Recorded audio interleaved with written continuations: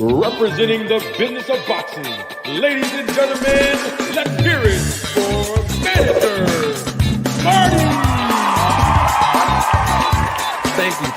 Thank you. You're far too kind. Thank you very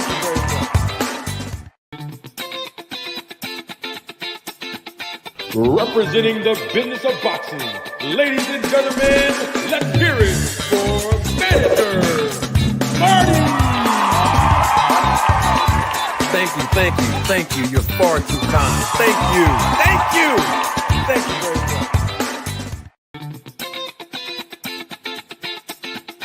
much. Representing the business of boxing, ladies and gentlemen, let's hear it for Manager Marty! Thank you. You're far too kind. Thank you very much.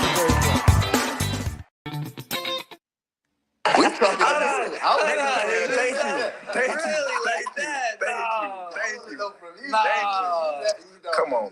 It's your interview. Manny's a generational talented fighter. Like, he's accomplished what no other fighter is ever going to accomplish. Yeah. Again, but I don't feel like, he did it on his own.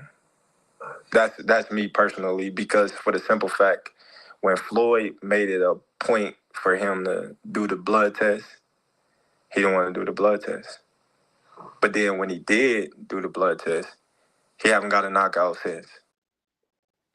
Golly, man, that shit breaks my heart, dude. But he was aging, though. Listen, one thing for certain, two things for sure. Fact. What's the last thing that leave you?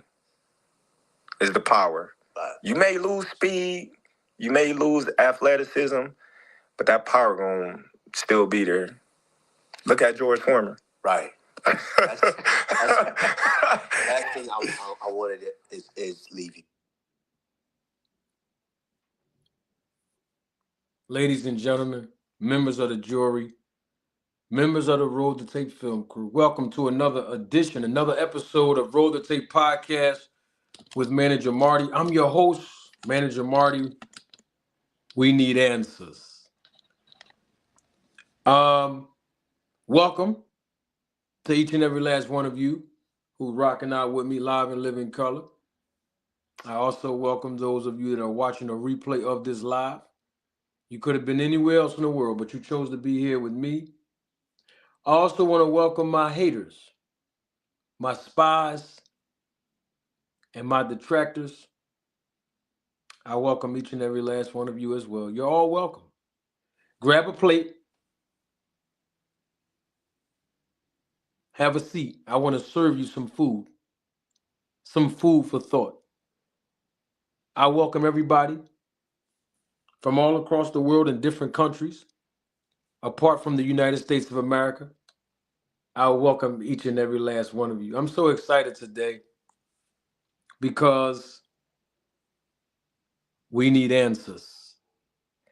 And we're going to really take this to another level.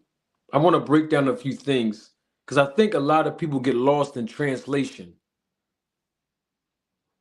when I bring up certain facts, right? And I want to deal with it tonight. I mean, even when we talk about the SNAC program, we talk about the protocol of Victor Conte, we talk about a lot of different things, right? And a lot of people are starting to recognize the things that I've been talking about for nearly 2 years. A lot of people are starting to recognize that the things that I have been saying are all facts based on nearly over 15 years of extensive research, some might call it investigation, etc., that I've conducted on 3 particular men in this sport of boxing. And also in sports in general. A lot of people act like they don't know what's going on. Some people know what's going on, they turn a blind eye to it, right? Then you got other people who really just don't know altogether. And then they come over to my channel, this platform, and then they start learning, right? And it's all about what you do with the information. But there's some reminders I want to give people because a lot of people forget that I've been speaking on this for years, right? And I find it intriguing that we have Terence Crawford. He's basically undermining the accomplishments of Errol Spence. We're going to get to that a little later. I just wanted to point a few things out first to lay the foundation on that, right? But you have a lot of contradictions and hypocrisy happening with these SNAC fighters. I want to deal with that tonight. I hope y'all don't mind, do you? Okay, good. I'm glad to hear that because this thing has gotten to a point where it's turned into something that really went beyond my own expectation on this topic. But we have to speak on it. I mean, who's more qualified to speak on this topic than me? Right? Let's talk about it. Let me ask y'all a question real quick. Did y'all see that picture? I just want to ask real quick. Did y'all see that picture of Devin Haney? The latest photo of Devin Haney. I'm just asking. I just want to see if we all can be on the same page real quick. Anybody see that recent picture? Like I've been talking about this, right? Go look at your screen real quick if you can.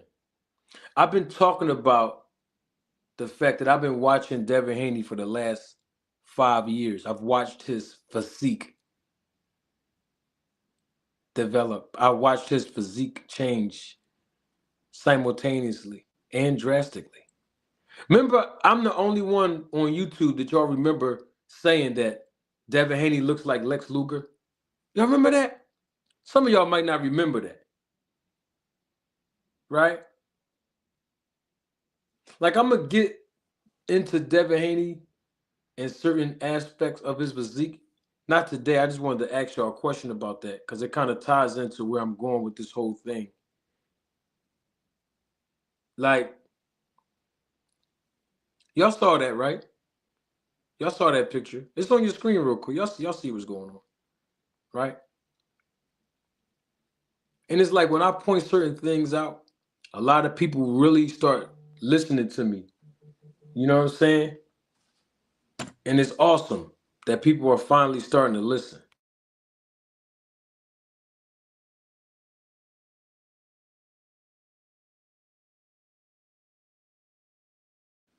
And it's awesome. I mean, there's no accusations here. Let's be clear. There's no actual accusations. Let's be clear. We're just asking questions. There's nothing wrong with asking questions, is it? I mean, my mom always told me when I was a kid, sit in front of the class.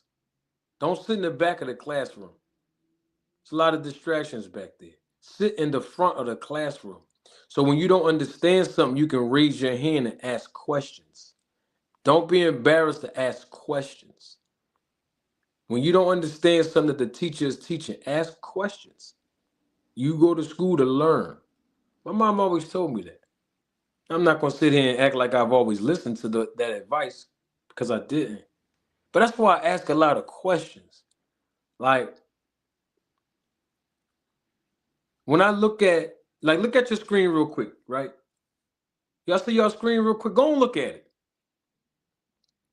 Now, this is Devin Haney like a year ago on your screen. He's standing right next to Lex Luger. Go on and look at it. Now, I have to say this because a lot of y'all don't know who Lex Luger is. Some of you do. But Lex Luger, right? Former professional wrestler, right? Definitely Hall of Fame wrestler, Lex Luger. Now, I got the tape queued up because I dare somebody. I wish somebody would super chat me and tell me that Lex Luger didn't say the words that I'm about to tell y'all, so I can play it and roll the tape on it. Lex Luger came out publicly years ago and admitted that he was using performance enhancement drugs, that he was abusing steroids and other drugs in the height of his professional wrestling career. The drugs that he talked about abusing a lot when it comes to performance enhancement was testosterone. And he talked about the cycle of 10 days on and 10 days off. I got the tape queued up in case people don't believe. But I'm just trying to figure out, how is it that Devin Haney's physique looked like Lex Luger's, and all he's doing is supplements with Victor Conte in the SNAC program? Don't get mad at me. I'm just asking. I just want to just ask. Now, that was a picture that you see on your screen. That was Devin Haney a year ago. Okay? This is Devin Haney now, 147. I mean, his shoulders is bigger than his whole body. His shoulders is bigger than his torso. I don't want to get into his physique right now because I'm going to do a separate, live on this probably tomorrow. If we have a great audience today, I promise you I'll come up to here tomorrow. But I'm just trying to figure out, how's his shoulders bigger than his whole torso? I'm just asking the question. Don't get mad at us. It's the Roll to Tape family that we wanting to know these things. I'm just speaking for the people. I'm going to get to those marks on his body tomorrow or Thursday. Don't worry about them red spots. I'm going to get to it. I'm going to get to it. See, I had that in the chambers for years, but I was waiting. We're going to get to all that tomorrow. Or Thursday or Friday. Like, for example, right? I'm just going to give y'all this sneak peek so we all can be on the same page, all right? Look at your screen. You see that same spot on his right shoulder? Huh? You see that, right? Don't get mad at me. I got 15 other pictures, different pictures from 4 years ago on this. I've had it in the vault. Don't worry, we're going to talk about it this week. Don't worry about it. I just wanted to show y'all that I'm not just making this up. You see that spot right? I forgot to circle it too. Y'all know I'll be circling stuff. I just wanted to put that out there real quick. This ain't got nothing to do with the live. I figured I'd give y'all a little appetizer. That's all. I miss y'all. I haven't done a live in a couple of days. I miss you. I miss you all. That's all. That's him right there. Bam. Y'all see the same marks all over him. The top part of his body. And this him. I'm going to leave that alone, man. You know I got to show my face when I go live. I like to show my face. When I can. Most of the time I can. What's up, y'all? Y'all good? That was just the appetizer. Don't worry about it. We're going to get to it later. I guarantee you that. Hey, Bill! Come on the show, Bill Haney. So I can ask. Hey, it's only a few questions I have. It's all. I'm not accusing. I'm just asking questions. Asking questions. You know what I mean? There's nothing wrong with asking questions, is it? Just trying to figure out how he look like Lex. He the boy look like Lex Luger, man. Dang. That was last year. Not that was last year. That's for my down south audience. That was last year. This picture on your screen. That was last year. This year right here. My goodness. Lord have mercy. Hey, P Flame, what's going on, man? Supplements doing this now? I might need to try some of these supplements, man. I might need to give Victor Conte my blood, man. Because it works. It works. Remember this picture I showed y'all a few months back, right? Y'all remember this, right? I promise you I'm not going to hold you long tonight. Y'all remember this, right? Clarissa Shields? I circled it for y'all. Some of y'all are new to the audience. Some of you are new to the Roll to Tape family, and y'all probably forgot about this picture I showed you all. I circled it because there was bumps on her face. Clarissa Shields. This was a few months ago, literally a couple of months ago. Now we know she's with Victor Conte in the SNAC program. Huh? Okay. I got some questions on that too. Double salute to 2 Cents Boxing. She's a member of the channel, supervisor of the Road to Tape film crew. Double salute, Ty. She's also a member of the channel, supervisor of the Road to Tape film crew. Double salute to my guy, All Things. Day one supporter. He's a member of the channel, supervisor of the Road to Tape film crew. Double salute to my guy, Jeremy Austin. What up, Jeremy? Member of the channel, supervisor of the Road to Tape film crew. I wanted to play y'all something that Clarissa Shields recently said in an interview. She was referring to Ryan Garcia. Hopefully we can chop it up about this. The link is definitely in the chat, by the way.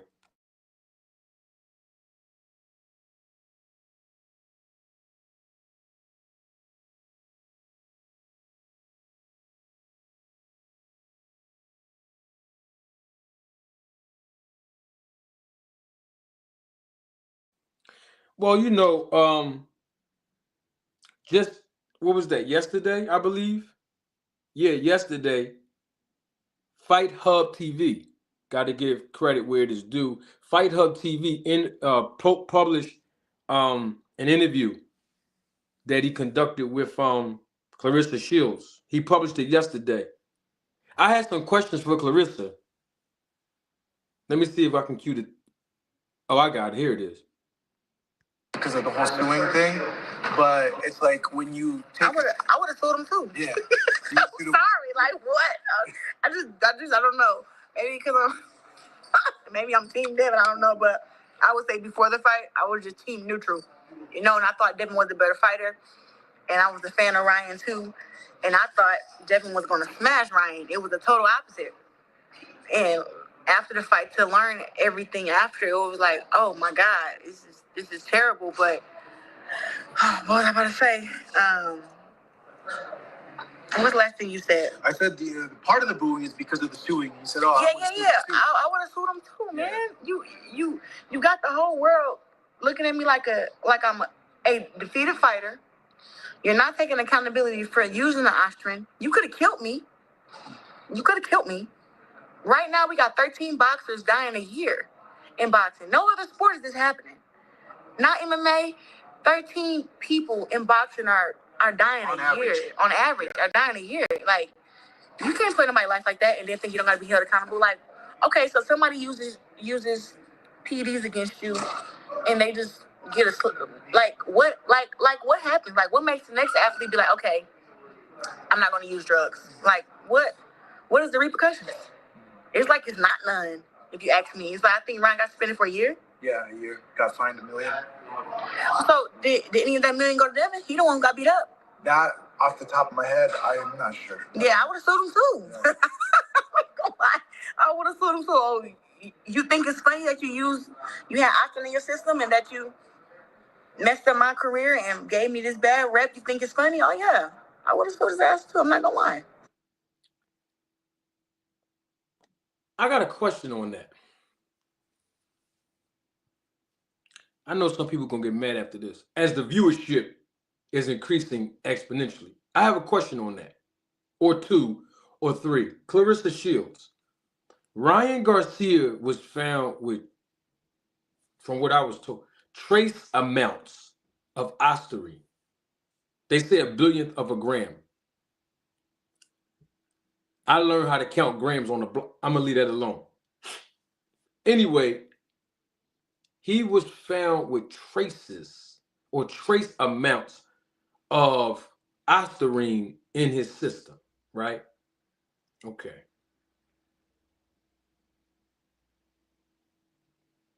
Victor Conte came out and told the world when it came to Ryan Garcia. He said it's either you pregnant or you're not. It's not about, and I got the tape queued up too, it's not about quantity, it's about quality. In other words, it's not about the amount that's actually found in Ryan Garcia's system. It's either you're pregnant or you're not. It's either you tested positive for the substance or you didn't. But when Clarissa Shields tested positive for, as they claim, trace amounts of marijuana, it was justifiable, according to Victor Conte, because it was because of the people, the spectators, who was smoking weed. You know, I don't know how to smoke. Smoking weed in the stands that caused Clarissa Shields to pop dirty, right? To have a positive drug test because of secondhand smoke. It was trace amounts. So it was either you're pregnant or you're not. When Ryan Garcia had trace amounts in his system, but when Clarissa Shields had trace amounts of marijuana in her system, it was a big controversy behind that.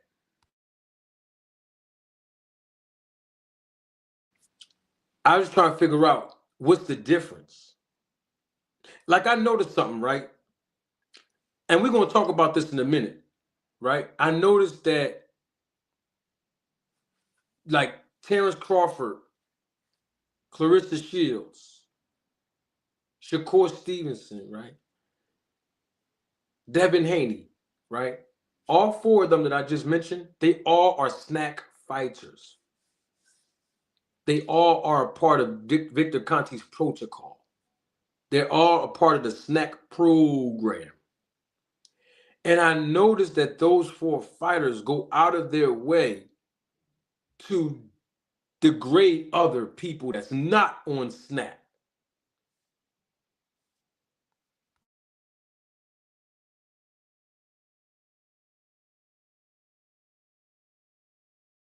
I'm trying to sneeze. That's why I'm turning the camera off. But I'm just trying to figure out, like, I noticed that, like, Clarissa Shields, right?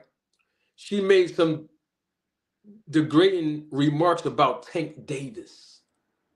Terence Crawford made some unfavorable statements and remarks about Errol Spence, right?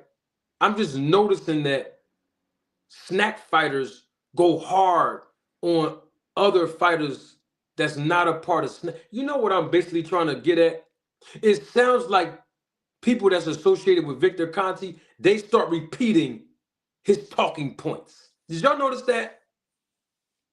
They start saying the same things that he said publicly. Did y'all notice that? Y'all didn't know? I noticed it, right? I'm going to break it all down in a few seconds. But let me get these super chats real quick, right? Because I have to double salute my guy, All Things. He's been a member of this channel, a supervisor of the Road to Tape film crew for 6 months. Thank you for your support and contribution, All Things. I have to double salute you, my brother. Appreciate you, man, for your support. Always, again, All Things always coming through in the super chat. He always come through as a monthly member of the channel. You know, it's all love, man.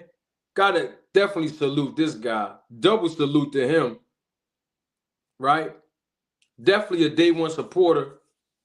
He's an honorary member of the channel, man. But he is also a member of the channel. He's definitely a supervisor of the Road to Tape film crew. That's my guy, Lucky McKinnels, man. Lucky says in the super chat, something to warm the air fryer up. You know we have to get the air fryer up to 500 degrees. You know we don't ask for much. 500 degrees. Thank you for your support and contribution, Lucky. And then, of course, we already know when she come through, plug the air fryer up, step back, and let everybody else throw that fish in there. Because, you know, we serve fish platters over here. And I'm talking about Ty. Double salute to Ty. Thank you, Ty. She's a member of the channel, supervisor of the Road to Tape film crew. I publicly acknowledged her a few minutes ago, but I have to do it again because she always come through. She supported in the super chat today. And Ty says in the super chat, the double talk with these boxers is incredible. I have to agree with you.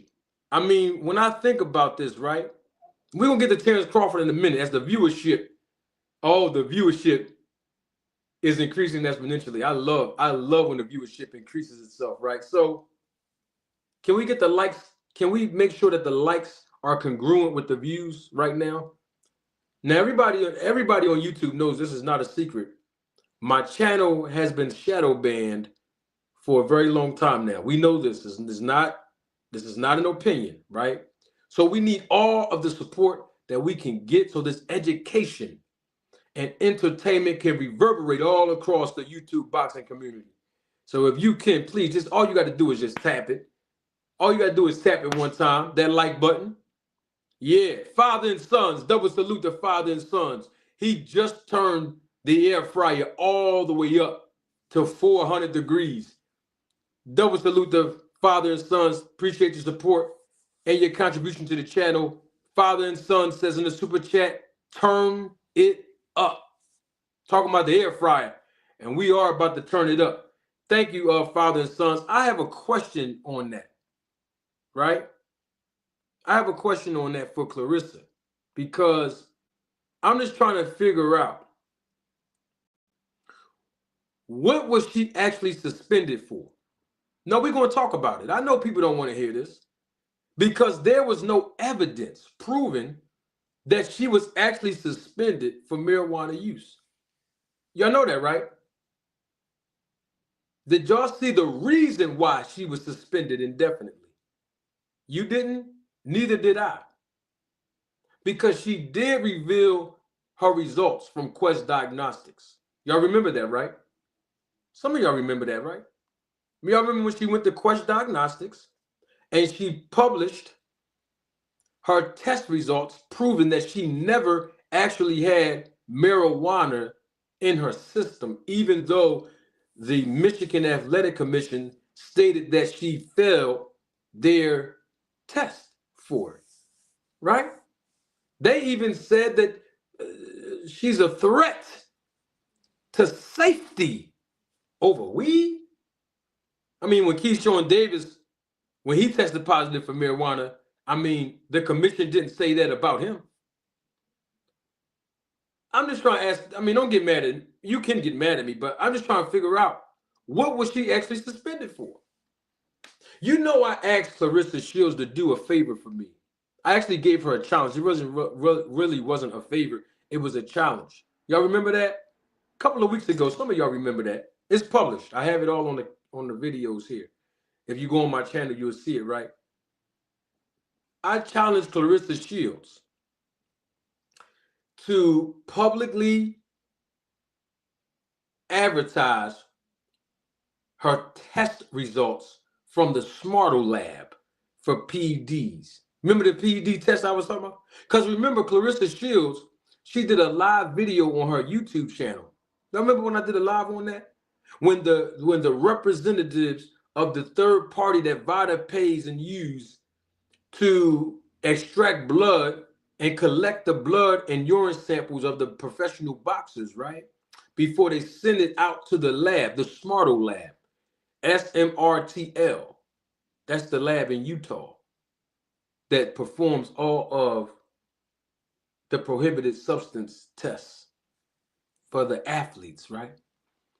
I figured since she posted her Quest Diagnostics results, you know, since we did see the people extracting blood from her at her home at 6 o'clock in the morning for VADA test, I figured she could post the results on that.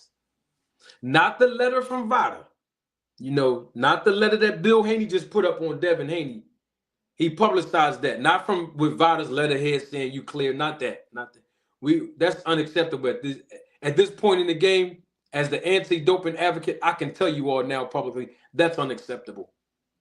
I mean, we've seen something that was very questionable by VADA when I came out and told all of you all that the 24/7 365 concept is a hoax and fake news, and then 2 days later, VADA comes out on their Twitter account and say that Devin Haney is enrolled in it, when we know it doesn't even exist.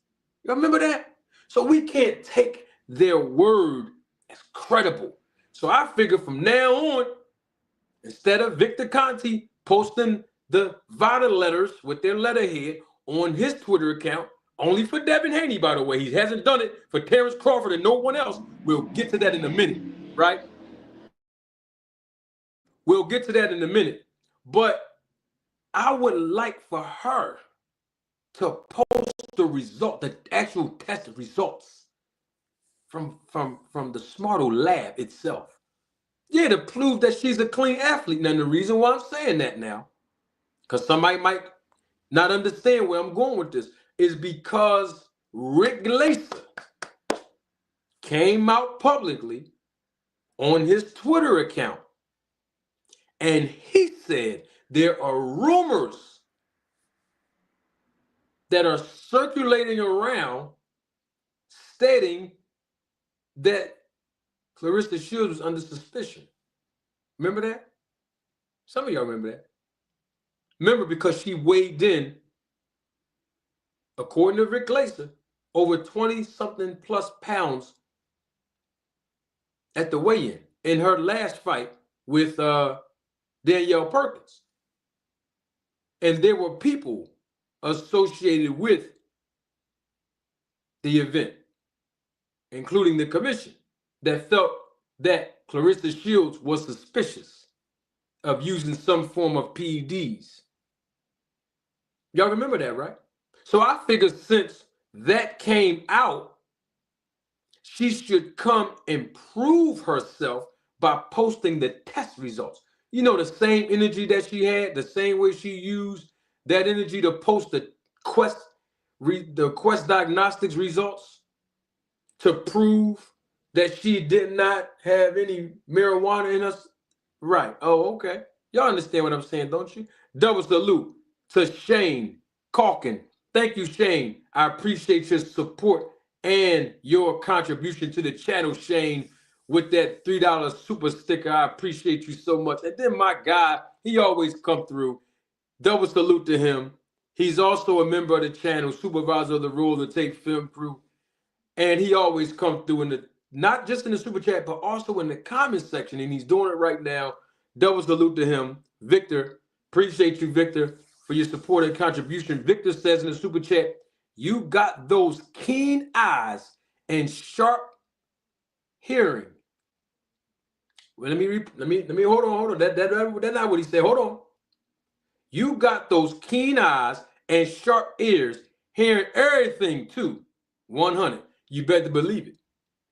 Hey, God made my lips big for a reason. And he made my ears big for a different reason. You understand what I'm telling you?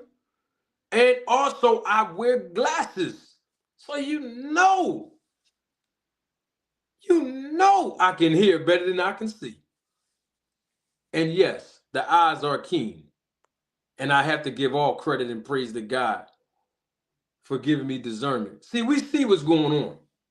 But I'm trying to figure out from Clarissa Shields, when is she going to post her test results? Double salute to my guy, Band Up. He's a member of the channel, supervisor of the Roller Tape Film Crew. Stay right there, Band Up, because I want to give you your flowers while you hear about the video we talked about the other day, okay? Stay right there. Now, Clarissa Shields is rolling with Victor Conte in the SNAC program, right? Now, she's saying she would have sued Ryan Garcia too, and I appreciate that. I think that's a good thing. You should sue somebody that is, doing cheating and stuff like. I know. I agree. I think people should get sued when they intentionally cheat. But I'm just trying to figure out, when Ryan Garcia had trace amounts, that's what they said. Don't get mad at me. That's what they said. They said trace amounts of ostarine. Even though I proved to you all time and time again, even the CEO of USADA spoke on this years ago, that ostarine is prevalent in the process of causing athletes' drug tests to come back positive because of supplements being contaminated. We talked about that. So I said all that to say that it was trace amounts for Ryan Garcia. And Victor Conte says either you're pregnant or you're not. Doesn't matter what you're actually positive for. It don't matter the quantity or how much. And it's like, yo, it's not about that. It's not about how much. It's about whether it's in your system or not. But the same energy wasn't exuded by Victor Conte or Clarissa Shields when trace amounts Oh, okay. When trace amounts of marijuana was found in her system. What about Alicia Baumgartner? Remember when she tested positive for a banned substance? A lot of people wasn't up in arms about that. Some people didn't even want to speak on it because of her beauty. I spoke on it, and she's not a SNAC fighter.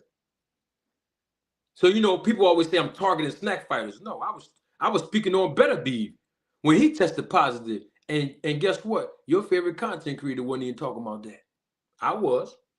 Some of your favorite content creators was trying to sweep it under the rug when Alicia Baumgartner's test came back positive for a banned substance. Nobody didn't say it's either you're pregnant or you're not.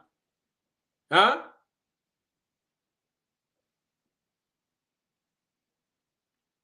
That's all I'm saying. Now, I want to point something out real quick.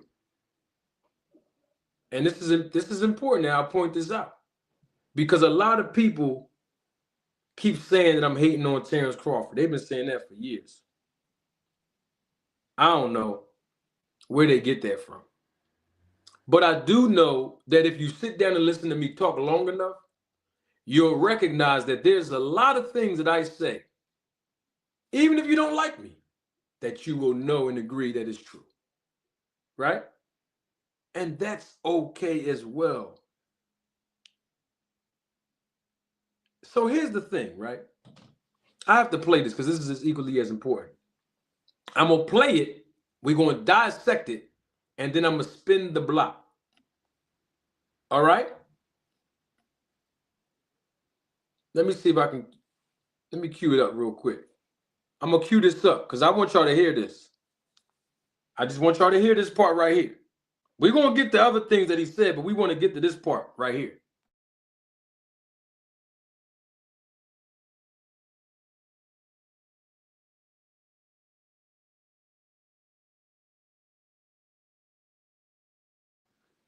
All right, now, y'all know that this was March 27, 2025. It was published by Pound for Pound with, I don't know how to pronounce his name, Kamaru Usman and Henry Cajudo podcast. I don't know anything about these guys. Never saw their content before this interview, but apparently it went nearly viral. This is Terence Crawford. I wanted y'all to hear what he had to say. Band up if you're listening. Stay right there, band up, because band up sent me the exact timestamp on this. Now, I saw some of this interview, but it was really pertaining to what he said about Errol Spence, right? But let's dive into something else that he said, because we got to salute Band Up for sending. Here it is. I'm doing way too much talking. Don't take my word for it. Roll the tape. WP, you got so many other fighters. But you don't put Manny up there. That's surprising to me, honestly. It's a reason why he's not up there. But you should know that reason. I want to hear from you. We talking about this. Thank you. Come on, man. It's your interview. Man, Manny's a generational talented fighter. Like, he's accomplished what no other fighter is ever going to accomplish. Yeah. Again, but I don't feel like, he did it on his own. That's me personally, because for the simple fact, when Floyd made it a point for him to do the blood test, he didn't want to do the blood test. But then when he did do the blood test, he haven't got a knockout since. Golly, man, that shit breaks my heart, dude. But he was aging though. Listen, one thing for certain, two things for sure. Right. What's the last thing that leave you? Is the power. Right. You may lose speed, you may lose athleticism, but that power gonna still be there. All right. That was Terence Crawford talking about Manny Pacquiao. I have a question to Terence Crawford fans, and I know that you're listening in. I wish one of you would click that link. I really do. But it's okay if you don't. I have a question on that, though. when I was speaking on Terence Crawford and the rest of the SNAC program fighters, y'all kept saying I'm using undertones. Y'all remember that? Y'all kept saying, Manager Marty, you're insinuating. Y'all remember that? So I'm trying to figure out, what is Terence Crawford doing right now regarding Manny Pacquiao? Is he insinuating? Is he using undertones? Is he dancing around in circles? What is he saying? Because when I spoke on Terence Crawford and the SNAC fighters rolling with Victor Conte, Terence Crawford fans, you know what y'all was saying to me? Oh, man, come on, Manager Marty. You're implying. Where's the hypocrisy in that? Don't get mad at me. I'm just asking a question. Now, we're going to break down what he said. Now, that's why I put the link, and I have to say this about the link. The link is pinned to the top of the chat. So you're not going to be able to miss it if you're in the... Okay. I'm going to rewind it now. That was a question for Terence Crawford fans. When I spoke on Terence Crawford being with Victor Conte in the SNAC program and the other SNAC fighters, some of you Terence Crawford fans was in my comment section, emailing me, DMing me through social media, in my live chat, on my panel here on this channel, accusing me of implying, insinuating, dancing around the topic, beating around the bush, and using undertones. And now here it is. We got Terence Crawford doing some of the same things y'all accused me of doing. And I want to know from Terence Crawford fans, what do you think about that? How does it make you feel when your favorite fighter was doing something that you was accusing me of doing? Is it cool when he do it? And is the critique and criticism when I do it? Which one is it? I want to break down his words line for line now, because I have a point that I want to make. It's very thought-provoking. That's why I asked y'all in the beginning of this live, grab a plate. I have some food I want to serve you. Some food for thought. I'm going to replay it again now, because I don't want nobody to miss this. You ain't going to find this nowhere else. That's why I'm glad y'all here. I'm going to play it again. I want to see what you think about this. Okay? I'm going to rewind it and play it again. I'm going to dissect his words now.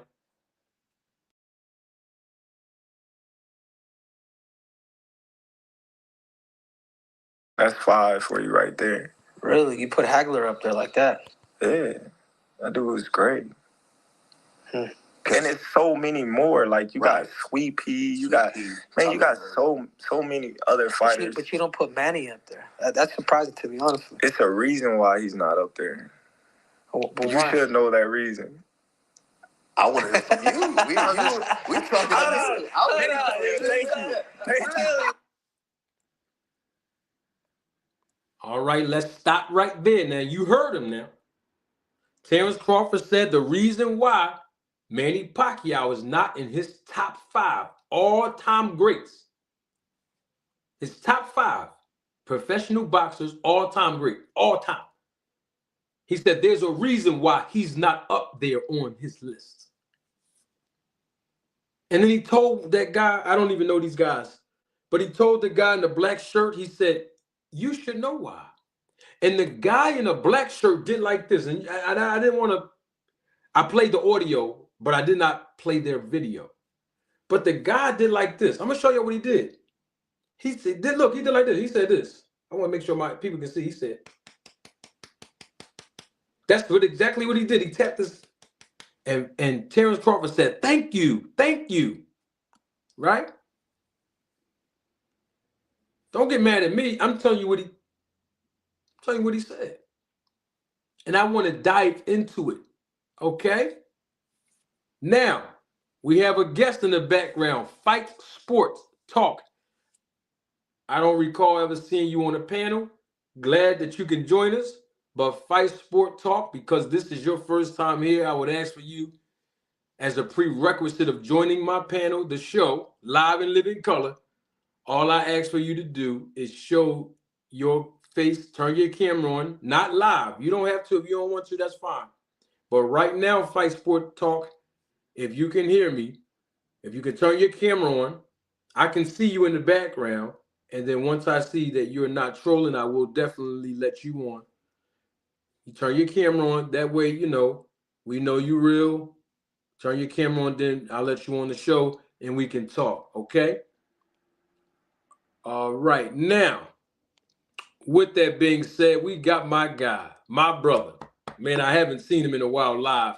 And I always love when he come because I always love when he come on the channel because he gives a great perspective, and he's always neutral and unbiased when he comes on the panel. When I'm talking about my guy, double salute to him. My brother representing the DMV, DC Jeroy, always coming through for your boy. Appreciate you for your support and your contribution. Putting the air fire up. 450. I was about to say 500, but we ain't cracked the 5 yet, but we almost there. 450. 450 degrees, thanks to DC Jeroy. And this is what DC Jeroy said in the super chat. He said, brother, what's good? I've been going, working on some things, but I had to grab me a plate. Oh, but it came to grab me a plate of that good old grub. And you know I'm going to serve that good old grub to the people, DC. And guess what? DC Jeroy is the first one to start talking about putting something on the grocery bill. So give all the credit to DC Jeroy, man. Appreciate my boy. He always coming through for me, man. Fight Sport Talkers in the background. He told me to hold on 1 second. He's going to show his face on the camera. Then I'm going to let him on or her on if it's a him or a her. But did y'all hear what Bud said? The guy in the black shirt said he did that when they were talking about Manny Pacquiao. Let's continue on to this. Thank you. Come on, man. It's your interview. Manny's a generational talented fighter. Like, he's accomplished what no other fighter is ever going to accomplish. Yeah. Again, you know, but I don't feel like, you know, he did it on his own. Stop. I have to stop this right now. Terence Crawford said Manny Pacquiao accomplished a lot in the sport. In fact, he said he thinks that Manny Pacquiao accomplished more than anyone else is ever going to accomplish in the sport. But Manny Pacquiao did not do it on his own. Terence Crawford fans, I have a question for you. What does he mean by that? Manny Pacquiao didn't do it on his own. What does he mean by that? I mean, I would ask Terence Crawford myself, but I don't think he's going to come up here so I can ask it to him. So I'm just trying to figure out, what does he mean by Manny Pacquiao didn't do it on his own? That's what I'm trying to figure out. What does he mean by that? He didn't do it on his own. Can somebody tell me that? I mean, because I don't want to miss anything. And the link is still pinned to the top of the chat. Can someone tell me what did he mean by that? Manny Pacquiao didn't do it on his own. I need understanding. What does that mean?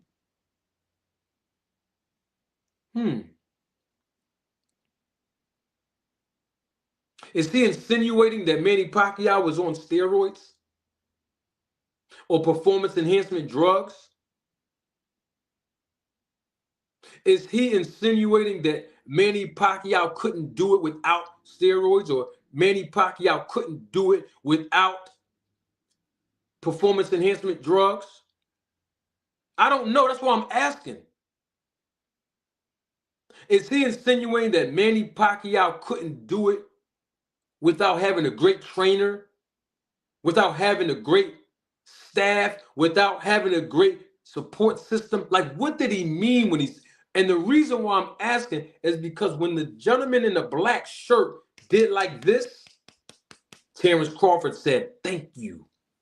In other words, you're proving the point that I'm making. That's exactly what I'm saying. So what did he mean by that? Let's continue on because I have some more questions on this. That's me personally, because for the simple fact, when Floyd made it a point for him to do the blood test, he didn't want to do the blood test.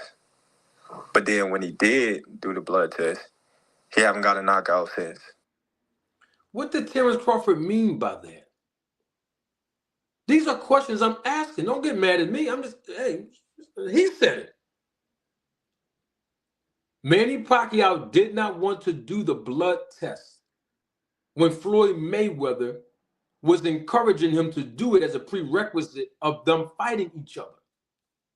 And then he also said that once Manny Pacquiao did do the blood test, in other words, he went along with the prerequisite of taking the test to prove that he's not using performance-enhancing drugs, he lost his power. What did Terence Crawford mean? What is he insinuating? Can someone see? When I was saying certain things, people said, "You're insinuating. You're using undertones. You're accusing." I'm just trying to figure out what does he mean by. I didn't even say none of this. Well, I said something to the effect of they're rolling with the SNAC probe, but that's not even good enough for some people. What did he mean by that? Let's continue on. Hopefully he can explain that last piece. Godly, man, that shit breaks my heart, dude. But he was aging though. Listen, one thing for certain, two things for sure. What's the last thing that leave you? Is the power. You may lose speed, you may lose athleticism, but that power gonna still be there. Look at George Foreman. Right. That's the last thing I wanted is You're going to lose something the older you get in the sport of boxing. That's where Terence Crawford is going with this. The more you move up in weight, you're going to lose something. That's what Terence Crawford is getting with this. That's what he's getting at with that. When he's talking about Pacquiao. The last thing that leaves you is your power. Band Up said, and I have to put this up on the screen. Band Up asked a question. He said, what did Bud lose? Hey, Band Up, he ain't, hey, Band Up, let me put the question back on this. Hey, Band Up, you said, what did Bud lose? Bud didn't lose anything. He's with the SNAC program. The last time you seen Bud Crawford rolling with Victor Conte and getting tired in the later rounds? When the last time you seen Devin Haney get tired in the later rounds? Like when he fought, when Devin Haney fought Ryan Garcia, the man wasn't even breathing hard. Did you see that? Clarissa Shields, all this power she's getting.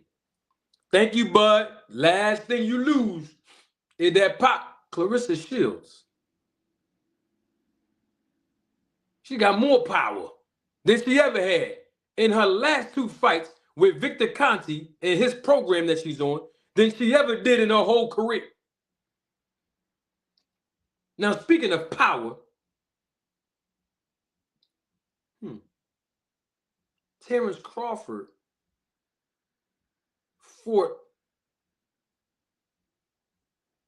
Sean Porter, knocked him down, not once but twice, something no one else has ever done in the sport of boxing as an opponent for Sean Porter. And then after that fight, Terence Crawford fights David Evanesian. Knocked David Evanesian out cold, unconscious, for more than 45 seconds to 1 minute. David Evanesian got punched with one punch, not 4 punches, not 5 punches, just one punch by Terence Crawford, and fell to the ground. It was unresponsive, unconscious. One punch landed by Terence Crawford. Next fight after that, 6 to 7 months later, Terence Crawford fights Errol Spence. A guy that even he said in this same interview that people were calling Errol Spence a weight bully. Don't forget, LC, the friend of Terence Crawford, told me a month after the fight, when I asked him why did he think Bud ran over to the SNAC program in Victor Conte. He said because everybody in the boxing world kept saying that Errol Spence is bigger. And what did Victor Conte say in 2019, 2 years before Terence Crawford goes to his SNAC program? He said the fight between Terence Crawford and Errol Spence is 50-50. But Errol Spence is the bigger, stronger fighter. You remember that? And you've seen how Terence Crawford ran straight through Errol Spence. No, I'm bringing it up because we're talking about power. Now, somebody in the chat said, I forgot that Broner dropped Porter. I didn't forget. Hear me? Hear my words now. I didn't say anybody that dropped Porter. Adrian Broner dropped Porter, and so did Errol Spence. He dropped Porter as well. I said Terence Crawford dropped Sean Porter not once, but twice. Something no one else has ever done as an opponent versus Sean Porter. Okay? I wanted to make sure we were clear with that. And all 3 of those fights that I just mentioned were fights that Terence Crawford was with the SNAC program in Victor Conte. I want to rewind a small little piece that he just said because I had a question on that as well. Okay?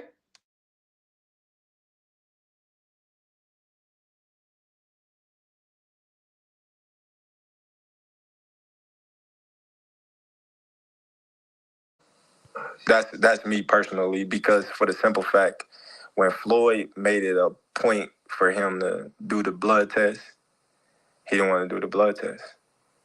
But then when he did do the blood test, he haven't got a knockout since. I got a question on that since Manny Pacquiao's blood test is in question and the reason why he didn't do it.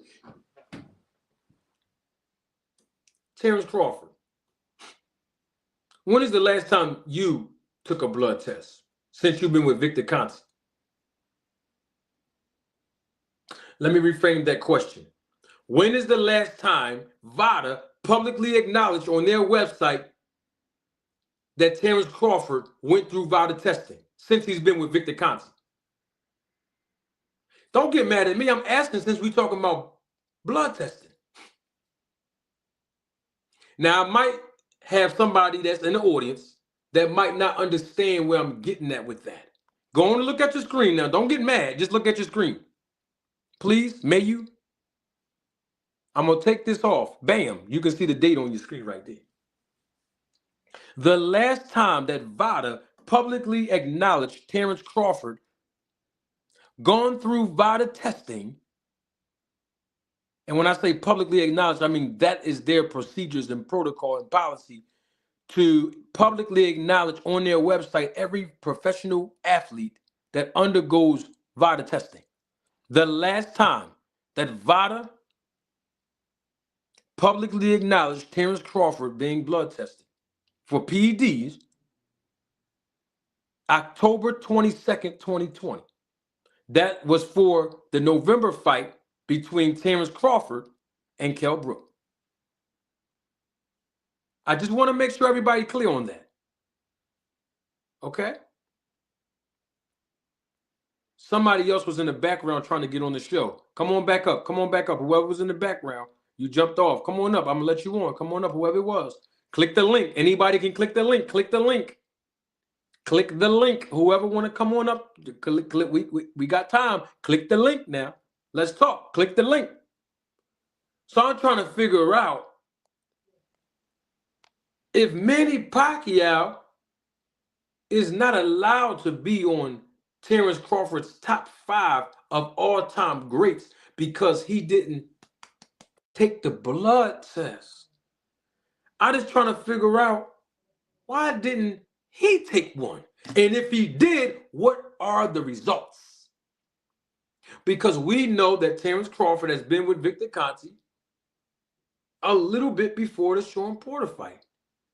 His first fight with Victor Conte in the SNAC program was in 2021. And you don't have to take my word for it. I have the tape queued up right now where Victor Conte acknowledged that when he talked to me. I mean, I already knew that, but I'm glad he publicized it so all of us can be on the same page with that. So from 2021 to now, there's no public acknowledgement of whether or not Terence Crawford has been tested for PEDs through VADA. I see you, Fight Sport. We're going to let Fight Sport join the show. I mean, I'm having a good time. These are questions that I'm asking based on what Terence Crawford is saying. Okay? Now, I know some people, Terence Crawford fans might get mad at me and stuff, and that's okay. Just answer these questions for me then. That's all you got to do. Double salute to my homegirl. She's a member of the channel, supervisor of the Roll the Tape film crew, got one of the hottest channels on YouTube when it comes to boxing, and I'm talking about 2 Cents Boxing. And she said in the super chat, food not cooking fast enough. Turn it up. Hey, 2 Cents about to start a war out here between me and Crawford fans because I am about to turn it up. She said it's not cooking fast enough. We got to get the air fryer up. It's already up 475 degrees thanks to 2 Cents. Hey, 2 Cents, thanks for your contribution and your support to the channel. Fight Sport Talk, live and living color. Fight Sport Talk, this is your first time here. Welcome to the show. How you doing tonight, man?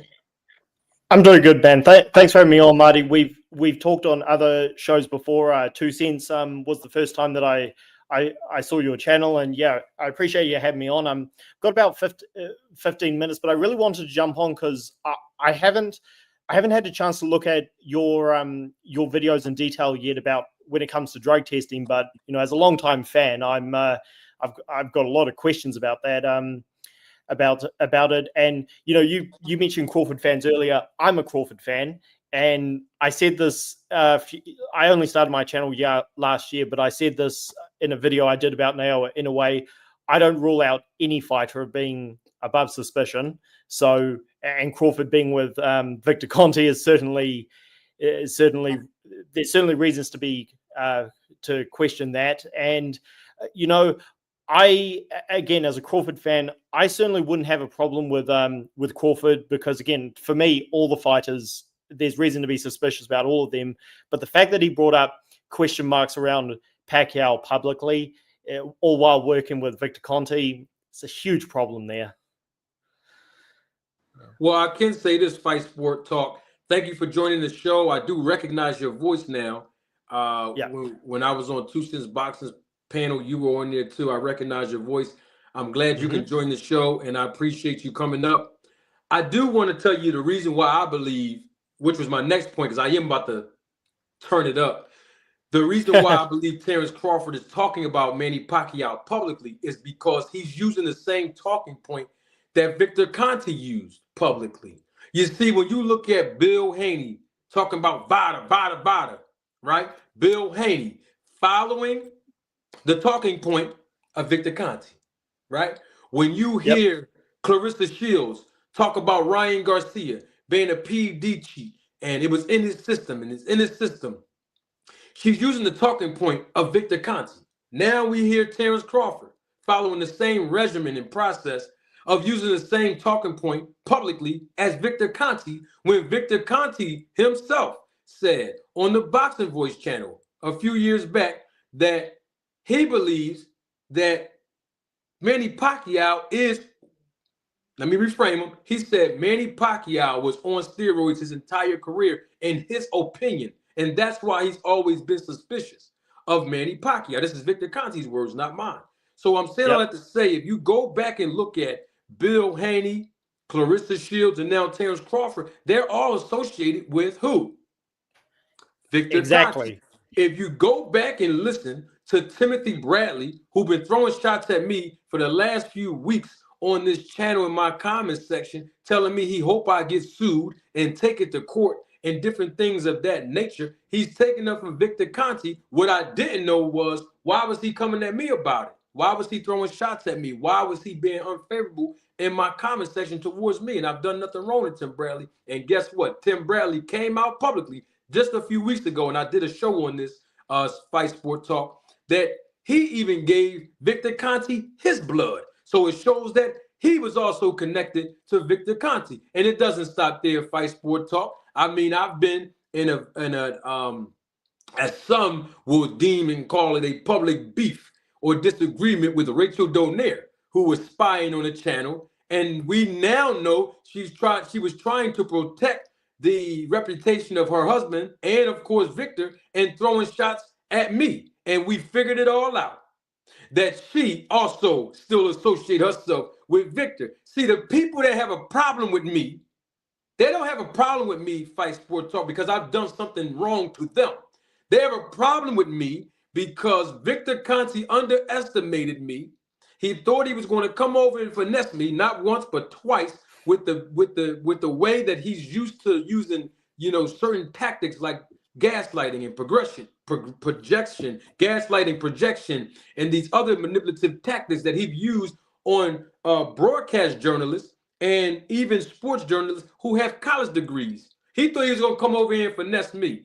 News anchors. I mean, the guy's been on NBC, ABC, CBS, CNN, ESPN. He has done interviews with the San Francisco Chronicle, the LA Times, the New York Times. But when he sat in front of Manager Marty, I had him bent up and rolled up like a pretzel. So these people are angry at me, you know what I mean? Because I'm speaking truth, and it's unrefutable. It's irrefutable. There's nothing they can do to defend the facts that I present. So the people that have a problem with me, I realize they're only associated with Victor Conte. They don't have no real problem with me, like I've done something wrong to them directly. You see my point?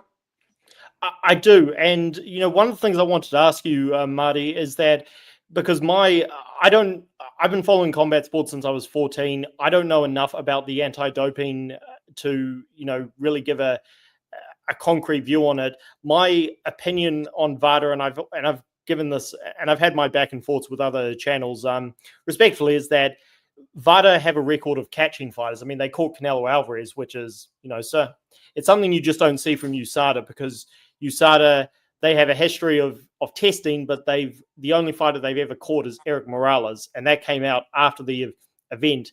Now, I completely understand what you and many other people bring up, which is, and I've brought it up, Victor Conte is a professional snitch. So you can't trust people like that. But when it comes to VADA, because they have a record of catching not just fighters, but top elite fighters, I personally look at that and I think, well, as far as anti-doping goes, they might be the only credible organization, but you know more about this than me. So that, again, I know VADA's connected to Victor Conte, but their history is a lot better than that of USADA. Yes, well, we got to put this in proper perspective too. USADA doesn't have a lengthy history of testing professional boxers because, remember, USADA, their whole format and business model is based on collecting the samples and testing athletes from a worldwide standpoint based on the Olympics, right? Right. So that's where one of the differences, come from when you talk about USADA and VADA. USADA's whole thing is about Olympic sports. So they test athletes through the Olympic sports process, opposed to VADA. Now, let me be clear on this because I think this is as equally as important that VADA or USADA, neither two of them, they don't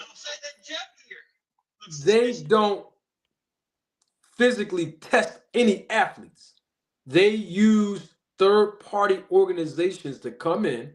More so VADA. USADA, they trained and use their own DCOs. But VADA, they actually have a third party who they pay to come to wherever the fighter's location is based on the whereabouts form that the professional boxers have to complete. And then they come and they collect the samples, right? But they both ship the samples off to the same exact lab. Now, they might not do the same exact testing when it comes to different substances, right? So when I hear people say like yourself, hey, VADA catch more people, that's also a talking point that Victor Conte used. I'm not saying you're repeating his talking point. I'm just saying it's more credible when you think about VADA compared to USADA. USADA deals with Olympic testing because of the athletes that's in the Olympics, right? So if somebody want to use them, like a Floyd Mayweather or someone like a Ryan Garcia, who I'm still waiting for him to stand on his word like a man and don't let the Haneys or Victor Conte swindle him from basically reneging on his own words, saying that he would use USADA in the rematch for Ryan with Devin Haney. You can independently use them by paying them, right? Because they are a for-profit business, but VADA is a non-profit organization. So I hope I answered your question on that. Yeah, I've never looked at VADA like they're extremely trustworthy, because having ties to the guy who ratted out fighters who he supplied steroids to, definitely shady. I've actually asked the question. I know this is for another day, but again, I appreciate you having me on, Marty. Is whether drug testing in sport can ever be fixed because of what you just said. These agencies, they've got different models when it comes to testing, and I've never spoken to Bill Haney directly, and if I did, he would never answer my question. But it definitely doesn't make sense when you have a guy like Bill Haney almost promoting VADA like it's his organization, when they're saying, well, we've signed up for 365 testing. That definitely, but it's, yeah, I guess the other agencies, because USADA's only caught one fighter, and that was after the fight, it's hard to trust any other organization. But appreciate you answering my question. Yeah, and I have to say this, but that's the same talking point that Victor Conte used. VADA, 365, 24. See, Bill Haney is repeating what he's hearing privately, in my opinion, from Victor Conte, just like Terence Crawford and the rest of them. So that's just my opinion. I don't have no true evidence on that. That's why I can actually say my opinion. But the bottom line is that we know that there's no such thing as 365 24/7 testing, even through VADA. I already dispelled that myth and proved that was a hoax a while ago. Right.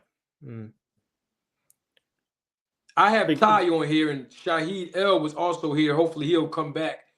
Ty, what's going on with you? How you doing, Ty? I'm doing good. How you doing, Manager Marty? I'm doing great. Having a good time. You heard what Bud was talking about, right, Ty? Yeah, no, that's why I came up, actually, because I just have a couple of questions, a few things that I find ironic. So you mean to tell me the people that are now with the cheater, we are supposed to believe are the ones who are on the up and up? Is that what we're supposed to believe? I think they're trying to consider themselves anti-doping advocates, because we heard Devin Haney say that he's going to start being an advocate now for clean sport. I don't know if you're going to get to cover Devin Haney tonight, but you've seen that picture of him, correct? Which one? You talking about this one right here? Let me see if I can find it. Bam! You talking about this right here? Yeah. Yeah. Or you talking about this one from last year, Ty? Bam! There him and Lex Luger right there. Which one? This one? Yes, that one. That's the picture that I'm talking about. Yeah. What you Okay. think about it? I mean, listen, what I think doesn't matter. Oh, I okay. mean, I see.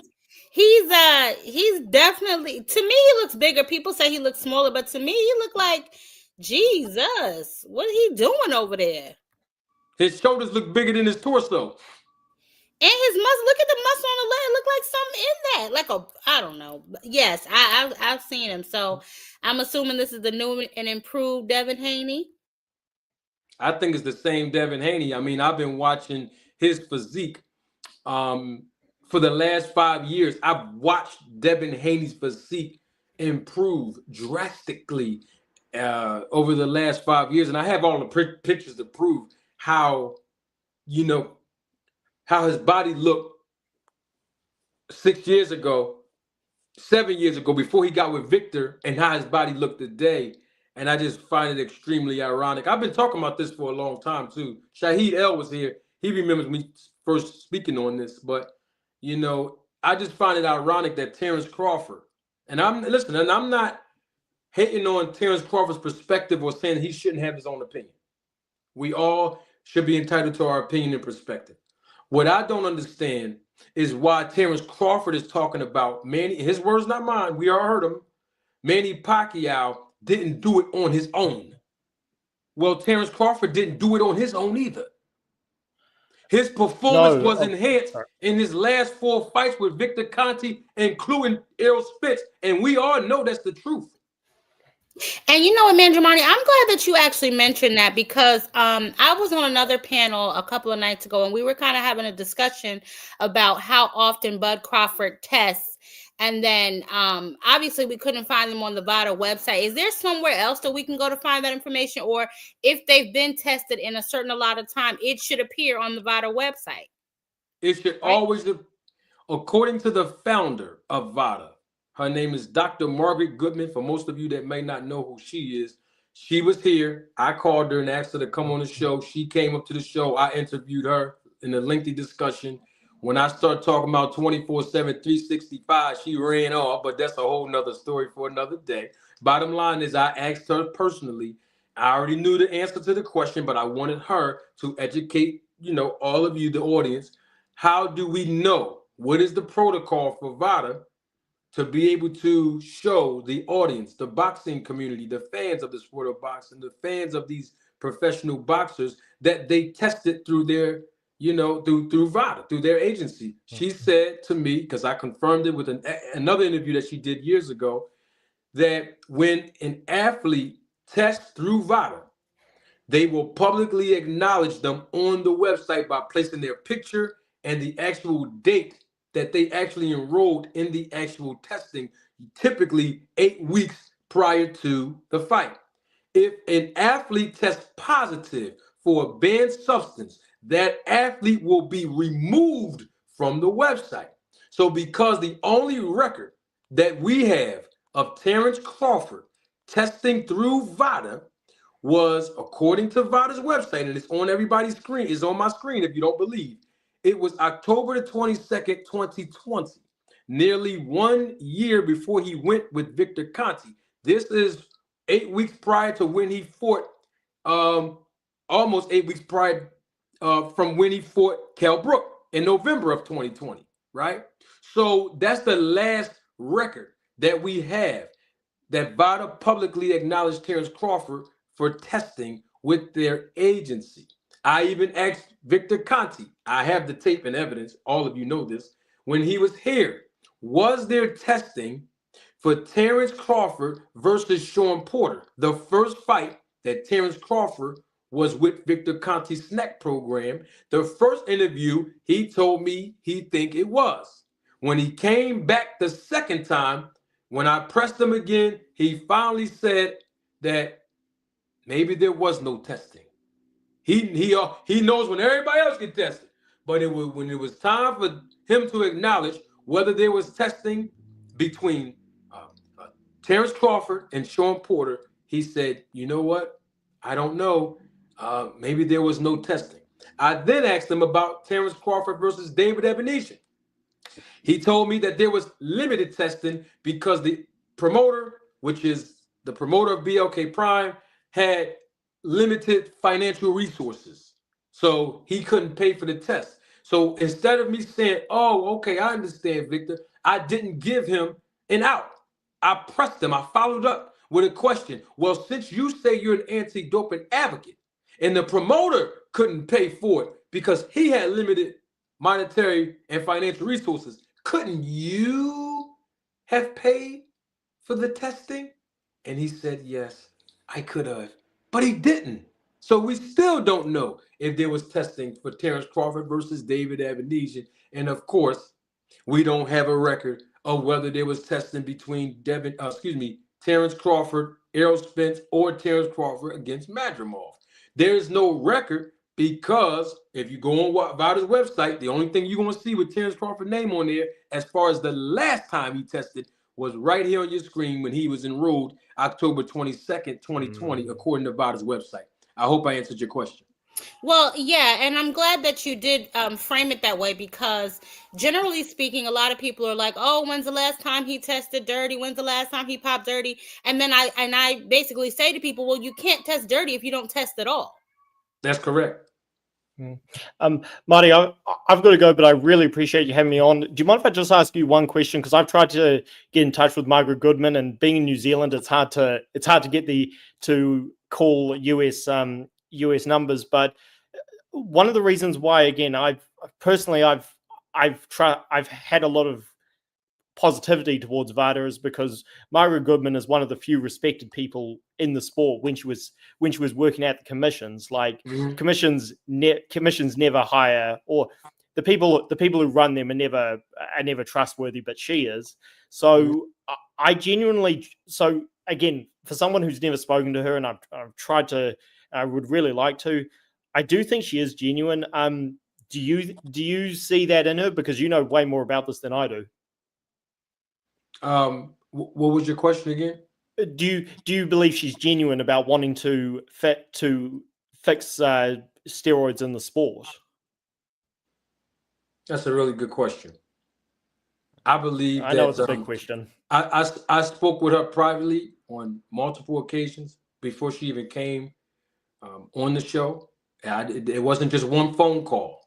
You know, people know who I am in the business, so it's not. It's somehow, some way, some people are not forthcoming when I invite them to the show, which is one of the reasons why I have the least interviews compared to other content creators. It's not because I'm not credible. It's some people think when they come up here, the questions that I have sound like an attorney and they're going to sit on a hot seat, and I respect it. But I've had several conversations with Dr. Margaret Goodman to, encourage her to come on the show, and she finally said yes. When I spoke with her privately and when I spoke to her publicly, she's always seemed very genuine to me. However, since that last stint happened a few months ago, when I told the people, the audience, that 24/7, 365 testing through VADA in the sport of boxing is a hoax and fake news, 2 days after I put that out there with videos and evidence, VADA's Twitter account came out and spoke on Devin Haney being enrolled, or finally being enrolled in that program, when I know that program doesn't exist.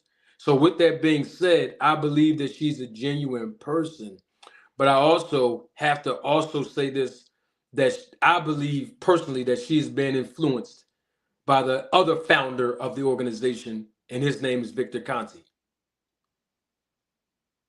Right, and that makes sense, because Victor Conte.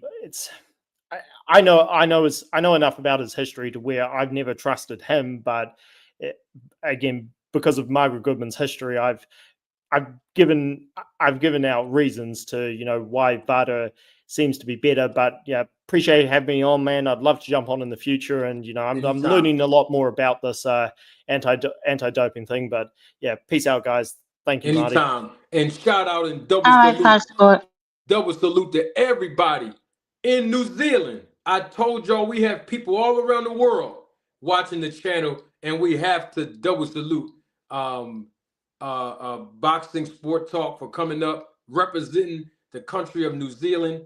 And yes, I do believe that Dr. Margaret Goodman has a sense of being genuine. But of course, we can't rule out the possibility of her being influenced by Victor Conte, only because when I specifically asked her about Victor Conte, she told me that she don't even know where, you know, all of these reports are coming out and speculations of him being associated with VADA because he's not affiliated at all. When I got him on tape in 2011, and I published this to all of you, when he said that he helped form, that he was involved in the forming of VADA, he actually told me to my face. He kept using the term we. Every time he talked about VADA, we. He kept using that term. I pressed on the gas, and I also came back and followed up with that question about him using the term we. And so that's the only issue I have with Dr. Margaret on that. I just think she's being influenced, but that doesn't take away from her being a genuine person. Shahid L, you're on live and living color. We haven't seen you in a while, brother. Always a pleasure having you on. I mean, you heard what Terence Crawford said. I mean, what's your take on all that, bro? The nerve, you know, quadruple salute to my man, manager Roller Marty, you know what I'm saying, and the Roller film crew. Salute to everybody on the panel. Peace and love. Dude got nerve. You got nerve to talk about Manny Pacquiao cheating, and you would have known distributor, steroid PED distributor.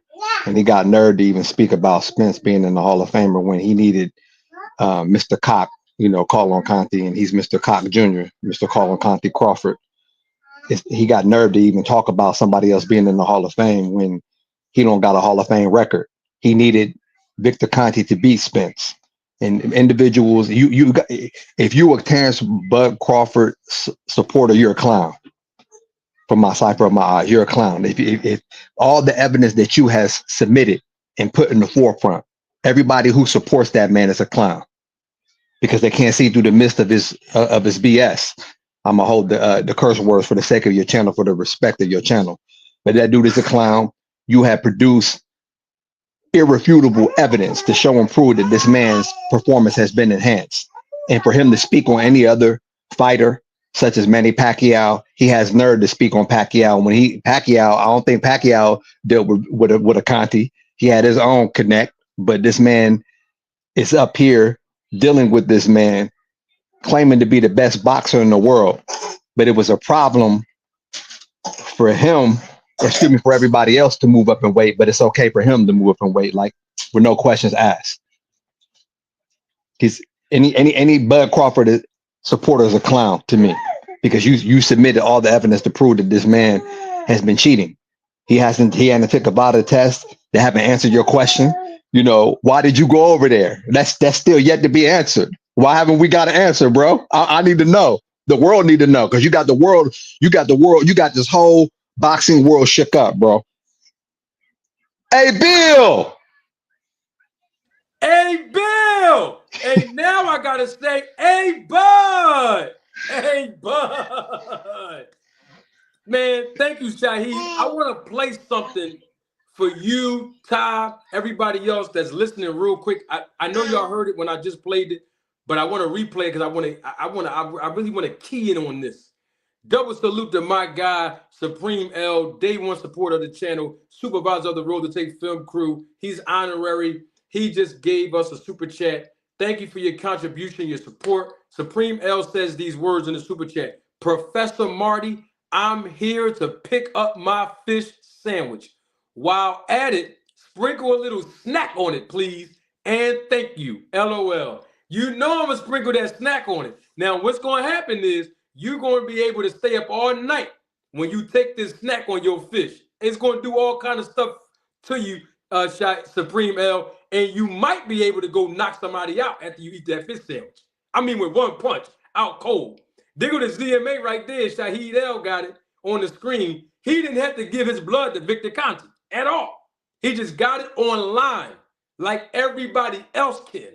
But somehow, some way, the professional boxers got to give up their blood when they run over there with him to take the same supplements that Shahid has. That's interesting to me. Does that work, Shahid? How long have you been taking it? That'll have you up for days. I got it last year when we were supposed to give the promo code to manager Roller Marty, which he never did. He owe our brother that money. He never gave us the promo code, but I went up there and ordered it. It'll have you up for 48 hours at a time. If I take this tonight, if I take this ZMA, right? So I took it after our brother Gregory Calderbaum told us, to see if it'll help with my surgery, because I had surgery last year. And every time I took the ZMA, I have been up for 48 hours or more. What does it do? Does it give you jitters? Does it help you enhance your workout? Like, what is it? It keeps you up all night. Like, well, my son take it, and he around here looking like the Incredible Hulk, the caramel version. Really? True story. I mean, he tells me, he's a football player, that it keeps him up, that he can't go to sleep. If you take that ZMA, and I'm sure that it affects everybody differently, it affects me to where I cannot go. If I take that ZMA, right, I'll show you what it look like. It says the vegetable capsule. If I take it, I'll be up for 48 hours. I won't be able to go to sleep until Thursday. If I take it tonight, I'll be up until Thursday. Does it say what ingredients in it? Because that sounds like some sort of caffeine is in there, included in there. Yeah, it says on the back of the bottom. I'll show you what it looked like. Pull it up real quick. This is what it looked like. That's pretty big. You have to swallow that? Yeah, you got to swallow that. You got to move yeah. Oh my whatever is in it, it'll keep you up for 48 hours or more. Depends on what you. Does it enhance his workouts? Yeah, if I could, if he was here, he just got his license, so he on the go. But if he was here, you would see, he's huge. It enhances his workout. He has workouts every Mondays, Wednesdays, and Fridays. So he said, Dad, I'm not going to take that. I'll take it on the weekend, but I'm not taking that during the weekday when I got school, because it'll keep me up. What are the ingredients in that? What does it say on the back of the ingredients? Okay, I got to turn my light on real quick. I'm sorry to inconvenience you. I'm just really curious, because I was thinking, like I don't know if I told you, but I told Uncle Greg, I was thinking about it just to enhance my workouts. But somebody else said it keeps you up all night. I don't need nothing else keeping me up. Yeah, it keeps you up. I'm not lying. It got Well, Shaheed, what you can do to make it easier for the audience and the listeners live, you can send me a picture of that. You got my number. Send me a picture, and then I will disseminate that to the public. And if people want to know, like Ty, I can send it to Ty through email so she can see what's in the actual ingredients. Yeah, I would love to know. Huh? Baby, take a picture of the ingredients of that so I can send it to Manager Marty, please, if you would. Take a picture of that ingredient so I can send it to her. And then we're gonna, I'll disseminate it and send it to her so she can really, see everything in it, research it. You understand what I'm saying? So she said that, Sister Ty, you said that somebody else told you it kept them up too? Yeah, I was asking somebody else who said that they took it, and they said the same thing, like it keeps you up. It keeps you up. So I was just really interested in just trying to figure out something to help me work out a little better, but I don't want me nothing else. You know what I mean? And I'm not really into a whole bunch of ingredients I can't pronounce. So that's how I was 48 hours. 48 hours or more. Yeah. My son, when he knows he got weightlifting, and I'm not making this up, if he was here, he'd tell you. So every Monday, Wednesdays, and Fridays, they have weightlifting at 5:45 in the morning. He played for one of the best, football programs in the city of Columbus, Ohio. So he said that, Dad, I'm not taking that. Like if it's Sunday evening, he won't take it Sunday evening because he has to get up at 5:45 in the morning. He won't take it Tuesday evening because he has to get up Wednesday morning at 5:45, and he won't take it Thursday evening because he has to get up at 5:45 on Friday morning. So he won't take it because it'll keep you up. He says every time he takes it, it keeps him up. So what he does, he'll take it on the weekend when he's resting. Is he really resting though? Being up that many hours? Yeah, because what I do, I'll give him some like I keep the Hershey's chocolate bar, like for aphrodisiac. You know what I mean? That chocolate put him in the rest state. So I give him a big chocolate bar, he'll eat it, and then he go to bed. But the times I don't got no chocolate bar, he ain't taking it.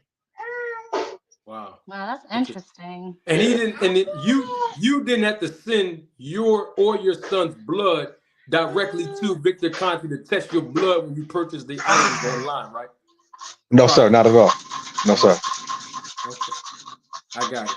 Double salute to my guy Shane Calkin. He spent the block with another super chat. Thank you again, Shane. Shane says in the super chat, he says, cool, interesting panel. You ain't gonna find this content nowhere else, Shane. That's why I'm glad you're here. I want to play something for the audience again, because Terence Crawford said a couple of things that I wanted to touch on. Band Up is here live. Hold on, Band Up. I'm going to play something. I want to hear your perspective on this part. And most of y'all heard it, but I'm going to play it again. This is Terence Crawford. He used the reference of Manny Pacquiao, and here's what he said. Thank you. Really Thank like you. that? Thank you. Thank you. Come on, man. It's your interview.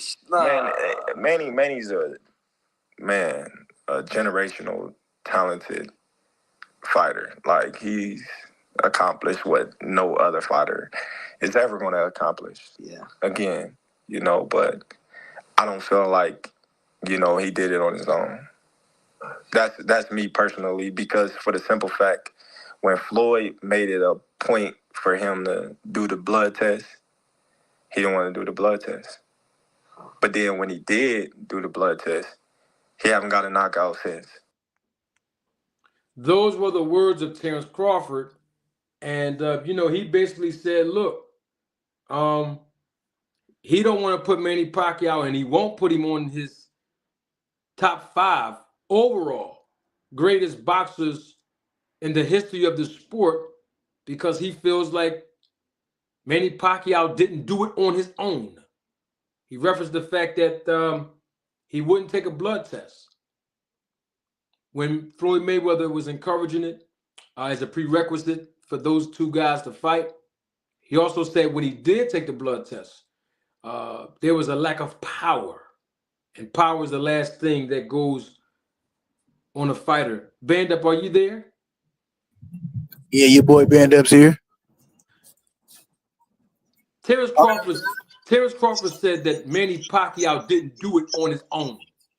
What do you think he was talking about when he said that? I think he's talking about all the things that you said, that Victor said about Memo Heredia. I think he believed when it comes to that.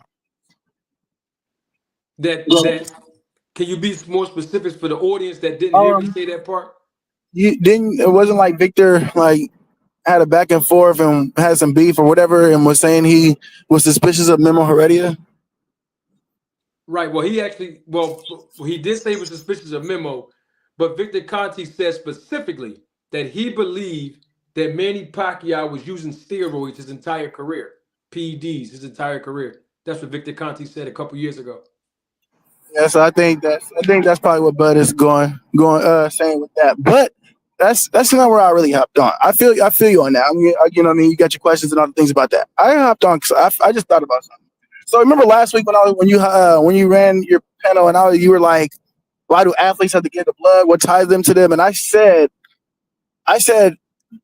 you don't have to do that with the general public because we're not all top fighters. And Vic said he only wants to work with top fighters, correct? Okay, so with that being said, Shahid Jalil just said about how this stuff keeps him up and all this other stuff, right? How those are the side effects or whatever the case may be. It keeps the sun up, all these things. So if I'm a high-level fighter, Terence Crawford, Clarissa Shields, and I'm taking this, or let's go with Terence Crawford because he said he takes other things, right? Okay, so if I'm a fighter that don't want to stay up, 48 hours, whatever the case may be, before a fight or whatever the case may be, however that goes, don't you think I should give Vic my blood to figure out how he can, let me figure out some stuff so I can get rid of these side effects that is going on, so you don't have to stay up for 48 hours, so you don't get the negative side effects. For all the other people that's on the USA, they can have all that, and then there's going to be side effects because I'm not too big on this protein thing, so I don't know how other proteins have side effects that keep people energized or whatever the case may be. But I'm pretty sure that wouldn't be the only program that has that has side effects. So you giving Vic your blood is It's what makes you different from everybody else. And him being with high-level fighters, them giving him his blood is working with, you know what I mean? He's working with them to get rid of the side effects. Now, that's just what I'm thinking. Am I wrong when I'm saying that, Marty? Well, it's your perspective, so I'm not going to say you are wrong about your opinion. I do want to ask you, since you said they're giving up their blood, what was the reason why? You were here the other day when I played it. What was the reason why Victor Conte said he was doing comprehensive blood testing on these athletes before? Before he was with the program? Back in the day? Mm-hmm. Oh, yeah. To get all the what was it? To get all the circumvent the stuff out or whatever he was trying to do. What was it exactly? I don't remember the exact words, Marty, but I know where you're going with that. Okay, let me play it because I had a cue. Yeah. Roll the tape on me. No, it's not on you. It's on Victor. I'm not rolling it on you. It's on Victor and Bud, because I want everybody to understand why I'm saying what I'm saying about the blood. Here's the Netflix documentary. So you have to experiment on that. Some of the female athletes said they didn't get their menstrual cycles for months, if not years, while they were on this stuff. Victor Conte is your doctor and your pharmacist. That's very, very dangerous. Oh my God. So I've been doing comprehensive blood testing on everybody, making sure there were no adverse health effects and all the dosages were correct. So the opposite was true. Did you hear that, Band Up? Yeah, I heard it. Shahid, did you hear that? Because this is your first time being on the panel when did you hear that? I did. Ty, were you able to hear that? Yes, I heard it. Okay, so I also watched the documentary. So. Okay, good. So what I'm trying to figure out since we're talking about the blood, if he was doing comprehensive blood testing on the athletes then, and it was because he wanted to ensure that the athletes did not have any adverse health effects as he was giving them the dosages. And he wasn't talking about supplements when he said dosages. He was talking about HGH, insulin, EPO, and the clear, better known as THG. So I'm trying to figure out if he was conducting comprehensive blood testing on the athletes back then and they were not using the supplements, according to Tim Montgomery, then why does he need to do comprehensive blood testing now for athletes and all they're doing is just the supplements? But yet if you and I buy the product online, we don't have to give up our blood to use the same supplements. That was the question I had on that. That's kind of what I'm getting at, Marty. That's because we don't have to, we're not tied to Victor. We're not boxers. You know what I mean? So of course we don't have to give ours. Who cares? Who you know what I mean? Who's who when it comes to the side effects to a normal person? But we're athletes though. Bend up. Yeah, we're athletes though. For athletes, that's what I'm getting at. So for athletes to not have to, you can do the comprehensive blood. The comprehensive testing, right? And figure out and still have these side effects, still have the 48 hours that you're going to stay up, right? If you're going to do that, do comprehensive blood testing just for a different reason without giving them anything extra. I got something for that. I understand. So let me ask this question then, since there's nothing wrong with it. Is Victor Conte medically qualified to take blood? No, he's not. Hold on. Conduct blood testing, evaluate blood tests, provide recommendations, or even diagnose people? No, he's not. Okay. So your phone messing up. Your phone. Can you hear me? So wouldn't that be considered as being illegal? Hold on, Major Marty, because I was told. Hold on 1 second, everybody. I couldn't hear Band Up. Your phone was going in and out, Band Up. Could you hear me? Hello, Band Up? He didn't pay his phone bill. Can I ask my question? Band Up. Hold on 1 second, Ty. I want to see if we can get him. Band Up. Can you hear me?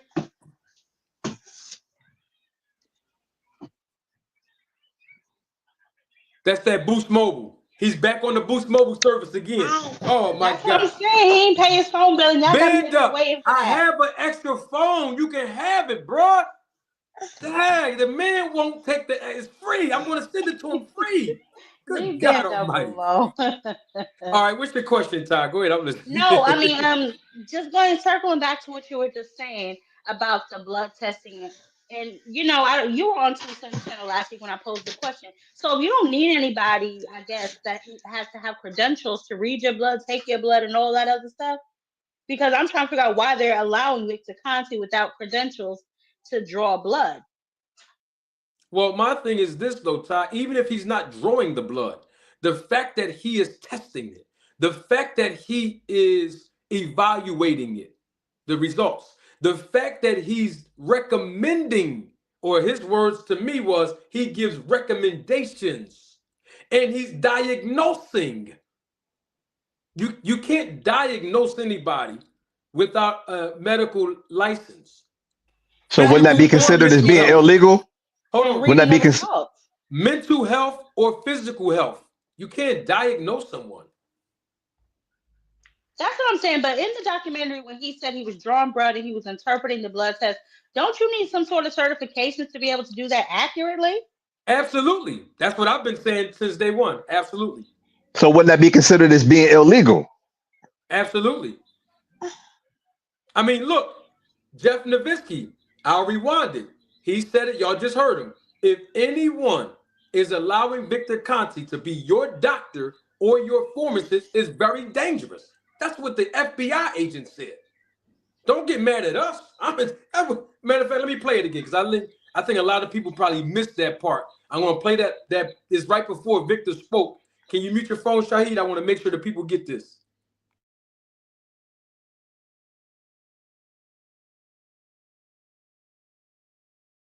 Dosages, so you have to experiment on that. Get the formula right. Victor can read about what HGH does to the body. He can read about what EPO does, and then he can use you to see if he can get the formula right. Even found an email from Patrick Arnold. Hey, here's what I've created. I don't quite know what the dosage is, so you have to experiment on that. Some of the female athletes said they didn't get their menstrual cycles for months, if not years, while they were on this stuff. Victor Conte is your doctor and your pharmacist. That's very, very dangerous. Oh my God. So I've been doing comprehensive blood testing on everybody, making sure there were no adverse health effects and all the dosages were correct. So the opposite was true. Did y'all hear that? Yeah, that circles back to the question then that I originally asked. What is he doing taking blood tests and everything else? I'm not understanding why this man is not in prison. I can make it very plain for everybody. Like Jeff Nowitzki just said, the FBI agent that investigated him, if Victor Conte is your doctor and your pharmacist, it's dangerous. That's what he just said. Shahid, you were muted. Say that again. Yeah, that's why I said he's a plant. They go back to what your sister Sai just said. Why is he not in prison? How is it that he's able to do this and continue to do this? Fighters getting hurt, such as the lab rat David Avanesian, who was knocked out on the canvas for 5 minutes. Correct? Was it like at least 3 to 4 minutes? He was on the canvas, cold. How is it that he's able to do this without any consequences or repercussions if he's not a plant, an implant, a boxing implant? I think that Mr. Carlo Conte, caught the deal. I think once he got that sentence on the Balco, I think he caught the deal, and they told him, "Look, you're going to work for us." And the majority of the people that you got, Banda back on here, the majority of the people that you got are melanated fighters. The only person that he got that's non-melanated is Caleb Plant on the SNAC program. Look at the majority of the fighters that's in boxing are melanated fighters. I think that he copped the deal, and they let him out to go. He's been banned from every other sport. But the most dominant sport, where all the melanated people that dominate in that sport will go ahead and have you go out there and put you out there so you can do something illegal, and we're going to have that up over their head, and we'll bust you whenever we feel like it. How is it that he's not in prison, like Sister Ty said? How is that he's able to continue to do this on and on and on without any consequences or repercussions? I mean, I have my answer. I have my reasons, and I can tell you one of those reasons is because the fighters are giving him consent. These professional boxers are giving him, consent. And I mean, that doesn't excuse, what Victor Conte is doing. See, the issue that people need to understand that I'm having with this is that it's not just the fact that Victor Conte is doing it now. These are the same things that he was doing in Balco. So how do we know that he changed when these fighters are rolling with him now? In other words, is he was taking comprehensive blood testing for athletes, Balco scandal, he's doing that now. He put athletes on the calendar, Balco scandal, he's doing that now. He was rolling with Shane Mosley's strength and conditioning coach, who he helped administer the EPO to Sugar Shane. He also still rolling with Remy Karchimny on the track. These are two guys who are banned from the sport. Remy Karchimny is banned from all sports, including Olympic sports, lifetime ban. He was rolling with those guys, Balco scandal. He's rolling with those guys today. He was doing supplements back then, working with top athletes who was wearing his shirts and his hats. Back then, Balco scandal, he's still doing that today. Before prison and after prison, Victor Conte is doing the same things. How do we have confidence that this time he's not cheating or doing anything illegal? I'm not saying he is. I'll leave that up to the experts. The point that I'm bringing up is that people's favorite professional boxers are over there with him. And it's not because he's calling them, it's because they are calling on him. And my question to them, I'm still waiting after 2 years to get this question answered. What did you call him for? What did you go over there for? These fighters are undefeated. Some of them were champions or either became champions and or undisputed, i.e. Terence Crawford and Devin Haney and Clarissa Shields. My question becomes, y'all were already good. What did you call him for? What did you go over there for if everything in your camp has gotten you this far and it was working? What did you call him for? What did you go on the SNAC program for? For what? That's where the question is raised, that he got the nerve to talk about Manny Pacquiao.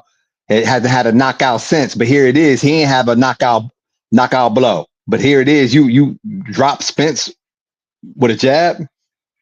When did he ever had that in his career? But he's quick to call out Manny Pacquiao about what he didn't do after he took his drug test, right? And when Floyd pushed him to take his drug test, and he ain't had a knockout since. But that's like, you sitting up here trying to call one out, but you're not calling yourself out. You ain't never had no knockout power like that. But here it is. When you get with Victor Conte, you knocking people out on the canvas cold and dropping people with a jab. So you see how, what I'm saying? It's like calling the pot, the pot the kettle black. You know what I mean? I'm confused. How does the nerve of this dude? The nerve of him. Band Up, are you there? I think Band Up is back on. Yeah, your boy Band Up here. Now look, you guys can't do that to me every time. I don't know if you guys know the demographic of Seattle, but Seattle has a lot of hills. A lot of hills. And trees. That's what happened to your boy Band Up. But I hear you guys. I got you. I'm with you guys. I got you. I was just messing with you, bro. Band Up. I could throw you a couple dollars on your phone bill. You all right? Your boy straight. Your boy straight. Your boy straight. Your boy straight. All right, we got my man here, my brother. Can y'all mute your phone? No feedback. All right, my man DC Jeroy. Every time he comes up, I mean, he's one of my favorite guests because he makes so much sense when he talks. And we miss my brother DC Jeroy. He's up here. DC Jeroy, I mean, you heard everything Terence Crawford said. You've been around me since day one. You already know, the things I've already presented thus far and even tonight. I mean, what's your take on all of this? What Terence Crawford said about Manny Pacquiao, and then, of course, he's rolling with Victor Conte. I had to make sure I got off of mute. Look, I mean, it's kind of like that old adage, right? typically you're gonna find yourself in the company of the people that you don't have no issues with, right? I'm sure everybody on this panel, if you came across, I'd even pick on myself, if I was moving in a certain way that none of you all particularly cared for, agreed with, you would disassociate or separate yourself from me, right? That's just common sense. We all know that from moving wherever in the classroom to the streets. And so you have to first ask that question, why are you comfortable around this person, right? Especially when this person has a known track record for whatever it is that they may have been into. So the fact that folks continue to make a conscious decision and choice to be around or be in cahoots with these folks, you always got to question that. At least I do. One of the things I wanted to touch on real quick, though, Marty, for the panel, right, is, and we talk about this a lot when I work with the youngest, the difference between being responsible and the difference between being accountable. And sometimes I think the better way to kind of explain the two, or so folks can see the difference, is when we're talking about responsibility, is really kind of like the ones who's responsible for the ins and the outs of whatever needs to be done. The person that's accountable is the one who actually will have the consequences enforced upon them, right? And so for me, when I'm thinking about why the cats like Bud and anybody else, right, Devin Haney's, why you choose to be in the company of these people is because the boxers have the accountability that falls upon them to make sure that you're not. And so you can be with Victor and you can fly underneath the radar if something's going on and you end up coming back that you was doing something dirty. The accountability really falls on the boxer, right? For the most part, that's who's going to take the biggest hit. Victor, like, I mean, at this point, I'm not sure what he would take responsibility for in regards to saying, yeah, I was really the one who played a part in that, or I really wasn't. We know his character and his behaviors, at least at best, can allow us to question or doubt it. But I just think, man, the cats like Bud and so forth, if you're comfortable being around or in the company of these people, then that says a lot about what you got going on and what your stance is. And that's without even making any accusations, right? That's just looking at things just as they honestly and genuinely appear. So I'll add that right there for the time being. I agree. I mean, like you all said, the nerve of him to even point the finger or even put a spotlight on Manny Pacquiao when, you know, your actions are a little suspect themselves. Like I asked Manager Marty, there's been no testing for Bud Crawford, or it appears, because I don't want to upset Band Up, it would appear that there has been no testing of Bud Crawford since what, 2020? You know what I mean? I can't find anything. And I looked. I went on the VADA website. I went on other websites. Someone tried to offer a PDF or some sort to say that he was tested. And then, you know, they get emotional and they start throwing that, you know, PBC has a gag order of whatever the case may be. But at the end of the day, you know, Bud is very suspicious. And mainly because of some of the things that he says out of his own mouth, you know? So, you know, that's just my thoughts. Band Up, quick question. Are you there? Band Up? Man. Wow. He gotta stop stealing people Wi-Fi, yo, and pay his bill. It's not that hard. Band Up. Man, that's crazy. Man. Shaheed, are you there? Yes, sir, I am. Quick question. Terence Crawford gave his opinion, right? He said it's because he's not going to put Pacquiao on his top 5 overall all-time greats because he did not take the test when Floyd Mayweather was asking him to, and we saw the results of him once he actually took the test where he lacked power. I mean, we don't have a record of Terence Crawford taking the test since October of 2020, and it's right here on everybody's screen. I mean, what's your take on Bud even bringing up testing when he knows in his heart there's no public record through VADA's website that he even was tested or even tested negative for any banned substances. My take on is that, you know, Bud is in the limelight and he knows that nobody's going to question him. They're not going to question him because he fooled the world. That's on that Revelations 12:9. You know what I mean? Satan deceived the whole world, and he sided with Satan to beat Spence. And go back to what you said, that same question that's for 2 years that has been unanswered. You know, in law, they teach you that, you know, silence is acquiescence, which means admittance. You know what I mean? And it went unrebutted, like an unrebutted affidavit. Nobody has nothing to say about that question. So to answer that question, Bud has the world in his hand because he has fooled the world with Satan himself. So you camouflage in that by asking about another boxer when here it is, you got the nerve to speak about another man's when you ain't tested since 2020 of October. That's the nerve of that guy. I can't believe that he would question Spence being a Hall of Famer, and then he would question Manny Pacquiao, but not question himself. Manny Pacquiao ain't side with Mr. Call on Conte, but he did. So that's my outlook on that. I just can't believe that he got the nerve to even question another boxer, and he's siding with the man that has been banned from all sports. That goes to show you the type of psychology that an individual has to even side with an individual, like, you know what I'm saying, Mr. Johnson said previously. You know, he's not calling nobody out, but it's plain to see that you would side with a man that has been banned from every other sport except for boxing. Why did you go over there? Question still stands. You know, and that's a good point. And I think, and Manager Marty, you can let me know if I'm on the right track. But I think in Bud's mind, he's untouchable. Because, I mean, well, he may not be testing because he has that, what did you call it, Manager Marty? The EPO or the exemption or whatever the case may be. So he may feel untouchable in you know, in some point, in some aspect. Bud always talks about his skills. He's untouchable because of what he does with them two fists, and I don't think nobody really want to give So that. you're back, Ben's up. Hi, you're back. Yay. Yeah, your boy Band's back.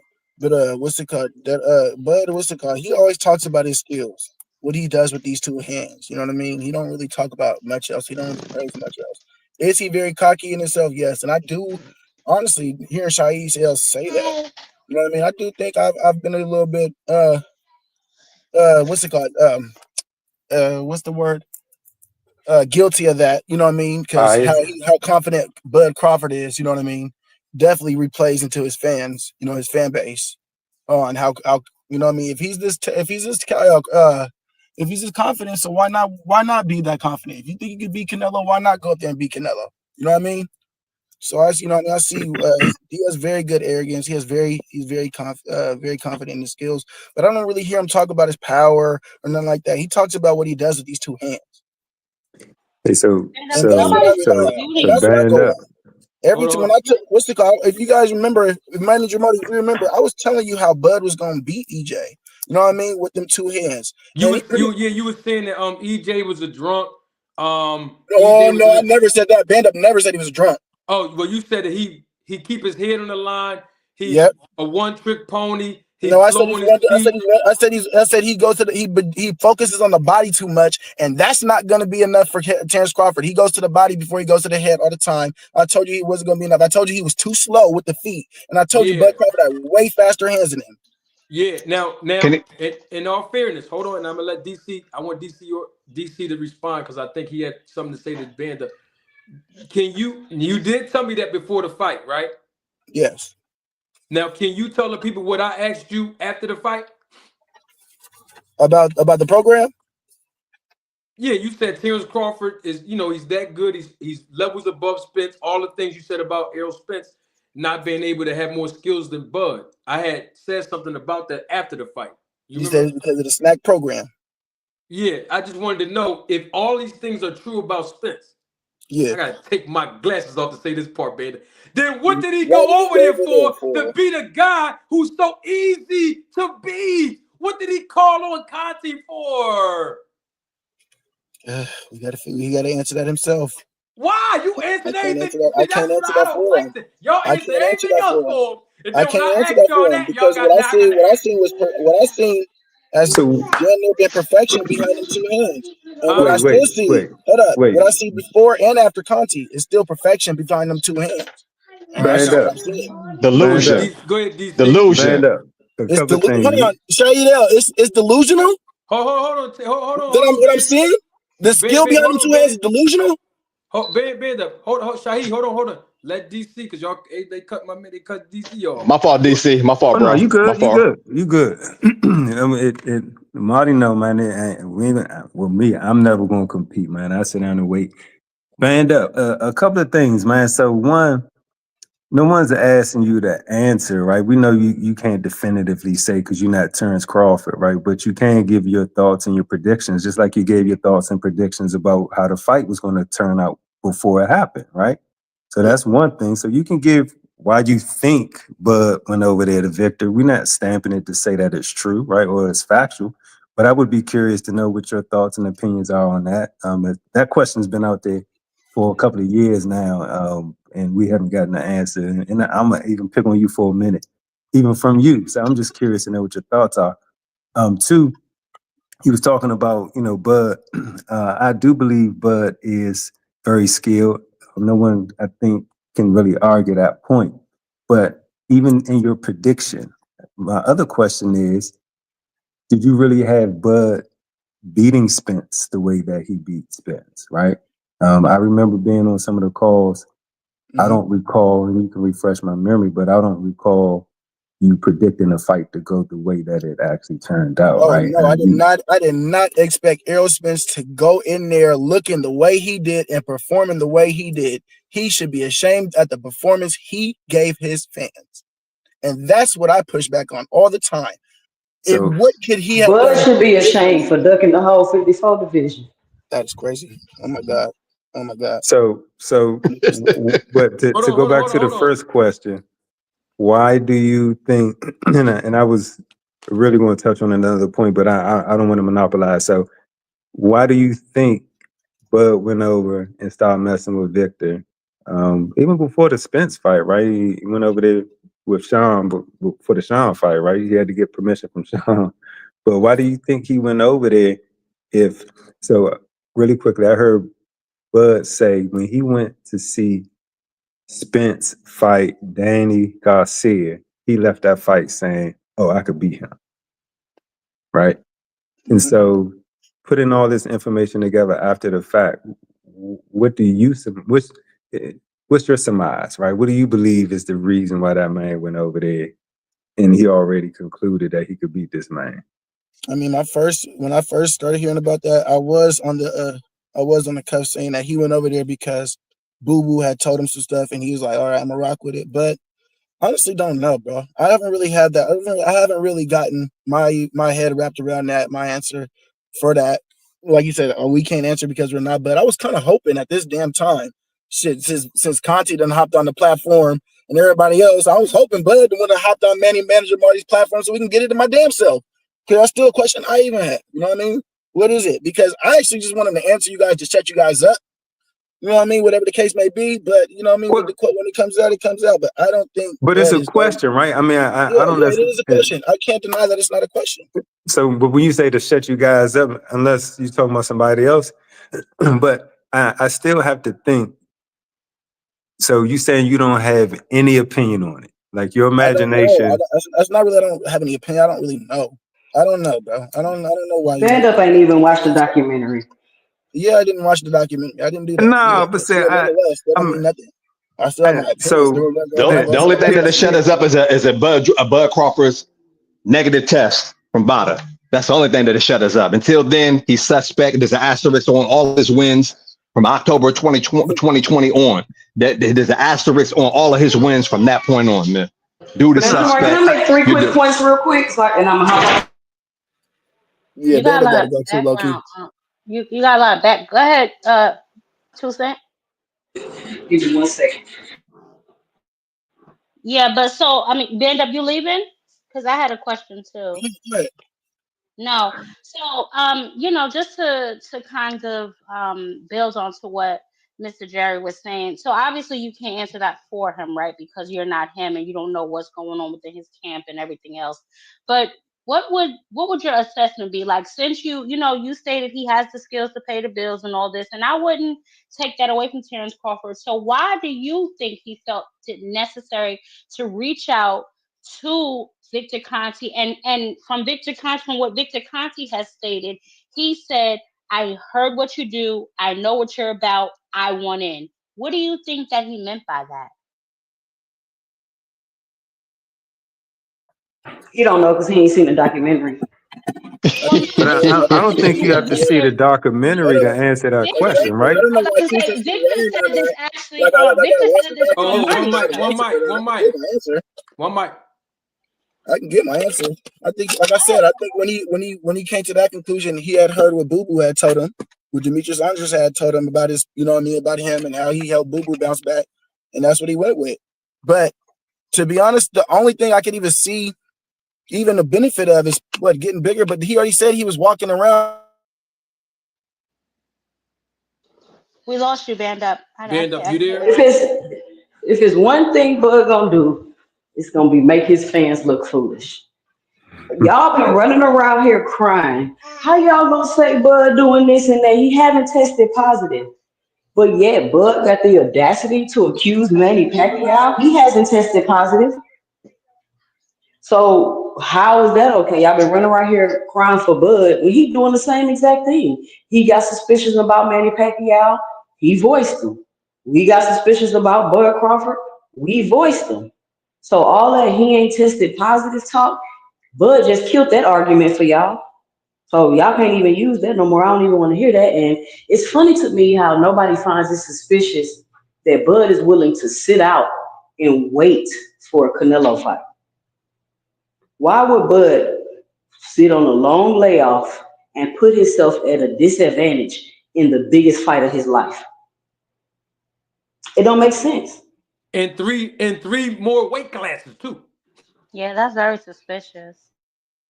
And that's what I'm saying. And y'all want to act like Bud not connected to some of the most nefarious characters in boxing, and y'all want to keep following on the fact that he don't drink or smoke, like that means you the greatest person ever and you will never do nothing wrong. I know good people who drink and smoke, and I know bad people who don't drink or smoke. That has nothing to do or says anything about his character. There's plenty of clips out there of people literally calling Bud a cheater. They're not necessarily saying he's cheating in boxing, but they're basically saying he will cheat to win. So what would y'all do with that information? Like, y'all overlook all of the relevant information that let y'all know what's going on. And it's starting to get dimmer and dimmer and dimmer, and it's harder to defend Terence Crawford because of what he's saying on his own mouth. He always puts his foot in his mouth and kills all his fans' argument every single time, and they steady run around and try to defend it. And me personally, what he said in the interview, it was very manipulative. If you really pay attention and understand what he's saying, it was very manipulative. And he had no reason to bring up Manny Pacquiao. He never tested positive for nothing. But he made it a point to bring it up, and he made it a point to say, oh, well, the power is the last thing to go. Like, y'all got to pay attention. Hey, Yeah, I what's don't up, know what the 2 Cent? point of that was to bring You, What's going Manny on? Pacquiao. So that was weird. hey, so on that point, Marty, I wanted to circle back around because you was asking Brother Saeed about why he thought Bud would kind of bring Manny Pacquiao's name up in the discussion. And so what Bud has done and haven't done as far as any type of performance enhancement. And I have to give you credit for coining the term, and actually the truth, he said it either as well, right? Is his performance was enhanced, whether that was done legally or illegally. I have reasons to suspect other things. What's been proven is a different discussion. For me, I can sit around and talk about those things. But what I can speak to that I've observed through Bud's interactions and the way that he carried himself, which is one of the reasons why, while I can respect a little bit of I can respect his boxing, but the way that he moved as a man. And so one of the things that I've seen him present himself as, almost as, and I hate to say it, the energy sometimes that he carries is, I don't want to offend anybody, So please don't take it the wrong way, but sometimes it's like female energy. And it screams out loudly when he's either not getting the attention that he thinks he deserves or he is afforded, when he is not being viewed or acknowledged the way that he think he should, right? And so you'll start to see him kind of take on this different persona, these different mannerisms and these different behaviors. Like he said in the interview, "I'm not hated." Well, what the f are you doing? No one asked you about Manny. Well, Manny's not on your list because you're accusing him of something that's never been. Well, Manny's been talked about in another light. But then he does this flip where he'll give the credit of, man, he's done something that nobody ever will do, and so that's that, as they call it, that backhanded compliment. But I've seen it from time and time again in his interviews where if he's not getting the respect or the appreciation or the acknowledgement, he started to behave and carry on in a certain way. And it's not a good look. You know what I mean? And so I think that's the reason why Manny Pacquiao's name came out in this interview. Bud does that instinctively and doesn't even realize, like Two Cents was just saying, sometimes you do things that open the door to create these discussions. And I don't think Bud is really cognizant of the fact that he does these things because those are personality type of traits, / flaws, right? Jealousy. And cats, and exactly. And so cats that know how to look out for that, see it, and can call that out. There was nothing wrong with just to say, man, I don't have them in my top 5. These are my top 5, and kind of going about the business. But the fact that he had to call or the interview about Spence he ain't gonna be in the Hall of Fame. But I mean, come on, Slim. So I don't think that's the behavior or the energy that someone of his caliber should be carrying and conducting himself. But well, at least for me, I can look back and see from the things that he shared in his past how he's probably gotten to that point, unfortunately. So that's the one thing that I would like to see Bud change. Is you don't even need to do that, Slim. Double salute to you, DC. I appreciate that. That was a really good perspective. Double salute to Two Cents Boxing as well. Everybody on the panel. Double salute to you all. Let me get these super chats because I want to ask y'all something else, and then I promise I'll let y'all go. Can everybody? Huh? I said your boy gotta go, but I'm gonna be in the chat. All right, you got it. Salute to you again, Banda. Thanks for joining us, my brother. Salute everybody. I'm gonna give All this right, two Banda. super chats. I wanted to ask a quick Salute, question to Banda. everybody live. Double salute to my guys spinning the block, Father and Sons in the super chat. Thanks for your contribution and your support.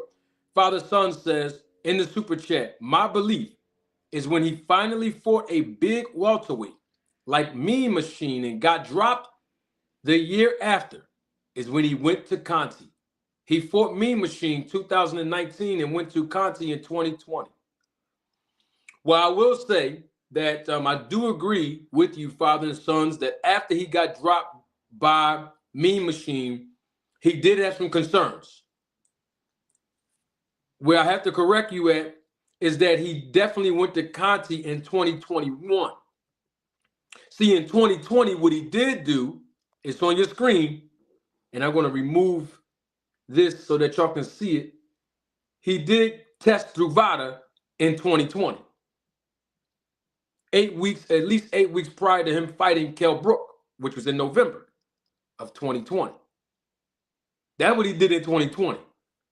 And according to VADA's website, that's the last thing he did in 2020 because he went to Victor Conte in 2021, a few months before he fought Sean Porter.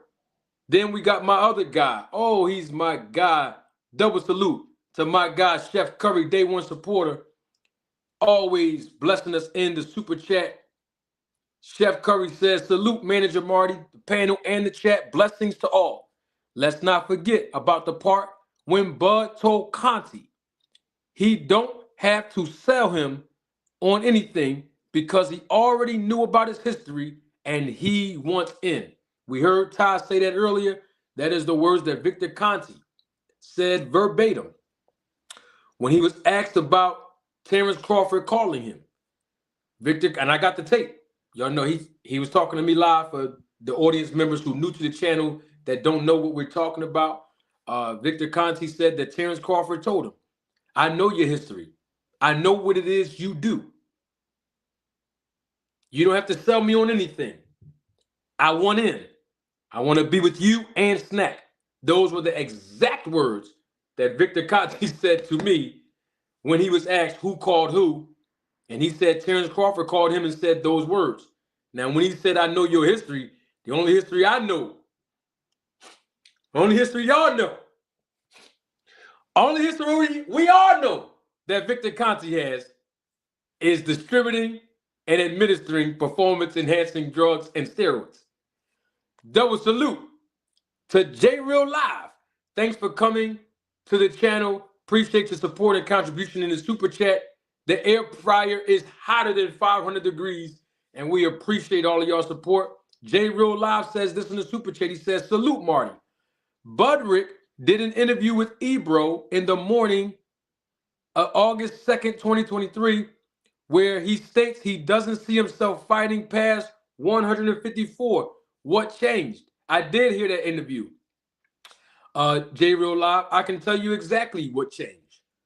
What changed is that the wheels are starting to fall off. In other words, is he's running out of opponents.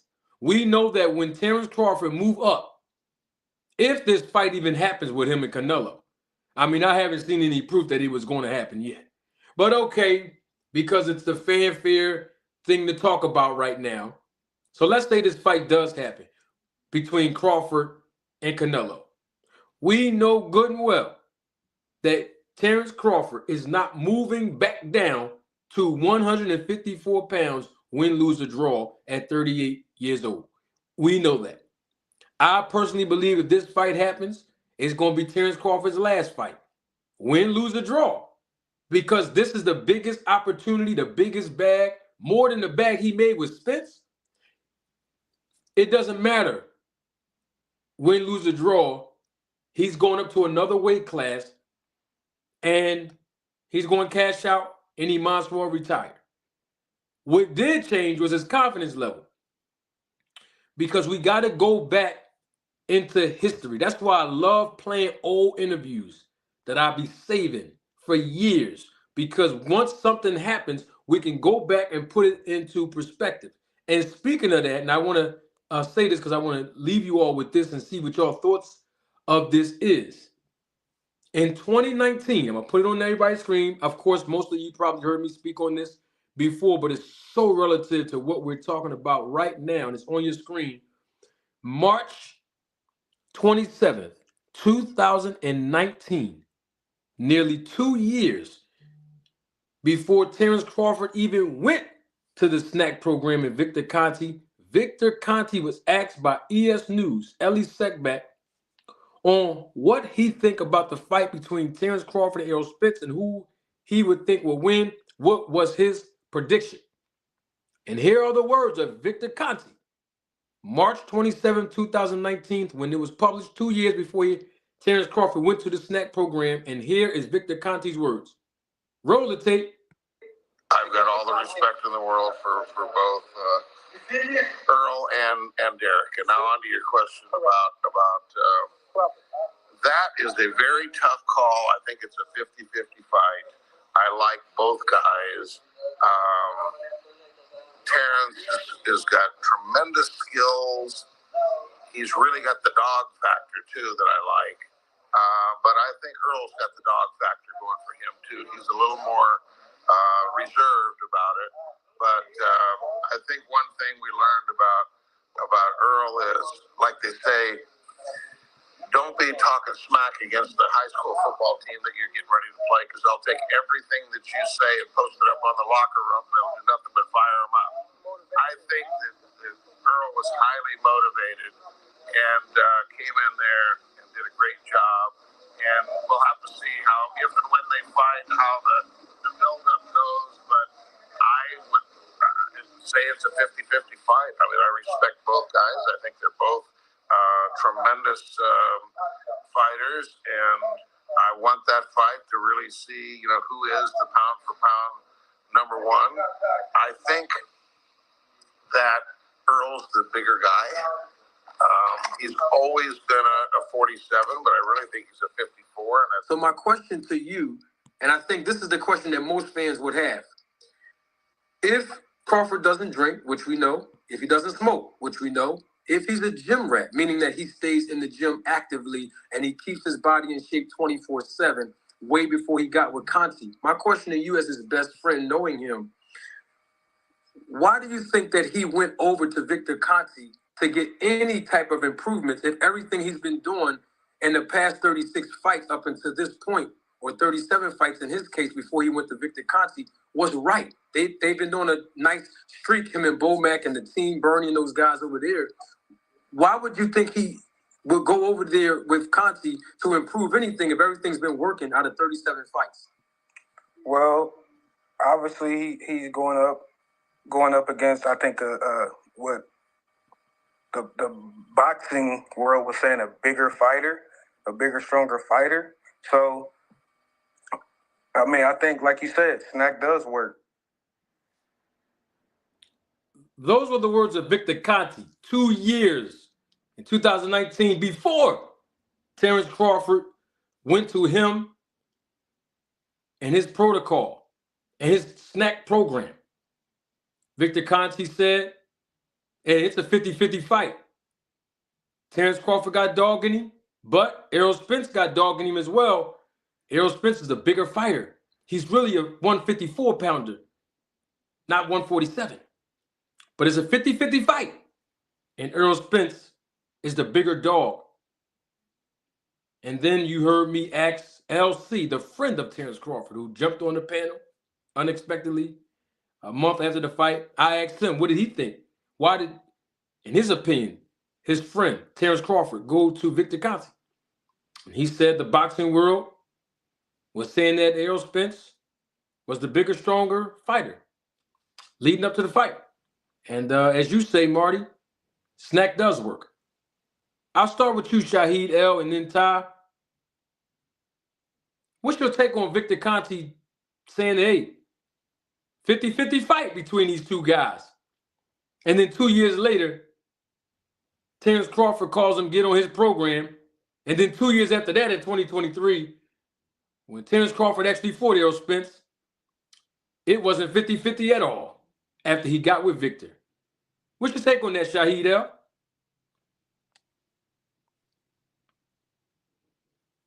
Shahid might have took a break. Ty, you there? Yeah, I'm here. What's your take on it, Ty? I mean, that whole situation is so shady. But I will say this, right? For him to say that it's a 50-50 fight after Bud goes over there. And No, what did he say? beforehand, Ty. No, he said it was 50-50 before Bud goes over there. 2 years before he went with him. Oh, and then after he got with him, he said it's no way? Yeah, they both said there's no way he's going to dominate Spence. I mean, that goes back to our original question. Like you said, what did you go over there for? And then, I know what you're doing and I want in. What exactly do you want in on? It just poses more questions. So I really don't, we know what we think we know anyway, what's happening over there. But obviously Victor knew something that we all were not privy to. Good point. DC Giroy, you heard Victor Conte in 2019, 2 years before Crawford even go to his program. He said it's a 50-50 fight. Errol Spence is the bigger, stronger fighter. Then 2 years later, Victor Conte gets Terence Crawford on his program. 2 years after that, 2023, Terence Crawford finally gets in the ring with Errol Spence. And he's with the SNAC program with Victor Conte. It was not even close to 50-50. What's your take on all that, bro? Yeah, all of it is suspicious, right? I guess the outcome doesn't align or does not line up with the story or the narrative beforehand, which is why the question mark is even so bold and even you know, as big as it is, right? Because you have those pieces before encountering you. It's 50-50 coming out of it. I mean, it looked more like probably 80-20. We know who the players involved with the equation is. So I mean, all of it just it looked like it's really bad math, man. And so until somebody sits down, and I'm gonna use that word accountability, until someone sits down and forces somebody to be accountable to really answering some questions, we may never, more than likely, we'll never know. But I'll say this piece, and just to kind of sound an alarm, and then I'll go ahead and shut up. But I think, you know, and Marty, we've talked about this. When I go back and look at the videos and the interactions between the Bud and the Spence leading up, you know, there was that infamous video where, you know, they were at a fight and they ended up catching up, kind of like in I don't want to say in the backstage area, but most of y'all seen that Spence had on the red sweatsuit with his hood on and was there with a couple of guys. Bud was there and they were going back and forth. Bob Aaron was there and they were John. And what it struck me beyond that point was I saw an interview where Bud was talking about the type of guy that he is. And he's the type of guy that likes to look a person in the face and in their eyes and say, you know what I mean, I beat you, you know what.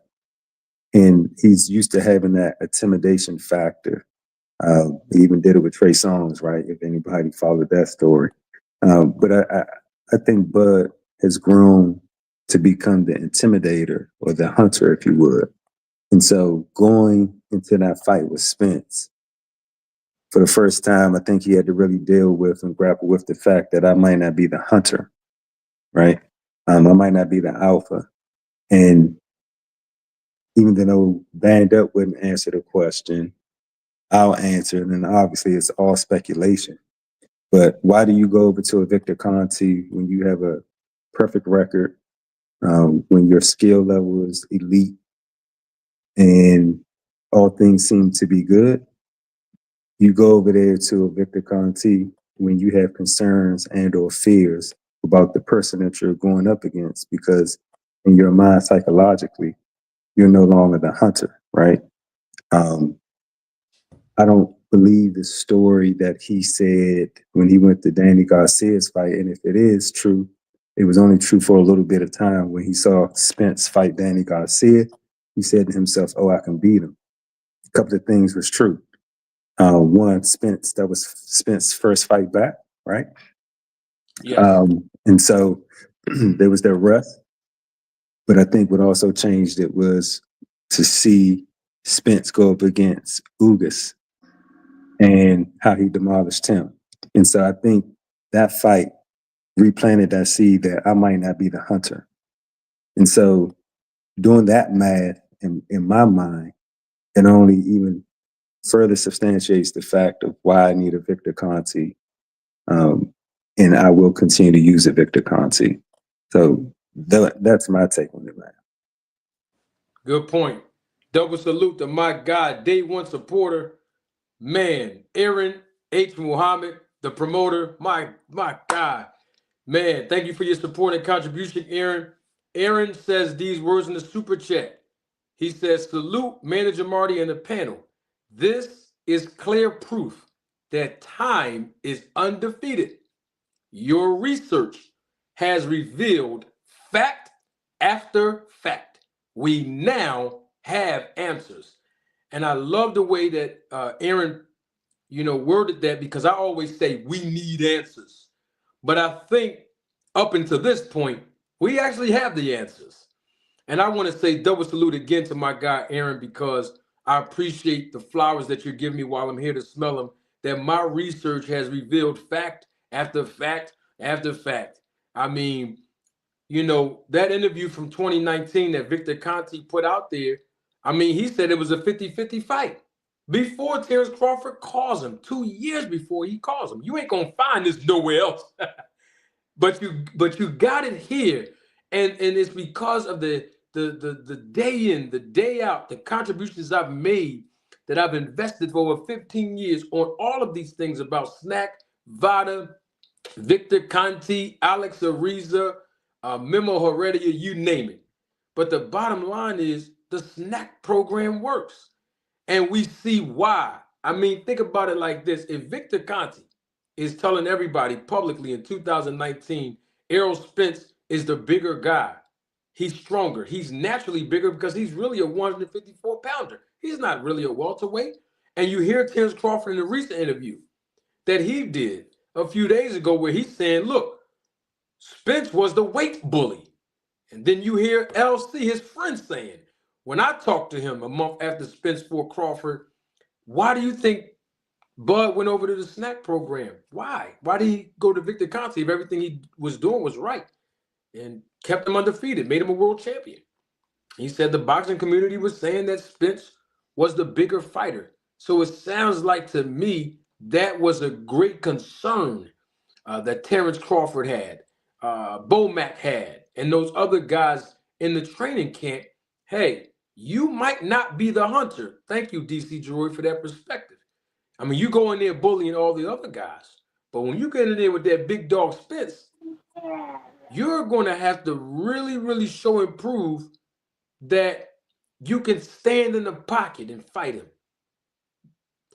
I told Terence Crawford fans this before the fight, and I'm going to say it again. And I actually told them that after the fight. Y'all have more confidence that Terence Crawford can beat Spence than he did, or that he does, because he called Victor Conte. And not only that, he was stalling in the negotiations. Go back and look at my content from 2020 to 2022, and you're going to see I have a lot of videos, fact after fact after fact, pointing out Terence Crawford not willing to fight Errol Spence. And I have to say this because I want to leave the panel with this, because I think this is as equally as important. When you think about this interview right here, December 10th, 2019, it was published by ESPN when Andre Ward was talking to Terence Crawford. This is 2019, 2 years before he even went over to the SNAC program in Victor Conte. You know, I did a video on this. That's why you see a screenshot. That's why you see the circle of the date, right? Andre Ward said, look, Errol Spence named his next 3 opponents, and you the last one. Man, I want to see y'all get in the ring. Are you going to fight him? Because he already been calling you out. He added you to his list. And Terence Crawford said, no. He wasn't willing to fight Errol Spence. Andre Ward told Terence Crawford, I'm going to be very disappointed if you don't agree to fight him. Bud said, well, things happen. It's boxing. He shrugged it off. He didn't really show any interest in fighting Errol Spence. Now, I know somebody's going to come back and say, come on, Marty, you making this up. So let's see what Errol Spence said. These are screenshots that I took from videos that I've published, okay, on my channel. All right. Brian Custer does an interview 5 to 6 months after Terence Crawford does this interview with Andre Ward. Here you go right there. It's on your screen. May the 30th, 2020. This is before Terence Crawford goes to Victor Conte. This is what Errol Spence said. I'm going to play it for y'all so y'all can see that I'm rolling the tape and spinning the block because of what the great Aaron Muhammad just said. These interviews are timeless, right?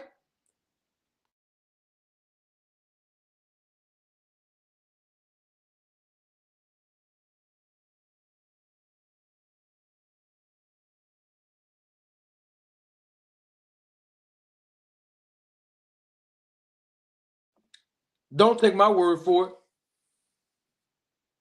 Roll the tape.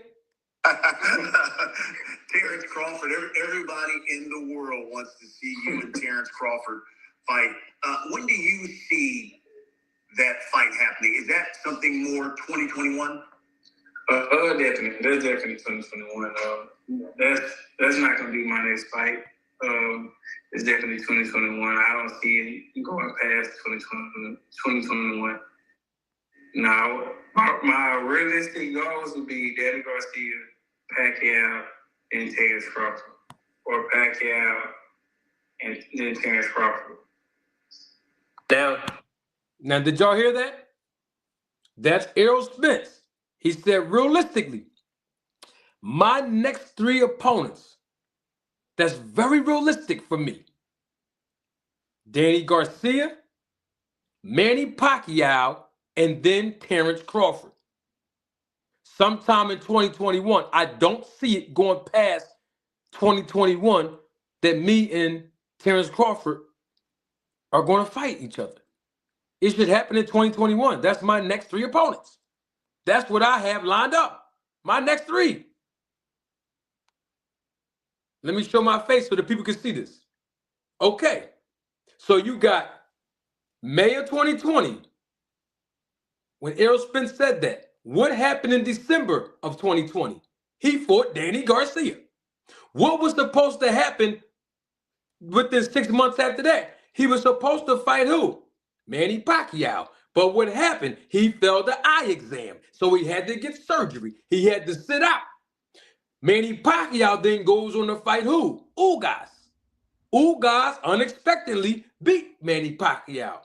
So guess what Errol Spence had to do when he came back? Instead of fighting the loser, Manny Pacquiao, he had to fight the winner who had the WBA title, Ugas. And the next fight that Errol Spence was expecting to compete in was against Terence Crawford. Don't forget, he fought Ugas in his hometown, Texas Stadium, AT&T Stadium, right? He said, I told Terence Crawford, I'm going to come take your S2. I'm going to get the rest. I'm going to get these straps first, and then I'm going to come and take your SHIT2. Y'all remember that post-fight interview after the Ugas fight? He said, I want Terence Crawford next. Okay, let's go back and look now. That's what Errol Spence said in May of 2020. Okay, now, moving forward, June 14th, 2020, nearly 1 month after Errol Spence was on Brian Custer's show, Brian Custer had Terence Crawford on his show. A month after Spence was on there, and Spence gave his 3 fights that he want next. Let's hear what Terence Crawford said when he was asked the same question that Errol Spence was asked a month later on Brian Custer's show.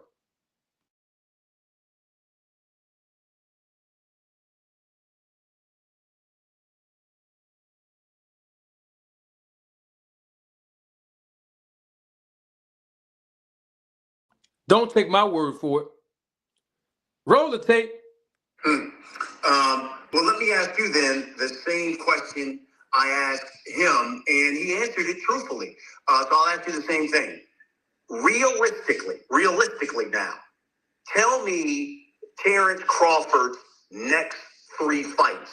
Because Errol said, from a realistic standpoint, when I come back, no tune-up, Danny Garcia, Manny Pacquiao, and then Terence Crawford at the very end of 2021. So realistically, what are Terence Crawford's next 3 fights? Well, I really can't say what Terence Crawford's next 3 fights is, because it's kind of hard to pull out names and it don't come to fruition. My next fight should be Pacquiao. We're in the talks with Team Pacquiao, and I've been hoping that fight can get made. But anything after that, I really can't say because I'm only looking forward to the next fight. So if we can get that fight secure and sign, then hopefully that can be my next fight.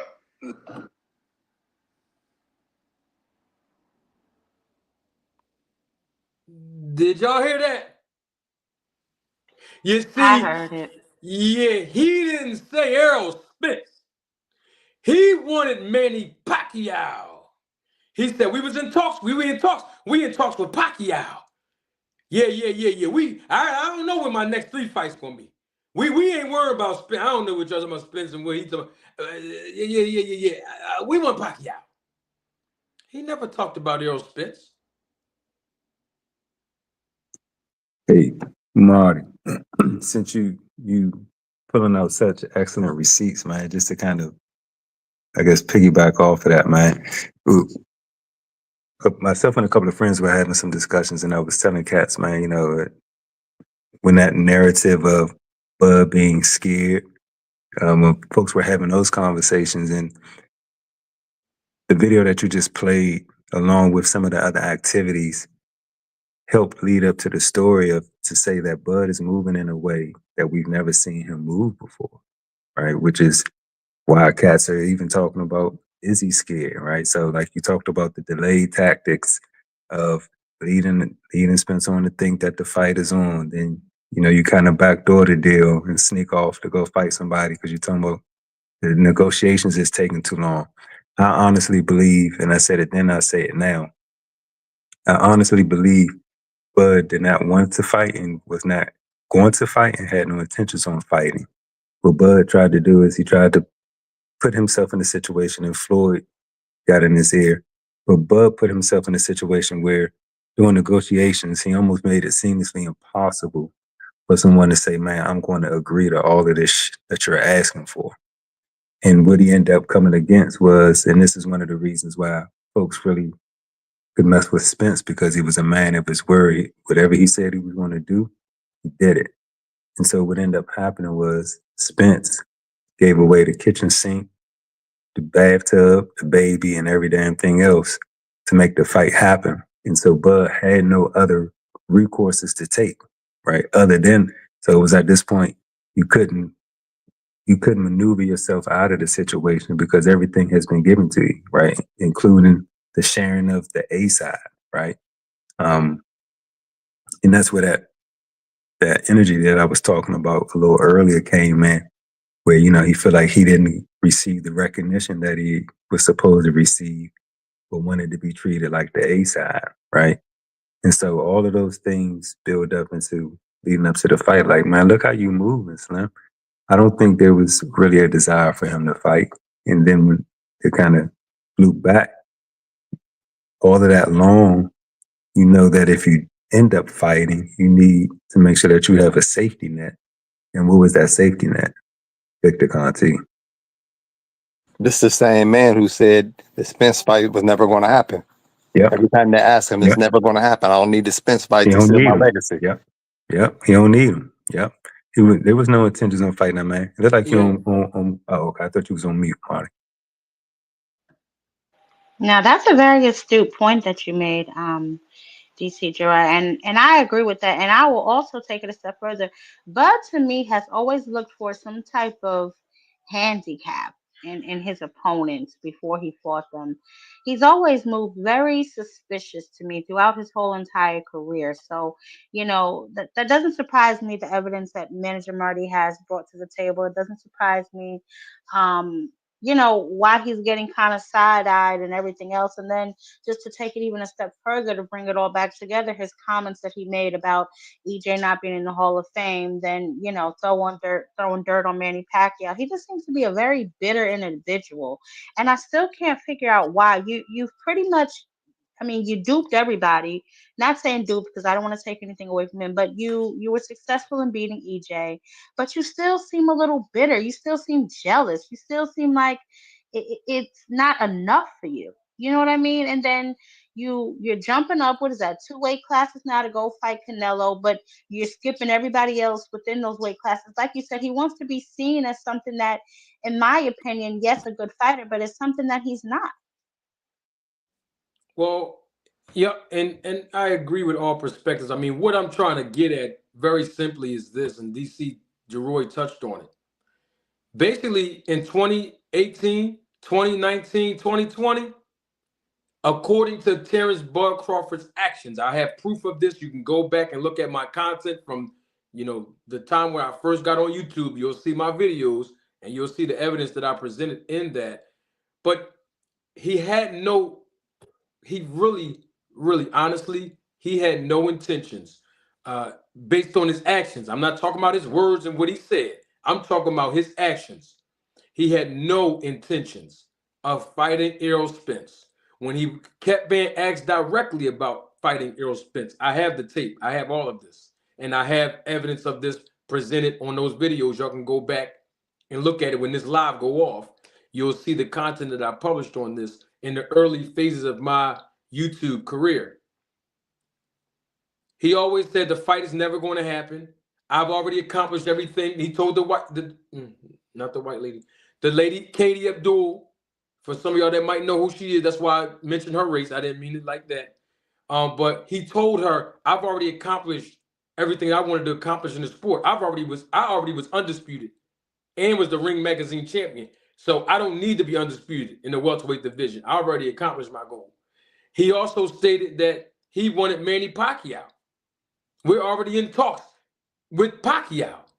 See, Errol Spence said, I want Crawford. He said a month later, no, Pacquiao. See, he had no intentions. But the confidence started getting boosted up in 2021 when he called on Victor Conte. And I believe, I said this publicly a year and a half ago, I'm going to say it again.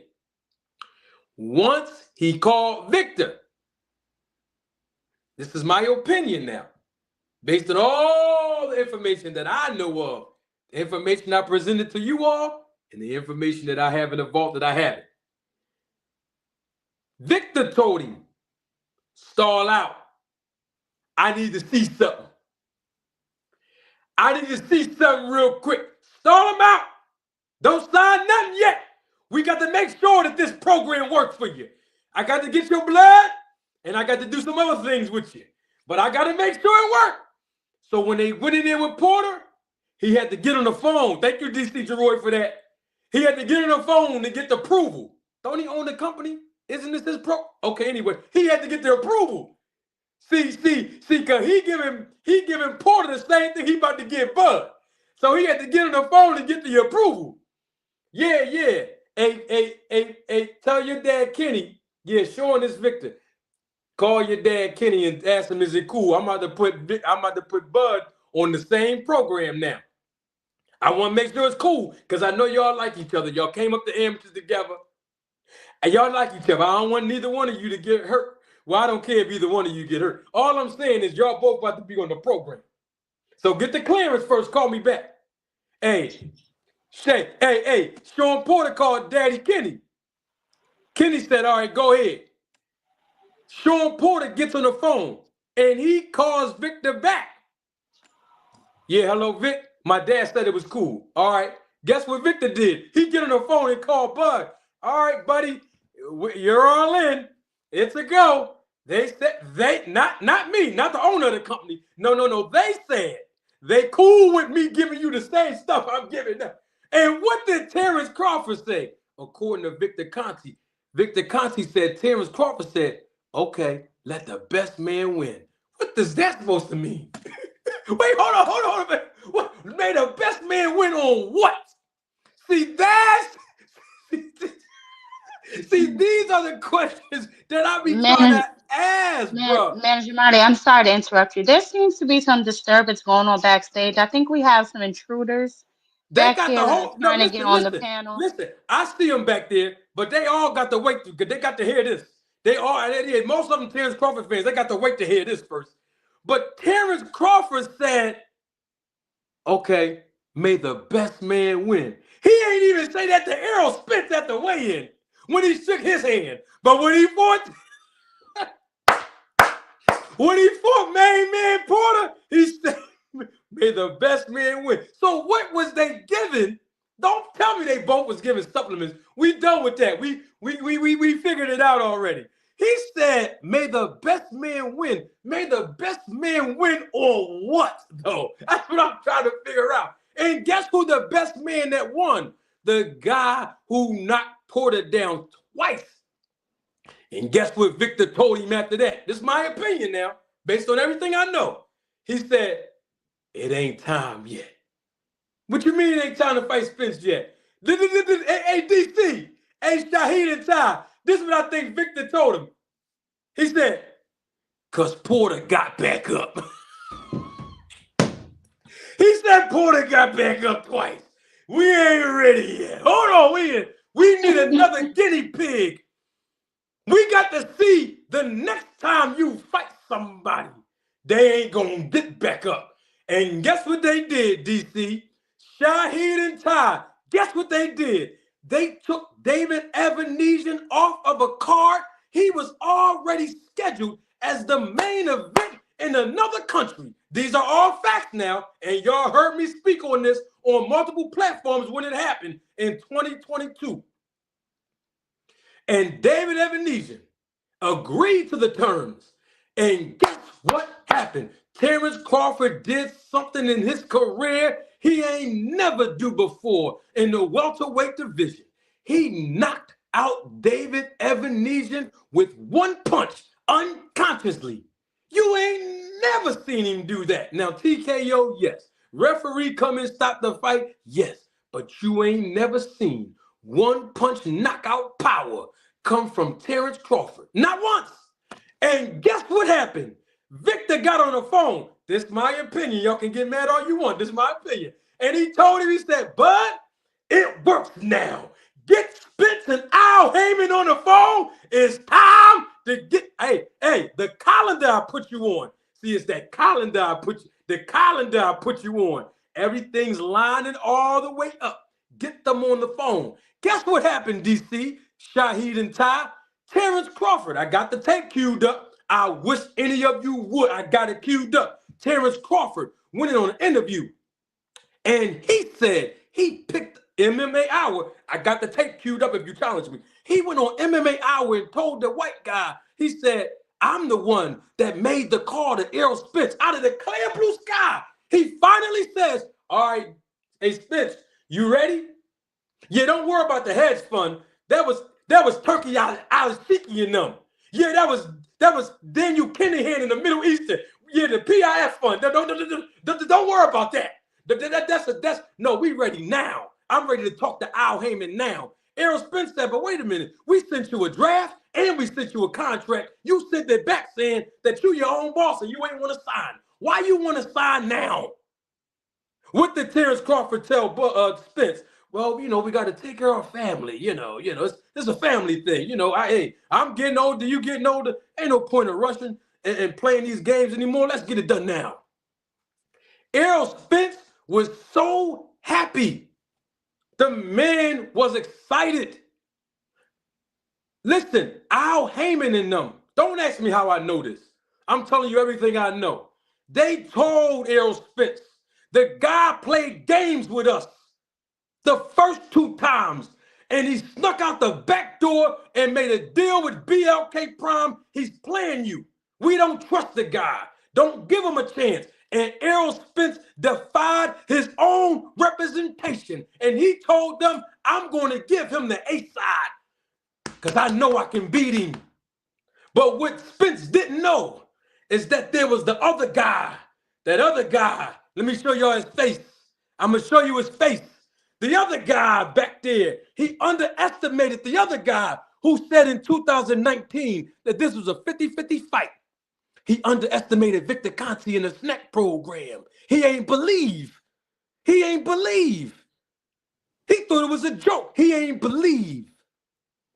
Whole time, Terence Crawford and Bo McAnum was like, oh, we got him now. And guess what? We know Errol Spence wasn't 100%. We get that. But at the same time, it didn't make no difference.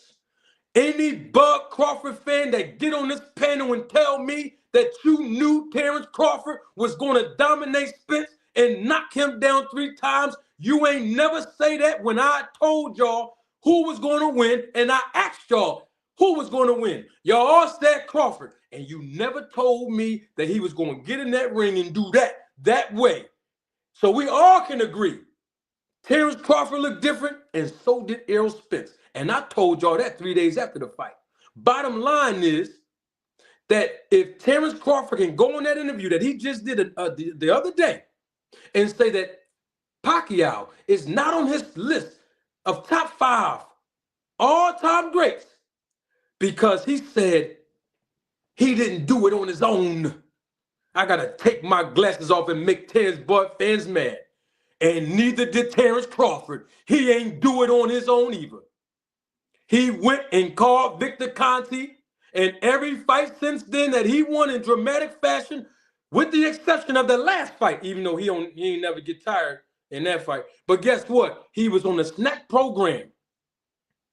He needed help too, and that's what he called him for. I digress, Ty. I'm done. Manager Marty, I don't want to interrupt you, but remember you have 2 guests back here. They're impatiently waiting. They gonna be all right. And They've been on the Ty. They've been on the panel. They've been on the panel before. And what they can do, because they back there, I want them all. Listen up, all of you back. I gotta take my glasses off, DC. All of you in the background. I promise you, I'll let you come on. You know me. You know I'm a man of my word. But I want you to just answer one question. What did Crawford call Victor Conte for? If you can answer that, I promise you I'll let you on tonight. Just answer it. Just give me just your opinion. I know you can't speak for Bud. You speak for him any other time. But all of a sudden, when I ask the question of what did he call, What happened to I the day? love entertaining the people, Shaheed. What did he call him for? Just answer the question privately, and I promise I'm going to let you on. Shaheed, you still there, brother? Yeah, I got a question. Whatever happened to the David Abanesian complaint against the busted gloves? That just kind of went away. Whatever happened to that? Hey, listen, we still waiting to hear about that because we're not hearing nobody speak on that. Well, we don't even know. Oh, I got a super chat. NHA in the background says he did it to get some nutritional advice. He did what? They're in the background, Manager Marty. I don't know if you just want to let these wild animals up here. Let me see. Let me read what's going on. They're Boxing Hacker pretty here. aggressive. Let me see. Oh, Boxing Hacker. And NHA are in the background. They've been waiting for quite some time. So all right, good. They've been on here. They both disturbed. They've been disturbed, and every time they get on here, they traumatize me. Not tonight. We want y'all to answer the question. What did Bud Crawford call Victor? Don't say vitamins. Don't say supplement. We already know they giving the blood up. We know it's not that. What did he call him for? If Errol Spence was a one-trick pony, if Errol Spence is a drunk who was in 2 car accidents, one car accident was life-threatening, he's slow on his feet, the man don't have no good head movement, all he do is body punch, and all he do is jab. He has no skills. These are things I heard about Errol Spence before the fight. Then why was it so convenient for Bud Crawford to call Victor? That's all I want to know. Double salute to my guy. I'll let him on. I'll let Mr. Gregory Quarterbomb come on. But the rest of them 2 guys, they got to answer the question honestly before I let them on. Double salute to my guy, Mr. Gregory Quarterbomb. Mr. Greg, he's a member of the channel, supervisor of the Roller Tape Film Crew. Mr. Greg knows I get animated over this topic because I speak facts. Now, I did say my opinions in the last 5 minutes, but most of them were facts. Mr. Greg says in the super chat, Manager Marty, I'm sorry that I missed getting here until now. However, let me put something in the cash register.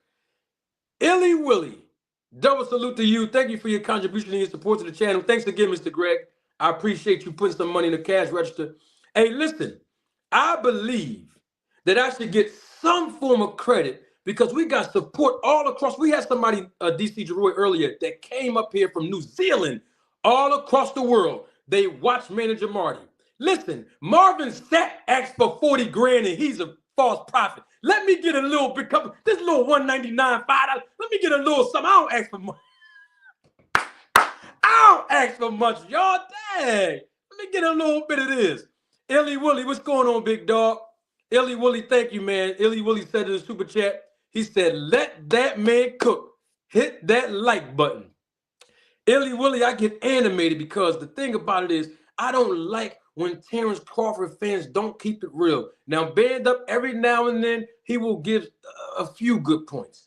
Mr. Greg, he always give good points, right? Because Mr. Greg is realistic. As a Terence Crawford fan, he do keep it real. But Boxing Hacker, NHA, Frequency Fly, all them guys, they don't keep it all the way real. They come up on my panel, they traumatize my audience, and then they want to sit up here and change the subject, use projection, gaslighting. Not tonight. We've been on here 3 hours and 4 minutes. I can't let them do it tonight. Not tonight. I just want to know, why did he go over there? Joseph Swab, my brother coming in the chat, man. My brother Joseph said, let's go, bro. See, they hyping me up, DC, because the people know what time it is. Thank you for your contribution, Joey. Appreciate you, big dog. See, NHA and Hacker, they want to get up here because they saying they got the real answer. Okay, now they want to say I'm scared. Listen, y'all just trying to, I see the tactics y'all try. Y'all better stop playing, man. Y'all trying to use that tactic, so that ain't going to work with me, man. Hey, man, listen, this is how you know it's not going to work with me. If I can do what I did to Victor Conte, man, hey, Shaheed, can't nobody touch me on this YouTube, dog. Not even close. Not even close, bro. And they know it. Victor Conte been on CNN, ESPN.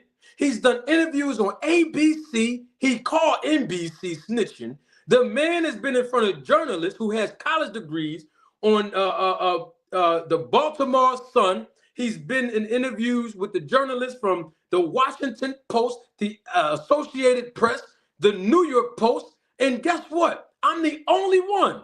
College dropout. Put him in a pretzel. He couldn't even move. He couldn't even get out the seat when he was up here. So guess what? That's why Bill Haney, Clarissa Shields, Tim Bradley, Sean Porter, Devin Haney, and the rest of them, they won't come and see me up here. Because if I can get Victor, like the way I did, man, they don't stand a chance with me. And it's okay, because it's just questions. It's not like I'm going to pour no evidence out. I just want to ask a few questions. That's all I want to do, DC Geroy. NHA and the chat talking wild. Oh, they talking? Let me see what they saying in the chat. Who talking wild? I don't know. Bring them on. They're harassing the chat, their private chat at that. I can't even run. They're in the private chat. They're saying you're scared. Yeah, I know. Narrative destroyers. Yeah, I know. Narrative. Hey, Ty. See, they trying to use the tactic. I used to mess with this girl like 15 years. She tried them tactics too. Oh, you just scared. You nervous. You don't want to call nobody. The girl that been traumatizing me for years, DC. Now I blocked her. Now she want. I see what's going. They trying to use them same tactics. That's all. Hey, Ty, you know how it is. When the girl jealous, the man moved on. She wasn't on the man level. She was playing games. Then now she see me with the bad chick. Now all of a sudden she want to pop up and say I ain't no good. Yeah, we see Shaheed. We done seen this play 15 years ago. Now he's simping. Now he's simping. He gonna use the X chromosome to try to get on. Talk about Ty, the only real one. That's feminine. He's stuck in his X chromosome. Hey, yo, bro, you got a whole nother Y chromosome, bro. Tap into that and holler at me. Well, they know that don't work with me because I don't like either one of them. So they know that ain't gonna work with me. But Ty, here's the thing, Ty. You even know this. I let these guys come up all the time. Am I right or wrong? Yeah, actually, and I got mad at you the other day because you wasted a whole show on Hacker arguing back and forth with him. See? Now, if they give me a super chat like my man Aaron Muhammad is saying. Oh, God, don't do that because Hacker will send a super chat. Please. Well, let him send it. Let's see if he'll. Hey, Boxer, can you hear me, Hacker? Send the money in. Listen, I ain't going to lock the doors on you. I ain't Marvin Sapp. Just send that $1.99 in the help. It's for a good cause, man. Send the $1.99 in, bruh. Now, the Lord ain't tell me that. The Lord ain't tell Marvin that either. I don't know why he would lie, but all I'm saying is we need help to support. We need help to support. Now, you send a little something, I might be able to, we will see. We will see how I think about it. Send a little something. Hacker said he's blocked. He said unblock me. Huh? He said you blocked him or something. Where he at? Boxing Hacker, he's in the back chat. That's what I'm talking about. They're in the private chat going crazy. He said unblock me. Hey, you ain't. if you block, you wouldn't be in my chat. Just send the money in. Stop. All right, you know what? I'm glad he said he blocked. Hold on, I'm gonna send something to you. You see that on your screen? That the Cash App. You ain't blocked from that. Go on, send that $1.99. Stop playing, man. NHA said he's blocked too. Send the $1.99 on the Cash App. You ain't blocked from that. Send the $1.99, man. I'll think about it. We'll see. Hey, Marvin Sapp told them preachers, he said it costs to be up here. Hey, Boxer Hacker, NHA, it costs to be on this panel. It costs to be up here. I might do a video on him later, Shaheed. We'll see. Hey, Ty, real quick. Ty, you there? Of course. Now all of a sudden they don't have Cash App. Man, go ahead, man. Go ahead, NHA. You playing, man. Ty, real quick question on something. On all seriousness, I want to entertain the people. That's why I'm talking like this. I mean, y'all all know me, but real quick, Ty. When you look at Terence Crawford as a fighter, do you think that he has some concerns with fighting Errol Spence, or you think that the confidence that he exudes now is something that he's always had, just out of curiosity? No, definitely not. I will say that he was nervous to fight Errol Spence prior to fighting him. I will say that this later,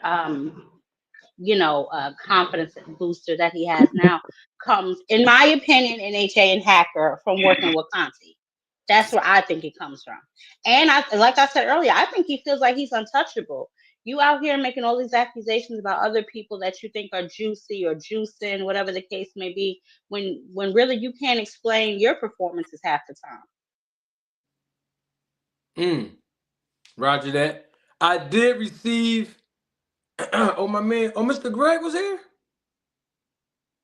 I didn't know Mr. Greg was back there. No, he's not back here. I don't see Mr. Greg. Oh.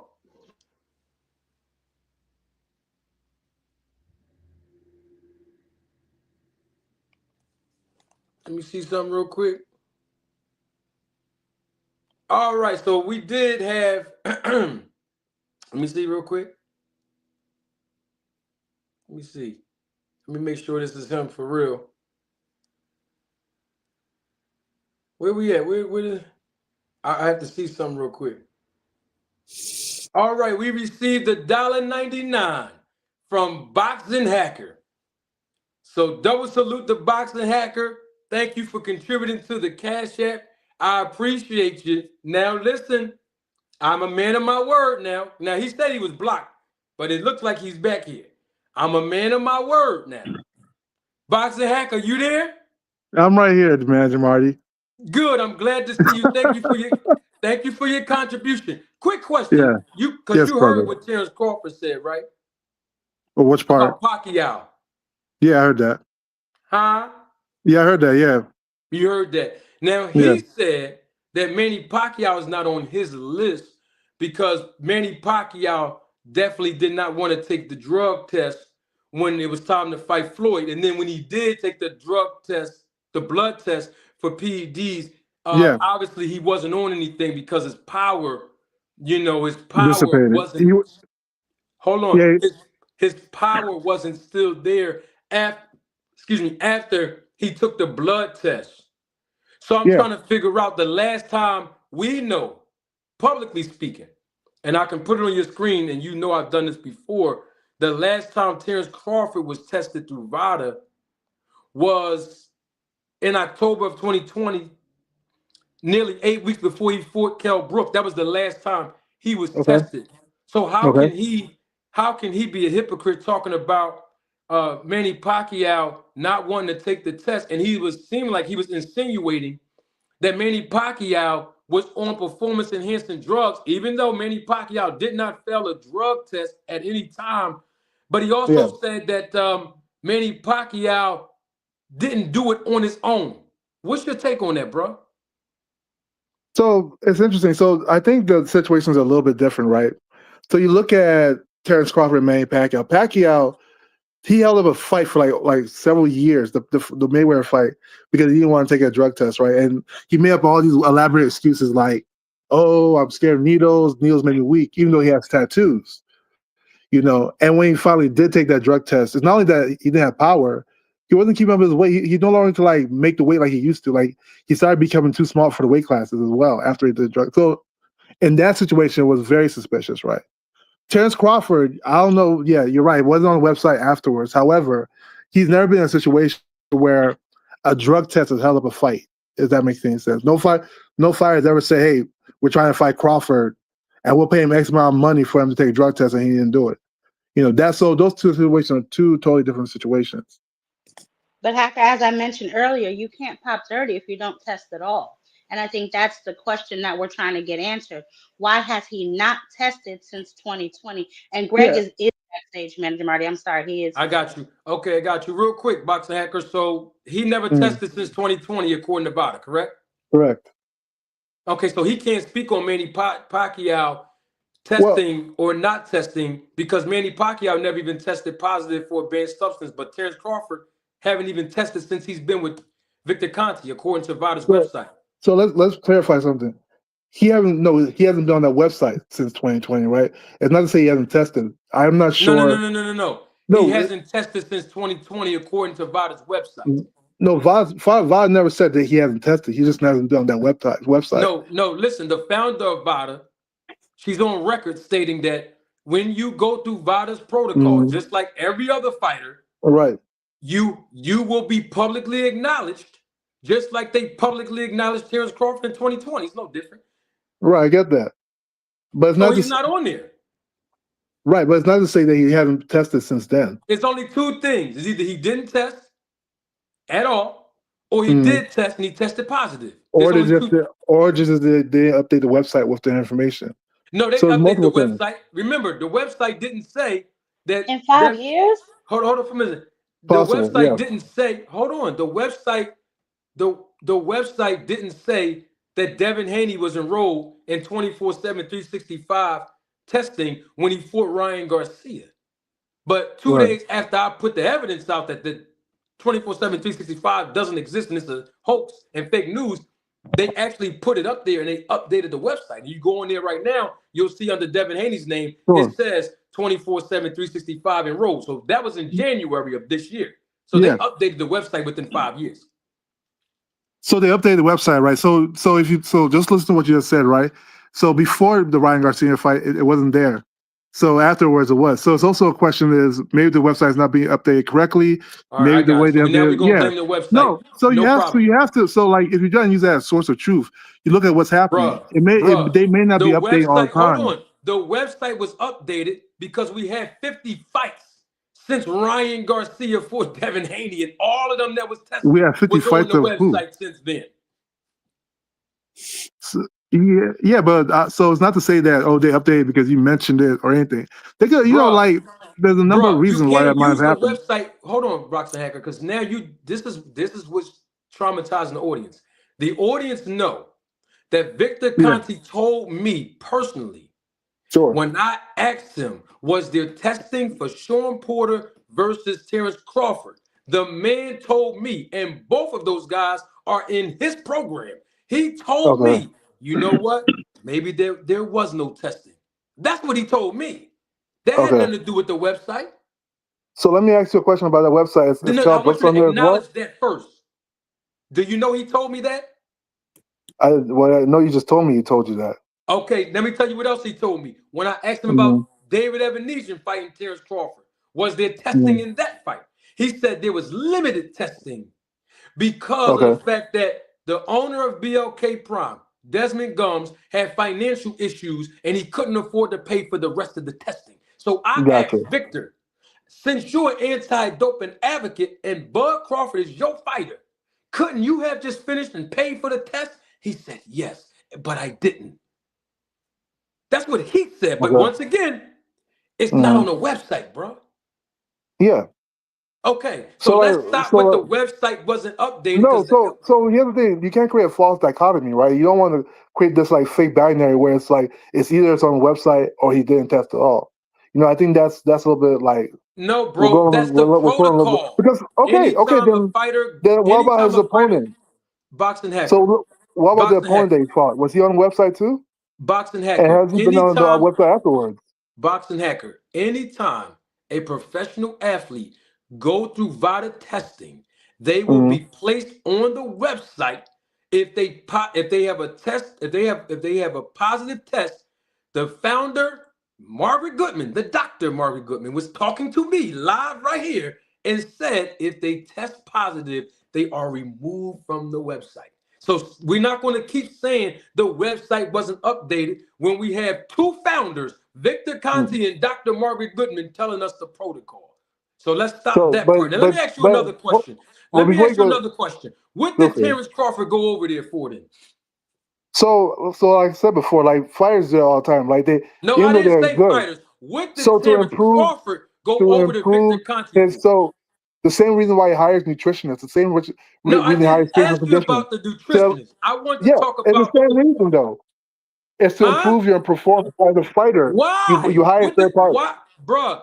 to Why did he need improve your to? performance. But wait, time out. He was already good, undefeated, and we Yeah. all. And guess what? We know that according to Victor Conte in 2019, this Mm-hmm. fight was a 50-50 fight between him and Errol.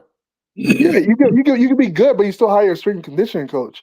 Just because you're good as a I'm fighter, not you're talking always about a trying to strength and improve. conditioning coach. I'm not Yeah, talking about but it's strength the and same conditioning thing. coach. Huh? It's always so. Listen to what I'm saying, man, Jamari. It's always the same thing. As a fighter, you always try and find methods to improve your performance. Why? Always, Against a because guy like that's what you Spence? do. Yeah, But yeah. It doesn't against a matter. guy like Spence? It doesn't matter. Even if you think the guy is some garbage, you always want to be at your peak performance when you go All into right, the maybe ring. I'm asking you the So wrong question. All right, I understand. you see what I'm Maybe saying? I'm Like asking you the wrong. it's always Maybe I'm about asking boxing before. hacker. I'm. Yeah. Let me reframe my question. Okay. What did he need Victor Conte for to fight David Ebenezer? So it's the same thing. So for David Ebenezer? It doesn't matter. As a fighter, you want to improve your performance always. But David Like Ebenezer, he has a nutritionist and he fought David Ebenezer. He has strength and what's the conditioning name of his coaches. nutritionist? I don't know, but he has strength and conditioning coach. He has a whole What's the name of his team. strength and conditioning coach? They have a whole team. I don't know their I know, individual but names. you're a fan of his. Just tell me the Yeah, names of the I people that don't he know. worked I with. don't know his name, but they have a whole team of people. And regardless who they're fighting, regardless who they're fighting. Wait, let me land with this. Regardless who they're fighting, he's gonna use all those different elements for his training. Because as a fighter, you always want to improve your performance. It's not about. It's not about. Even if I think this guy is a journeyman, I'm still gonna try my best. If I'm a serious fighter, especially at his level, to make myself the best I can be. So why didn't he call Victor Conte to fight Kell Brook? So maybe he just decided to go with Victor Conte after the fight. No, he did. It ain't no he decided. Yeah, so that's probably why. Like, yeah, that's probably why. Like, it's a normal situation. Oh, so you mean to tell me he didn't need Victor Conte for Kell Brook, but he needed him for No. David Ebenezer? No. So, okay, here, check out timelines, right? No, I'm just Think asking about a this, right? question. Yeah, let me It's answer your just yes question. or no. Did It's he not a yes or need no you? question. It's so loaded. It's a little bit Okay, no, loaded. it's So, not. No, it's not. Listen, hear listen. what I'm saying, So you're though. saying, hold on. You said he might. You just said maybe he didn't need him. He probably used them after Kell Brook. So my question to you is, you telling me he didn't need Victor to fight Kell Brook, but he needed him to fight David Ebenezer? It's not about who you need. So when you're a fighter, you're always doing this. It's not like, for instance, there are some people who use who's that guy? The one like a certain condition code for some fights, and maybe they didn't use them in the past, but just like, oh, you know what, this guy looks like he's working, and let me just try him out. Maybe at that point he didn't feel like maybe he just didn't realize to use Victor at that point, but maybe after he's like, okay, what you might call SNAC looks like he's doing good work. I'm gonna decide to see what they're about. It's normal. What did It's he not. mean? What did he mean, in your opinion? You a fan of his? When he Sure. told Victor Conte, I know your history, I know what it is that you do. What do you think he meant when he said that? I think he meant what he said. Like, he knows his history, Well, what both do the you bad mean by part. that? Be specific. So sure, yeah, sure. I'm sure he knows his past history. I'm sure he knows the history, what he does with fighters as well. So I think he knows everything about Victor. He probably did research on Victor to know what he's about and what his program is about. So that's why I Okay. would What think. is Victor Conte's history, in your opinion? What you know about it? What's his history look Yeah. like to you? So yeah, Victor. Okay, in the past he did bad things, right? He was distributing like PEDs and stuff like that in the past. Yeah. And then became an advocate. Then he now runs a SNAC program. You know, Well, he been at the SNAC program. That wasn't new. right. Yeah. Yeah. So So what's that's what different he that he's does. doing? What's different that he's doing now then? Well, he's no longer, from what as far as we can see, he's no longer, doing anything illegal. So How that's do what you we can see know? right now. As far as we can see, I mean, there's no evidence that would lead me to believe that he's doing anything What do you illegal. mean by that? No evidence. What As do you no mean by that? evidence? Yeah, Yeah. there's no valid evidence that will say that he's doing something illegal as of right now. And right now, he's helping, like, giving out supplements, and he has a SNAC program to help fighters with their training as well. So You said he's giving yeah, out but as far supplements? as like You said he's giving out yeah, supplements? Well, what do you got to take people blood for? well, Shaheed is he here. He got the supplements. yeah. Huh? So the reason why it's pretty simple. The reason why he tests blood is this, right? For instance, like if you decide to work with Victor Conte closely, he might look at your blood results just to see, like, okay, what you're deficient in. Like, you say, like, okay, maybe your testosterone is low. Then you say, okay, this supplement has like D12 or something, which is like helps promote testosterone. Or you look at something, maybe there's other things that you're low, or other like things in your blood work Is that he show qualified to that. do this? Is he qualified to do this with the blood? Well, there's nothing that you don't have to qualify to read somebody's results, nor or to give recommendations. You don't There's no need. He qualification. trolling. He trolling to make that No, you statement. It's a don't. troll. You No, trolling, Bruh, that's the dude. And this is truth. what I asked you No, earlier, manager.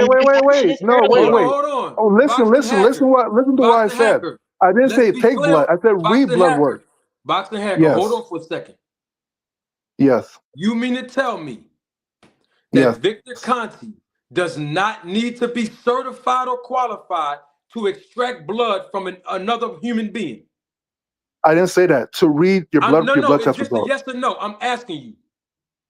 Phlebotomy, you have to be qualified to a certain degree. Yes, Okay, but great. I'm glad you said that. to Okay, read hold test on. I got you. results, I you got don't you. need to. I got you. So, in order to give recommendations and medically diagnose Two another different human things. being, huh? Two different things. Diagnosing and give recommendations are two different things. So I let's know, but let's Victor Conte clarify. does. I Stop. never said Victor, diagnose either. So I'm words are saying it. important. Boxing To give hacker. recommend.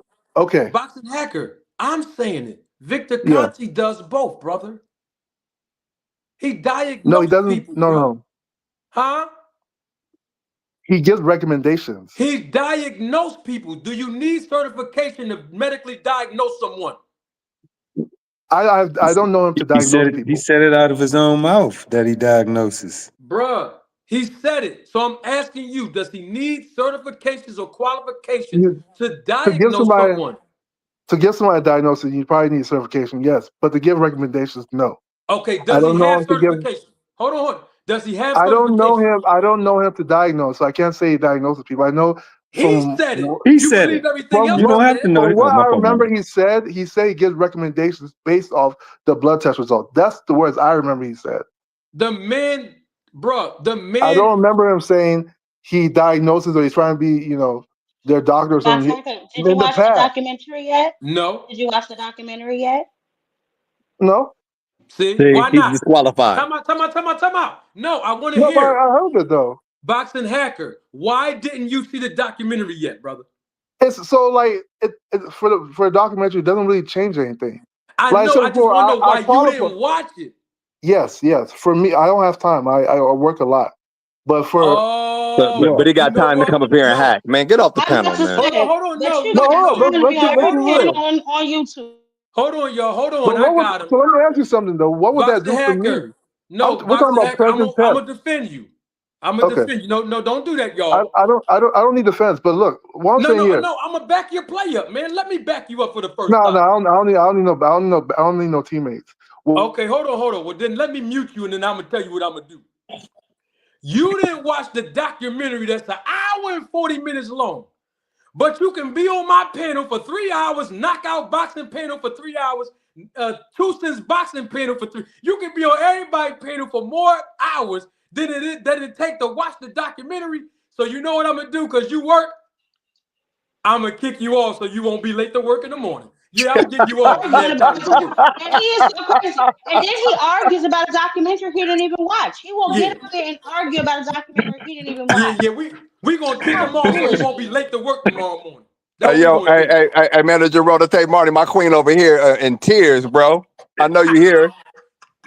Yes, sir. Oh Yeah, She shit. over here in tears at how you had the mute dude to get him off. Man, that's what yeah. I'm talking about. He ain't even qualified to even come up here and speak. Man, get off the panel, man. Clown. Man, the bottom line is this. Mr. Greg back. I'm gonna let Mr. Greg come back. I didn't know Mr. Greg is back there. My man Joey's back there.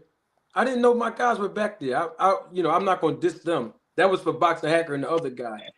Mr. Greg. I enjoyed the what was going on. It was funny. Let me say hello to my man Shaheed, DC Jeroy, and the Princess Ty. How y'all doing? Peace. What's up, Salam, bro. brother? Salam. Peace. Peace. What's up, young I'm man? better now. Let me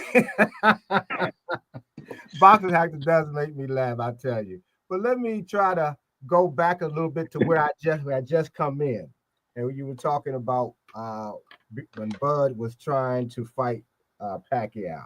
Yes. And I've said this not just about him, but other fighters too, from what you were saying in that part. This goes back to not having a plan. About Mr. Greg, your phone breaking up. Mr. Greg? I'm not on the phone. I'm here. Your phone, Mr. Greg? I'm here. Yeah. I don't know what's going on. Somebody phone. Can y'all hear me? Can you hear me now? I can hear you, Mr. Greg. Okay. Mr. Greg, you good? I'm good, but I can't. Can y'all hear me? Yes. We hear you now. Okay. What I was going to say is it goes back to fighters not having a. Can you hear me? Yes. Yeah, the fighters not having a plan, a long-term plan. Spence talked about his plan. He had 3 fighters that he had him in the category in which he wanted to fight him, making Crawford last. So Spence had a plan. A lot of times fighters do not have a plan, or they think they can make a plan as they go along. This seems to be what Bud was doing, in my opinion. Also, I always saw once Bud got to a certain spot in his career, he was trying to get the big money fights. At that time, the big money fight would have been Pacquiao as opposed to Spence. So supposedly or allegedly, they were making the play to get Pacquiao. That didn't come to fruition. Pacquiao took another fight, and subsequently he lost. Now Bud got to make a whole new plan, you see, because Spence, at that time, it didn't appear to me either that Spence was even in the plan. Once the big money fight left with Pacquiao and Pacquiao lost and so forth and so on, now you got to change up. So that's how I believe that's how he started veering toward Spence. But as I told you before, the reason why I believe that he went over to Victor Conte, the only thing that I knew about, because I didn't know anything about SNAC at the time. And as you remember, when I first came on talking about Bud and Spence, I said Bud would beat Spence easily. I didn't say about how many knockdowns. I didn't say any knockouts, but I said easily. And, people came after me big time because I said that. So that part, we can put that out the way because you already know what I said about that. Yes. But you did, Brother Greg, you did say something after the fight, though. I remember after the fight. You mean talking? Oh yeah, I talked about after the fight, but after the fight, you was very suspicious about. Yeah. Because once I found out about the SNAC program and particularly not so much SNAC but Victor Conte, yes, I was going to speak on that as well. Prior to the fight, I didn't know about it. Mm-hmm. So once it happened, I still got to have some suspicion. I still do, But I said what I said because I believe that's how the fight was going to go. And it basically did go that way. When the issue with SNAC and Victor Conte came out, it's like, oh, Lord, here we go. So that's not going to change. That suspicion is now permanently there. That black cloud is permanently there. But where I was trying to go at this particular moment is that he had to change his plan. So when you don't listen to your brain trust, when you don't listen to the people who know the business of boxing and you trying to do everything yourself, you're going to keep on making mistake after mistake after mistake. And if you had heard me during that period of time that Bud was trying to play businessman, I always said he needs to shut up, stop talking, and let somebody else come in. Now, Marty had also spoke on getting good representation. I didn't say those words, but I certainly said that Bud didn't know what he was doing. And you'll see if you look back at some of the I guess lives that we did, you'll hear me say those exact words. Bud doesn't know what he's doing. So, Hey, brother Greg. Yeah. Question for you: on if following that logic, take you back to 20, I can't remember. I think it was 2017, 2018. When was Spence's accident? 19? It was after the Sean Porter fight, Yes. right? Yeah. So I think about 2017, 2018, when Bud and Spence were drawn at each other as they have been. And Bud is talking about, man, how you gonna get at Spence. And when I beat him, don't say, he was too old and da da da da da and this and that and the third when they was having that conversation. It seemed at that point there was two things that Bud was interested in doing, which was one, proving who the big dog of the 147 weight division was, and then two, debunking the fact that Spence was the boogeyman because they had the conversation about who the real boogeyman was. So you saying from that time up until fast forward into 2021, he now lost the interest or the desire to fight Spence and only wanted to focus on the big paydays because he was on his way out the door for retirement? I thought if he had gotten the Pacquiao fight, I didn't think much about him fighting Spence at that time, to be quite honest, because I knew that he was already a little older in the first place. And I thought the Pacquiao fight was actually going to be his golden parachute, if you will. But it didn't work out that way. So he had to change his plan. Now, fighters talk and jaw at each other even after they retire about what they could do. We can get in the ring now, et cetera, et cetera, et cetera. So I didn't put much into them jawing at each other until it became apparent that down the road those two would have to fight, because that's going to be his big payday, because at the time it was still seen as 50-50. It was a payday. But Mr. Greg, Mr. Greg, it wasn't just a payday. It was a reality at that time. I'm saying that before it wasn't a reality, so he could just. No, I'm saying that it became apparent that all of these things were now falling into place, including it being a big payday. See, I didn't see past him going to another fight after Spence, although I would have loved to see Charlo. That's just how I still would like to see that. But my thing is respect. Yeah. Somebody saying something? I said respect. I would yeah. like to see that too. So that's how I saw the fight. It was a conclusion that, listen, if I'm going to get out of this sport, I'm going to have to see Spence. I'm going to have to do all of these things that took place. But he was trying to do it by himself, which is why I said you can't do this sport by yourself. You can't prepare by yourself. You can't be in the business by yourself. You can't do anything by yourself in this sport. Even if you have all the talent in the world, you still need a team to show you how to use and prepare to use that talent in the ring. Same thing in business. He called Al Heyman, but why would Al Heyman talk to him? He did it, but he was trying to do something he didn't know how to do. So that's how we really But you know why Al Heyman wasn't really responsive to him like that? It wasn't like Al Heyman didn't look at him like he was worthy of this and that. It was a Bob Arum thing. No, I get that too. But what I'm just talking about Crawford for the moment. Crawford didn't know what he was doing. That should have been that should have been his business people calling Al Heyman. Right. Crawford had no business calling Al Heyman, period. I get why he was trying to, but you can't do what you don't know how to do at that point in his career. There has to be, that's why you have a team. That's why the professionals are there. So he learned the hard way. He got a lot of blowback for what they were supposed to fight, and he dipping off to fight David Abinesian. So, but when he fought David Abinesian, that was evidently his team told him to go ahead and accept the Black Prime contract or work with them. I kind of think that it wasn't him. really his You team. think it was selfish doing that?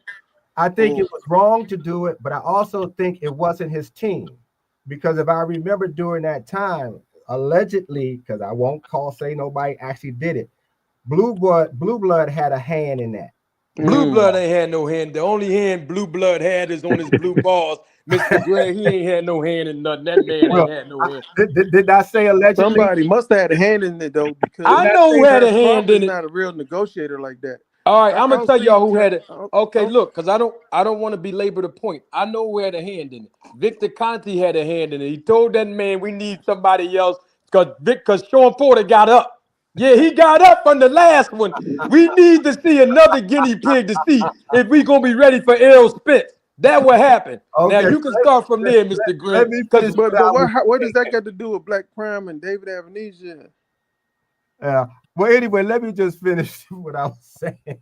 No, what I'm trying to get at is why did he go over there, Mr. Greg? You were great. Now, you were great for asking Victor. Yeah, you were the one that set up that super chat. My feeling about him going over to Victor Conte at the time that he did, I thought he was trying to address the fact that he was smaller than Earl, supposedly smaller than Earl, and that's why he went to Victor Conte. Now, when he said he understood or knew or heard or however he worded it correct in his words, I know what you do. That was, if you know what somebody does, which he's known for cheating, then you still went anyway. So how did you get to that? And my understanding, didn't he talk? I don't even believe, Brother Greg. I don't even believe that. I don't even believe that. You know why? Because he was boxing so long, he knows what it takes to be big or bigger. He knows, he understands. Well, that part true, but I thought he needed to get bigger because Bud had a history. But he understood. He without being with Victor Conte, he was going up in weight the third time. If Victor Conte was never born, that's a science that already existed. And Victor does it better than anybody else. Supposedly, he may do it better. It better. But it also was Andre. He talked to Boo Boo Andre before he made the final decision. I would like to know what that conversation was like. But whatever the conversation was like, it pushed him over the edge because he said he talked to him. He called him and then said, "I already talked to Andre," as what Victor had said when he came up, and I'm in. So he made that decision to get in. So once you make that decision, when you get into bed with the devil, anything that comes your way, good, bad, or indifferent, you have to also live with. He has to live with that. Well, he's living with it real comfortable right now because he's very how can I put it? Can I jump in real? To be Earl, so it don't matter what anyone says. So here's the thing that, and I'm not accusing anybody on this panel to say that it's not being done, but just widely speaking, what we're not going to do is we're not going to pretend like you got rid of oh boy, you kicked him off so he can go to work, Marty, because I wanted to ask him the question when he was bringing up the point about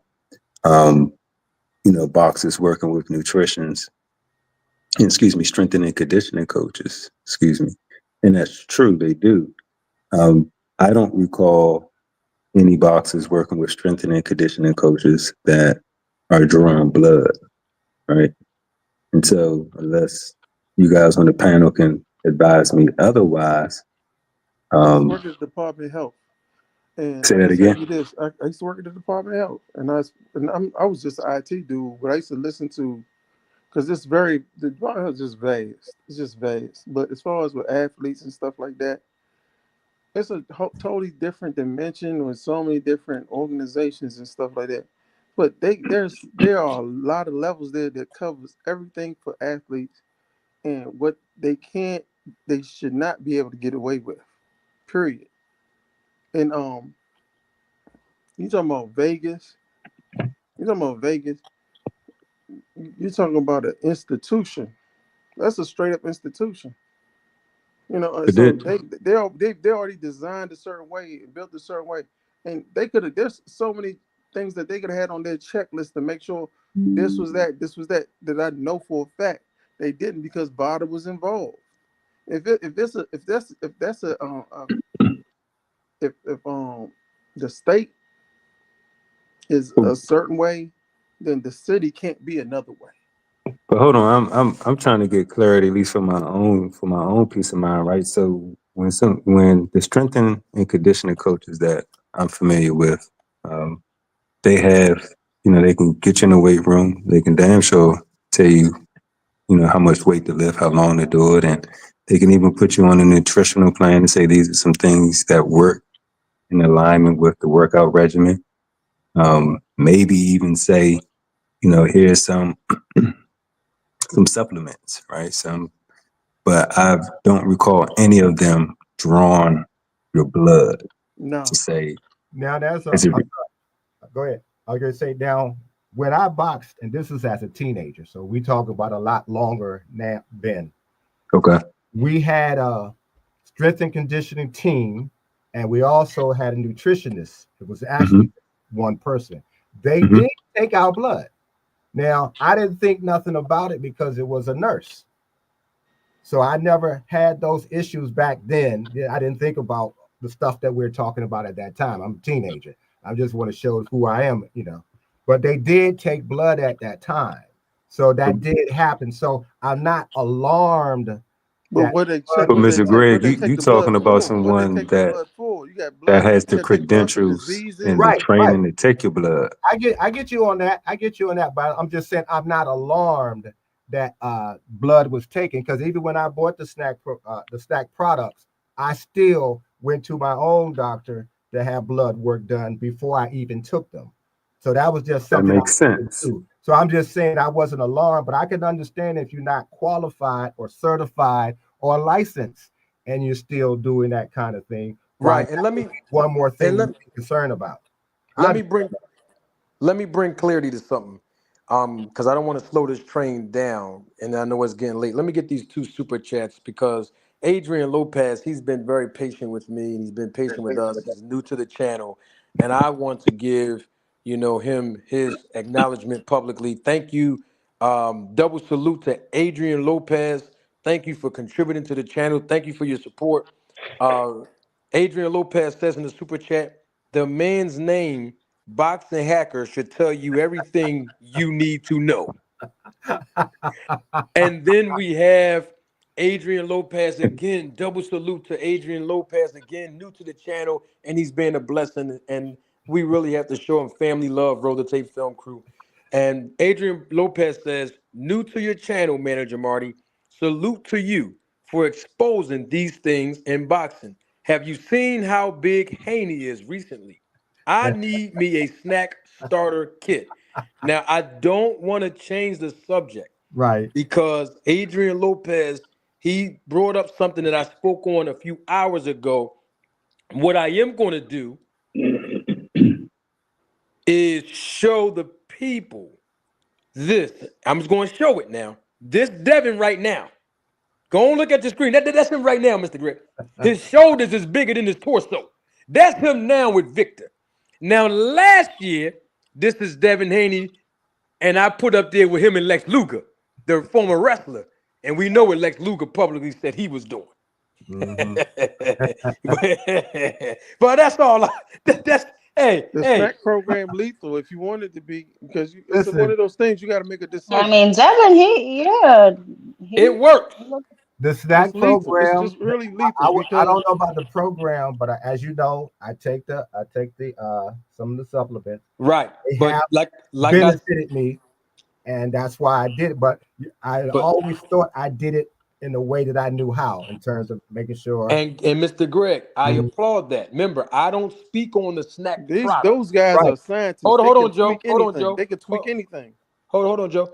I don't speak on the snack product. Right. No one can ever say that they heard me on tape publicly and or privately say that the snack product work. I leave that up to guys like Shaheed, Gregory, Quarter Bomb, Band Up takes the supplements and the product. I don't know. I haven't taken the actual product.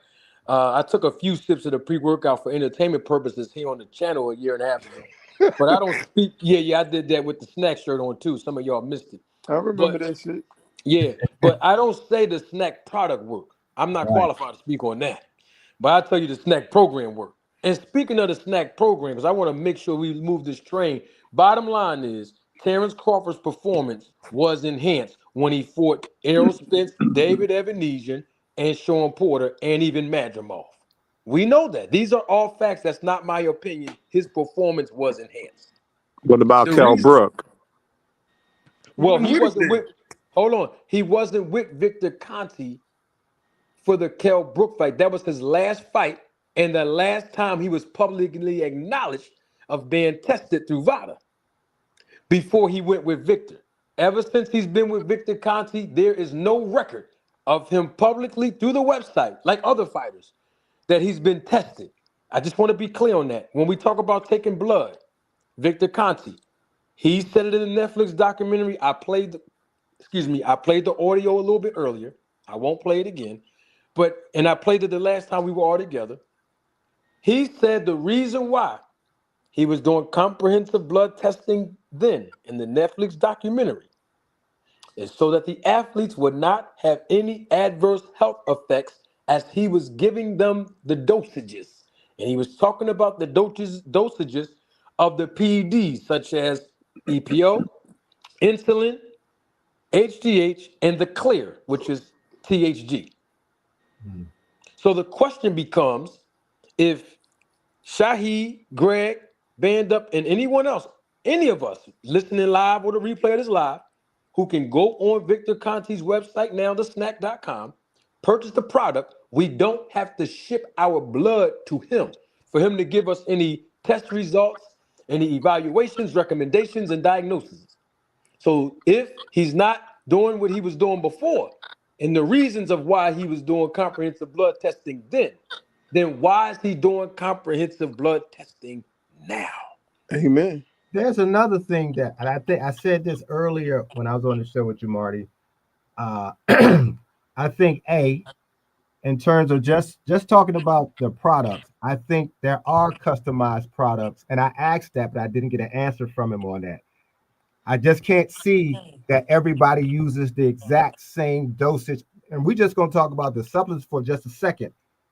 I can't see everybody getting the same dosages for their body because everybody's body is different. Some people have certain things that other people don't. I get Yeah. that, Mr. So, Greg. but I also believe that, and that hasn't been explored in depth just yet. But I also believe the therapeutic Use medical exemption. exemption are a big issue that hasn't been dealt with because I think a lot of fighters who are alleged to have been tested before they go to VADA or wherever they would go to, I think some of them had the TMEs before then. And of course, if you go to VADA and whatever it is that you use, oh, I know who's a good example.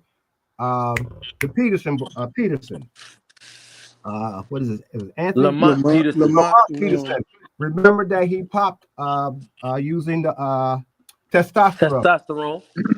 Except he did have that exception to use the testosterone. That's why he didn't lose the belt. That was the first time I remember someone having that medical exception, but I didn't, think too much about it at that time. But I That's think the oldest, Mr. Greg, that's one of the oldest tricks right. In loopholes in sports in general, including MLB, baseball. That's where that started. Absolutely. And I think that's happened a lot more. I think that's why But some you of know why Lamont? have Do these. you know why Lamont joint was like that? Because people gotta understand that Lamont and his brother, they weren't like um they were youngins like growing up, not having their they weren't in the regular household growing up. They didn't have a lot of stuff. Oh You yeah, know, yeah. they They was had. living on the I mean, street. They it was was basically very. living It was. in a car. Yeah, it was Barry Hunter because I was down here when he first got to them. It was Barry Hunter who saved them. I Yeah. have a lot of respect for that man for that. A lot of respect for that man. He made them his sons. Yeah.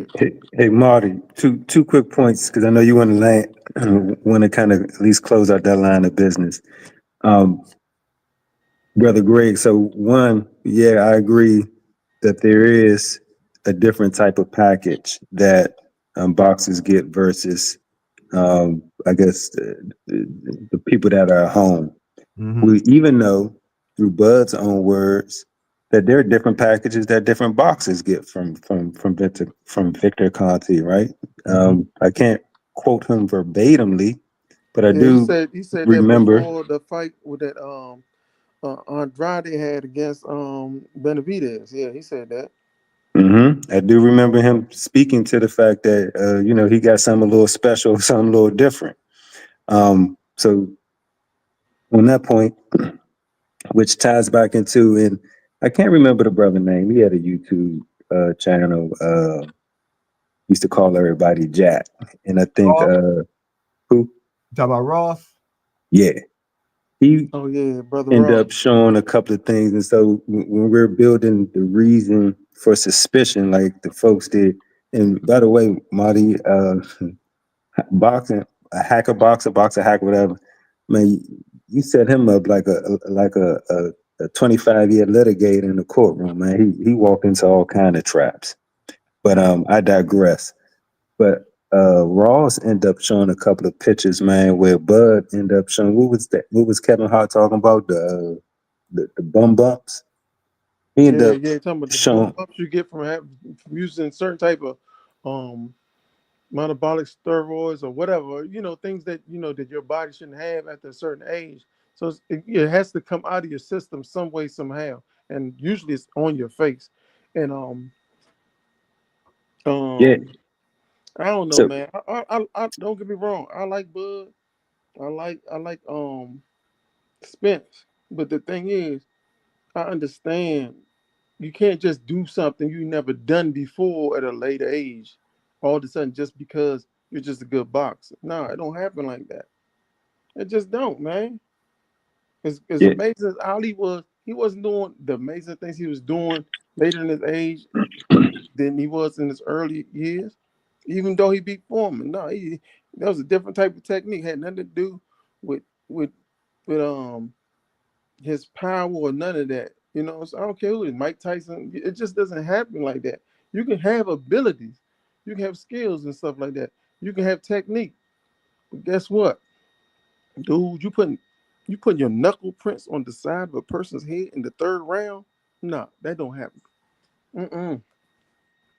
I It think just yeah. don't. So uh, oh, and I appreciate you for those points. But yeah, just the continuing evidence that mounts up, and all they do is kind of get to the point that you were making, Marty, which is they generate more questions, right? it's going to So continue. Somebody's going to tell something. Somebody important is going to tell something because when you have this much suspicion, I don't care how much you like a fighter, when there's that much suspicion, somebody's going to break if there's something to tell. And all it takes is one thread, and you start pulling on that one thread, and everything will unravel if that's the case. So to say one more thing about the Spence Crawford fight, because we talked that ad nauseum. I mean, we argued that up and down for almost a year after the fight. I tend to believe that along with me always thinking that he was going to beat Spence easily, I also believe the style in which Spence fought made it so. Now we can talk about whether the SNAC program is steroids or PEDs, and we can talk about whether Spence was damaged from all of the things that happened. But the reason why I talk more, I've been talking more about the therapeutic use exemption is I believe both of them probably had to have it because if Spence was if Crawford was being treated for allegedly for being anemic, so there has to be something that we can't use legally unless you get an exemption. Might have been used then, and Spence, if he had busted or bruised ribs, there's also something that was numbing that pain as well. So both of those two things would have showed up if they both publicly showed their blood test, their blood work. And I don't think either one of them either was willing to do that or whoever had control of the fight was willing to let it be seen. That's my feeling about that. So even if it was legal, they don't want that to be out publicly because they remember what happened with the Lombard Peterson fight. So that's where I am on that. Because Is that to say, Mr. Gregg, that you think whatever the numbing agent that would be used for Spence's ribs would potentially enhance his performance some way? it wouldn't enhance his performance, but it would numb him to pain, to a certain degree of pain. And if you're not supposed to have certain drugs or so forth in your system, whether it enhances your performance or not, you're not supposed to have them. But if you have the exception or the exemption, they can be there, but they still don't want it to be publicly shown. True. Yeah, they got that's the clause. That's the clause they put in the contract when you when you real big, they put that certain clauses in the contract. So the show can still go on basically. Yeah, the show can come on. That's why you have the exemption. The same thing about this ongoing controversy. Mayweather has them too. Yeah, because he was taking a cortisone. The ongoing controversy, or it's not controversy really to me, about the gloves. The gloves are in the contracts as well. What kind of gloves you're going to be using? Certain states allow, like I said, certain states allow the horsehair gloves, and certain states do not. Some allow the MX gloves, and some don't. So we can say your glove was busted, but if your gloves was busted, some are trying to say because your hands are wrapped so big, you got so much of your hand wrapped, you're busting the gloves from the inside. Gloves do not bust from the inside; they got to bust from the outside. So if David Avenisha glove bust from the outside, right? But what was the controversy? I mean, a busted gloves is not going to help you win the fight. But if the gloves are busted, go ahead. Usually, if you got a busted gloves, what's supposed to happen, what has happened, and from what I have seen, there has to be a pause in the fight. Mm-hmm. They got to check the gloves. Sometimes you got to change the gloves. So if the person whose gloves were busted, either he benefits from the time it takes to take the glove off and put a new glove on, or the person who was being hit gets some time, longer time to recover. So it goes both ways. I feel that, but here's the thing. So suppose now you just busted your gloves. Now we got to change your gloves. Mm-hmm. And when we're going to change your gloves, they was going to be the same level of gloves. But now you can, you know to bang this person out before these gloves get busted. That could be true too. But there's a recovery time. Each fighter is getting a recovery time regardless of who had what. If you was like I used the example when Cooper dropped Ali and almost won the fight. They cut his gloves so there would be more time for Ali to recover as they got him another glove. So Mr. Greg, yes. But that was like third or fourth round. The David Haney round, that was later in the fight. Even if you recover and this later in the fight, it's like you already dealt with you sustained a certain amount of punishment, or you are even if you didn't, there's a level of stamina. The Cooper fight with Ali, that was like the third round. You know, Ali still had his endurance, everything, his sharpness, his speed, and all that. So he can. Do you know how long Ali could be like, you know what? Let me get him out of here right now. Do you remember how long it took for them to get that glove done? I can't remember. There was a lot of recovery time. Ali should have lost that fight. The reason why they cut the glove is so he would have recovery time. That's what I'm saying. So it could go either way, but it does not. When they stop the glove, with stop the fight at the pause the fight, I should say, at Abenesian, they made a decision to let the fight continue, and that same round he knocked him out. So the point was kind of moot because who's to say whether they would have made him change the glove at the end of the round? Yeah, I feel you on that. I feel you on that. Mr. Greg, if I could Yes, just ma'am. interject, because I believe that goes back to the conversation that we previously had about, Bud's hands being completely open inside of his glove. Remember, we were talking about the horsehair Yeah. gloves and the type Mm-hmm. of gloves that would cause such a thing to happen. But so if it happens in 5 different fights, does that not speak to a level of suspicion? Because we saw, in some of those, and I don't know if you saw the pictures or not, but we saw in some of those pictures where it literally looked like maybe he had dug the inner workings of his glove out. As I said before, I've seen some of those pictures, but as I said, with horsehair gloves, they are extremely soft.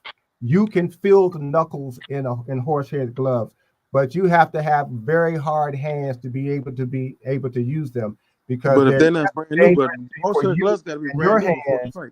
Say it again now. Hold on, I'm sorry. Hold on. I want to hear Mr. Greg's answer. Can you continue, Mr. Greg? Okay, what I said, you have to have pretty hard hands to use horsehair gloves because you can damage your own hands quicker than you can damage the fighter. But if you have the hard hands and you're using the gloves and you are a puncher, if you remember when Mayweather didn't want Maidana to use horsehair gloves because he remember how Maidana knocked his tooth out in that one round that he hurt. He hurt Mayweather, but it was at the end of the round. So in the next fight, they argue. He went back and forth about those gloves, and then he ended up paying Maidana additional money not to use the gloves because the gloves are legal. Now, when you bust some gloves, again, you have to show where the busted gloves benefits you in the winning a fight. And I never saw that. Now, some people, because maybe they're suspicious I of Bud, can't I say I get it. saw it either. I can't say I saw it either, but I can only say that I never saw Terence Crawford hit that hard either. That's the only thing I'm saying. I never seen him hit that hard. My Now, my my issue is the gloves where your hand, like you can't literally slap somebody high five with boxing gloves on. I didn't think it was possible. So that was where I you was mean more opening up your concerned. hand, open up the gloves? Yeah, I opening wish, up your hand completely in his I glove. wish I hadn't have given my gloves away. I gave them to my nephew because I literally could do that with mine. Now they could have been because they were old gloves, but they weren't stitched down either. The thumb wasn't stitched down because that didn't happen until around the late 80s when they start stitching the glove down because guys were thumbing you with the gloves. But you can still open your gloves up. But again, if it's a certain amount, because remember, fighters, you know how fighters grab the ropes when they try to get up. Catch the glove, you can catch the punch too. Yeah, you got to be able to do that. So but see, sometimes that open glove but the way he argument. opened, but the way I know what you're talking about, the way he opened them was very suspicious to me. When I looked Yeah, at that's what I'm saying. He was like completely open. them joints, And was again, completely you got open. to show how you're going to win the fight doing that. Because Hey, the only thing it's under the the only thing, bridge now, but at the same time, we are like we just analyzing. Certain people analyze. right. I get you. I get you when there's suspicions about a fighter. For one thing, you start to look at everything, Yeah, but whether not just it's because of legitimate not or because not. of Terence Crawford. I'm talking about a lot of different fighters. Yeah, you got A some lot, suspicion about fighters. And what's sad about the controversy about steroids and the controversy, well, steroids is wrong, but about nutrition and Victor Conte and so forth, what it does is, to me, there are going to be some talented fighters who are going to come along who are going to look spectacular, but there are going to be some suspicions about them because you've seen suspicious stuff from other fighters before, and it's not fair to them, but it will happen, and that's just really unfortunate. So that's how I No, feel and I about want to, yeah, I want to be very clear. I am suspicious of anybody around Victor Conti for it. a And you number should of be. reasons. You You know should what I be. mean? So I don't think that to say like if you're special or you're skilled, then all of a sudden someone's suspicious of you, because no, that's literally what sets you apart from other people, your skill set and how much better you can be than them. But if you're using an illegal advantage like gloves tampering or whatever, the supplements or whatever else that they're using over there, no, you need to get called to the carpet and you need to explain yourself. And unfortunately, Ty, because the sport of boxing is always about winning, it's Mm, always about making money, and mm. most of it is funded by gambling. Most of it is funded by money that's being washed through the system. There's going to be a lot of that in every camp. That underground economy. Hmm. So that's the one thing that's hurts boxing the most, is because the way it's set up, how it got started, who was once running it. Those forces are still around boxing. They're in everybody's camp. There's always somebody or a handful of somebodies in each camp that either is trying to do something, used to do something, is still doing something that's going to hurt them if it gets found out. If you're gambling on fights, for instance, and you're in a particular camp and you have a position of power, and you find a way to say, how can I stack the deck so my man can win regardless of his skill set? Because I done placed the 50 or 25 or whatever amount of money that you're going to place on a fight. So to ensure that he can win, and I can tell him, okay, you can take him out in the 7th, 8th, 9th, whatever round it is. So you have that actually happens in fights, maybe not in the highest level, sometimes at the highest level, but you certainly have it happen.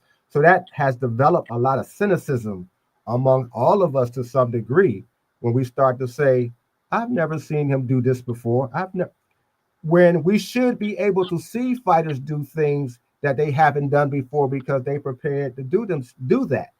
But because we don't see it enough, and because we done seen enough cheating, it does raise questions. And if you have, like I said, you have 15 fighters supposedly who are name fighters messing with Victor Conte, all 15 got a black mark over their heads, a black cloud, I should say, just on the strength that they are associated with him and have been associated with him when they were winning. Now, I Hey, don't know, I don't recall Terence being with Victor for the Madrimov fight. Now, I could be wrong, but I didn't see the SNAC I don't logo. think he was. I don't think he Yeah. was. And Cause I don't cause think he's left. I don't think he's left Victor's side since He he's did. not with him. He I think he. maybe it's a little less publicized, but I definitely don't think he's left Victor's side. I he mean, why probably would didn't he? leave him, but it wasn't publicized. yeah, Because I and know so one. but see, I don't think he thought, because imagine what, he only had 11 fights at the time. I don't think he felt as though he needed Victor Contact. well, He was with him. Terence Crawford was with the SNAC program. His logo wasn't on his trunks. I said that I didn't see the logo on his trunks. This was the next day after that fight. On Sunday, I did it live. uh-huh. And on Tuesday, 2 days after I did my live, Terence Crawford, he goes and he does a live. And he says, everybody is saying I'm not with SNAC. He said, I'm still with SNAC. Okay. I got the tape. I got That the says tape. it right there then. Yeah, So that's why I said he's probably just not publicizing it as much. So, But I don't think he's right. ever left Victor. So what No, I'm he's gonna never say left about them. that then, And the bottom line is, I know everybody was talking about the gloves, but we wasn't even on the gloves. But that was cool. I let everybody get they piece off on the gloves. The bottom line is this: we cannot deny it. This is irrefutable. Terence Crawford's performance has been enhanced since he's been with Victor Conte. We all can agree to that, correct? yeah, we know. Absolutely. Yeah. Uh What I was about to Let's say go is, again. but it also shows that how limited, at least in my opinion, the SNAC program can be, because Terrence looked, to me, he looked subpar fighting Madrimov in that fight if he was still. Not, but if the gloves was not an issue, I don't know, man. I could put it. Well, I'm talking about But Madrimov, we not it's but Madrimov was moving his head. He wasn't on the line. He was off the center line, and at the same time, he really in my opinion he underestimated him. Madrimov was his only fight at 154, right? Right. Yeah, but you So he underestimate it. You probably can't wasn't erase. acclimated to that weight class yet. And just to be clear, just because you're on snack doesn't automatically mean you're gonna win all your fights. But it does give you that extra boost, that extra oomph that you might not necessarily have if you were not on it. But if I you tend to underestimate believe that somebody, in if you some degree. underestimate somebody, that's different. I like what Joseph's saying too about underestimating, but I also say it shows the limitations. But w- depending Greg, on who you, yes, I the 2 points I wanted to touch on. And I guess maybe kind of rebut a little bit. So one, and I even had to learn this the hard way. And we being from the same hometown in DC, mm-hmm. um, you made the point of sometimes we'll see some really talented fighters, and what may not be fair is there'll be question about, I guess, really the validity because of who they've been associated with, and we don't get to make those rules. For a couple of years, I thought it wasn't fair, or I was being targeted because of a group that I chose to be around. Mm-hmm. Unfortunately, and we talked about this before you jumped on, I was really trying to nail this point home. When someone makes the choice or the decision to be in the company of with someone that has a reputation for whatever that case is, you are also allowing and taking ownership of the fact that you have to be subjected to whatever the criticism, Correct. whether it's or not. And so that's a choice, right? And then the other piece that you talked about, um, where in boxing we'll see things that from a fighter that you may not have seen before, but it's because they've trained and so forth. And at the surface, I agree with that. But when we just think about the way that our minds are trained on a day-to-day basis, we gain confidence through consistency, right? And so I see you showing up every day at the gym, for 5 days a week. That starts to develop a pattern. Through that pattern, there's some consistency, and then I'm able to walk away with a level of trust. If I see you coming to the gym once a day, once a week, and that's going to create a different pattern, and that's going to establish a different reality for me. And so, regardless of what may have been seen or what we're used to, our minds train us to what we see. And so we haven't seen that through some type of pattern or consistency. It's going to raise some red flags, regardless if the boxer trained for that particular fight to do it.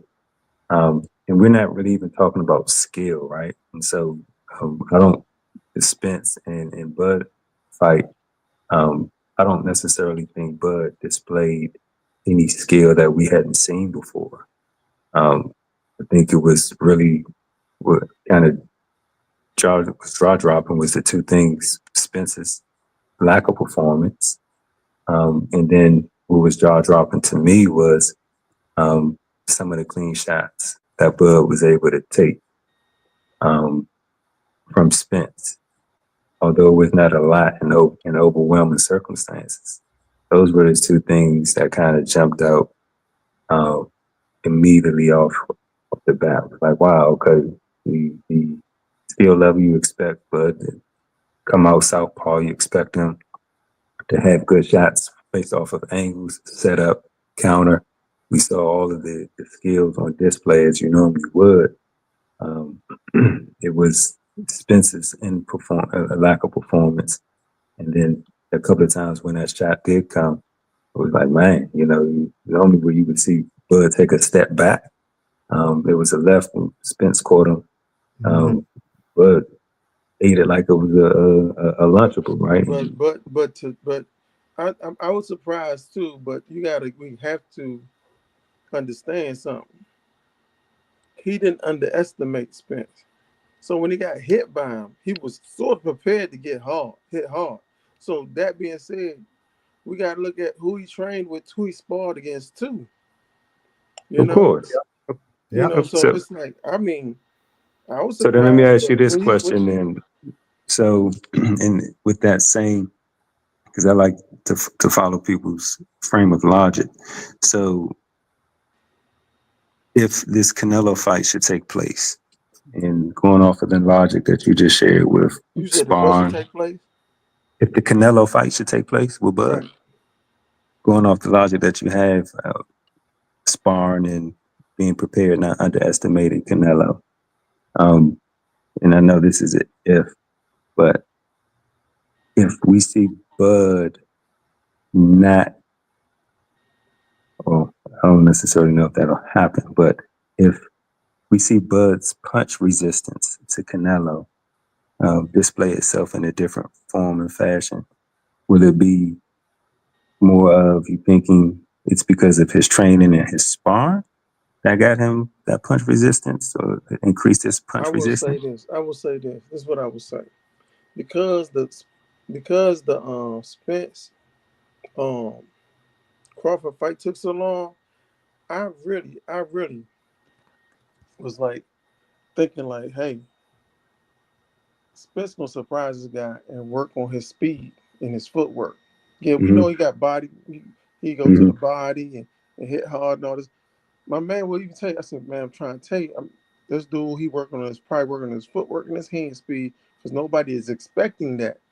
And if Mm-hmm. you Mm-hmm. go in there with that, it's I going to thought be the enough of a same. surprise. That's going to be enough of a surprise. That's what I was thinking. I thought that too. So, um, when it was more of the same, and and he got hurt early, I was like, this has nothing to do because Spence been getting hit hard for a long time. He was in the car accident. Gloves ain't gonna do nothing to a dude that been in the car accident like that did. And I was like, something is up with more stuff with the Terence Crawford's overall ability to hit harder than he ever hit Mm-hmm. before, as well as being able to absorb certain stuff too. Mm-hmm. Mm-hmm. So I agree with that. But what I'm saying, now you're talking about Canelo.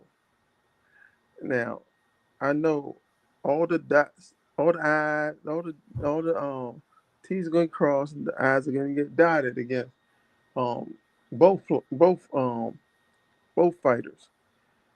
And I honestly don't see Terence Crawford being able to to take the body punches that he's going to get from Canelo. I honestly don't, because he's not going to be able to take that.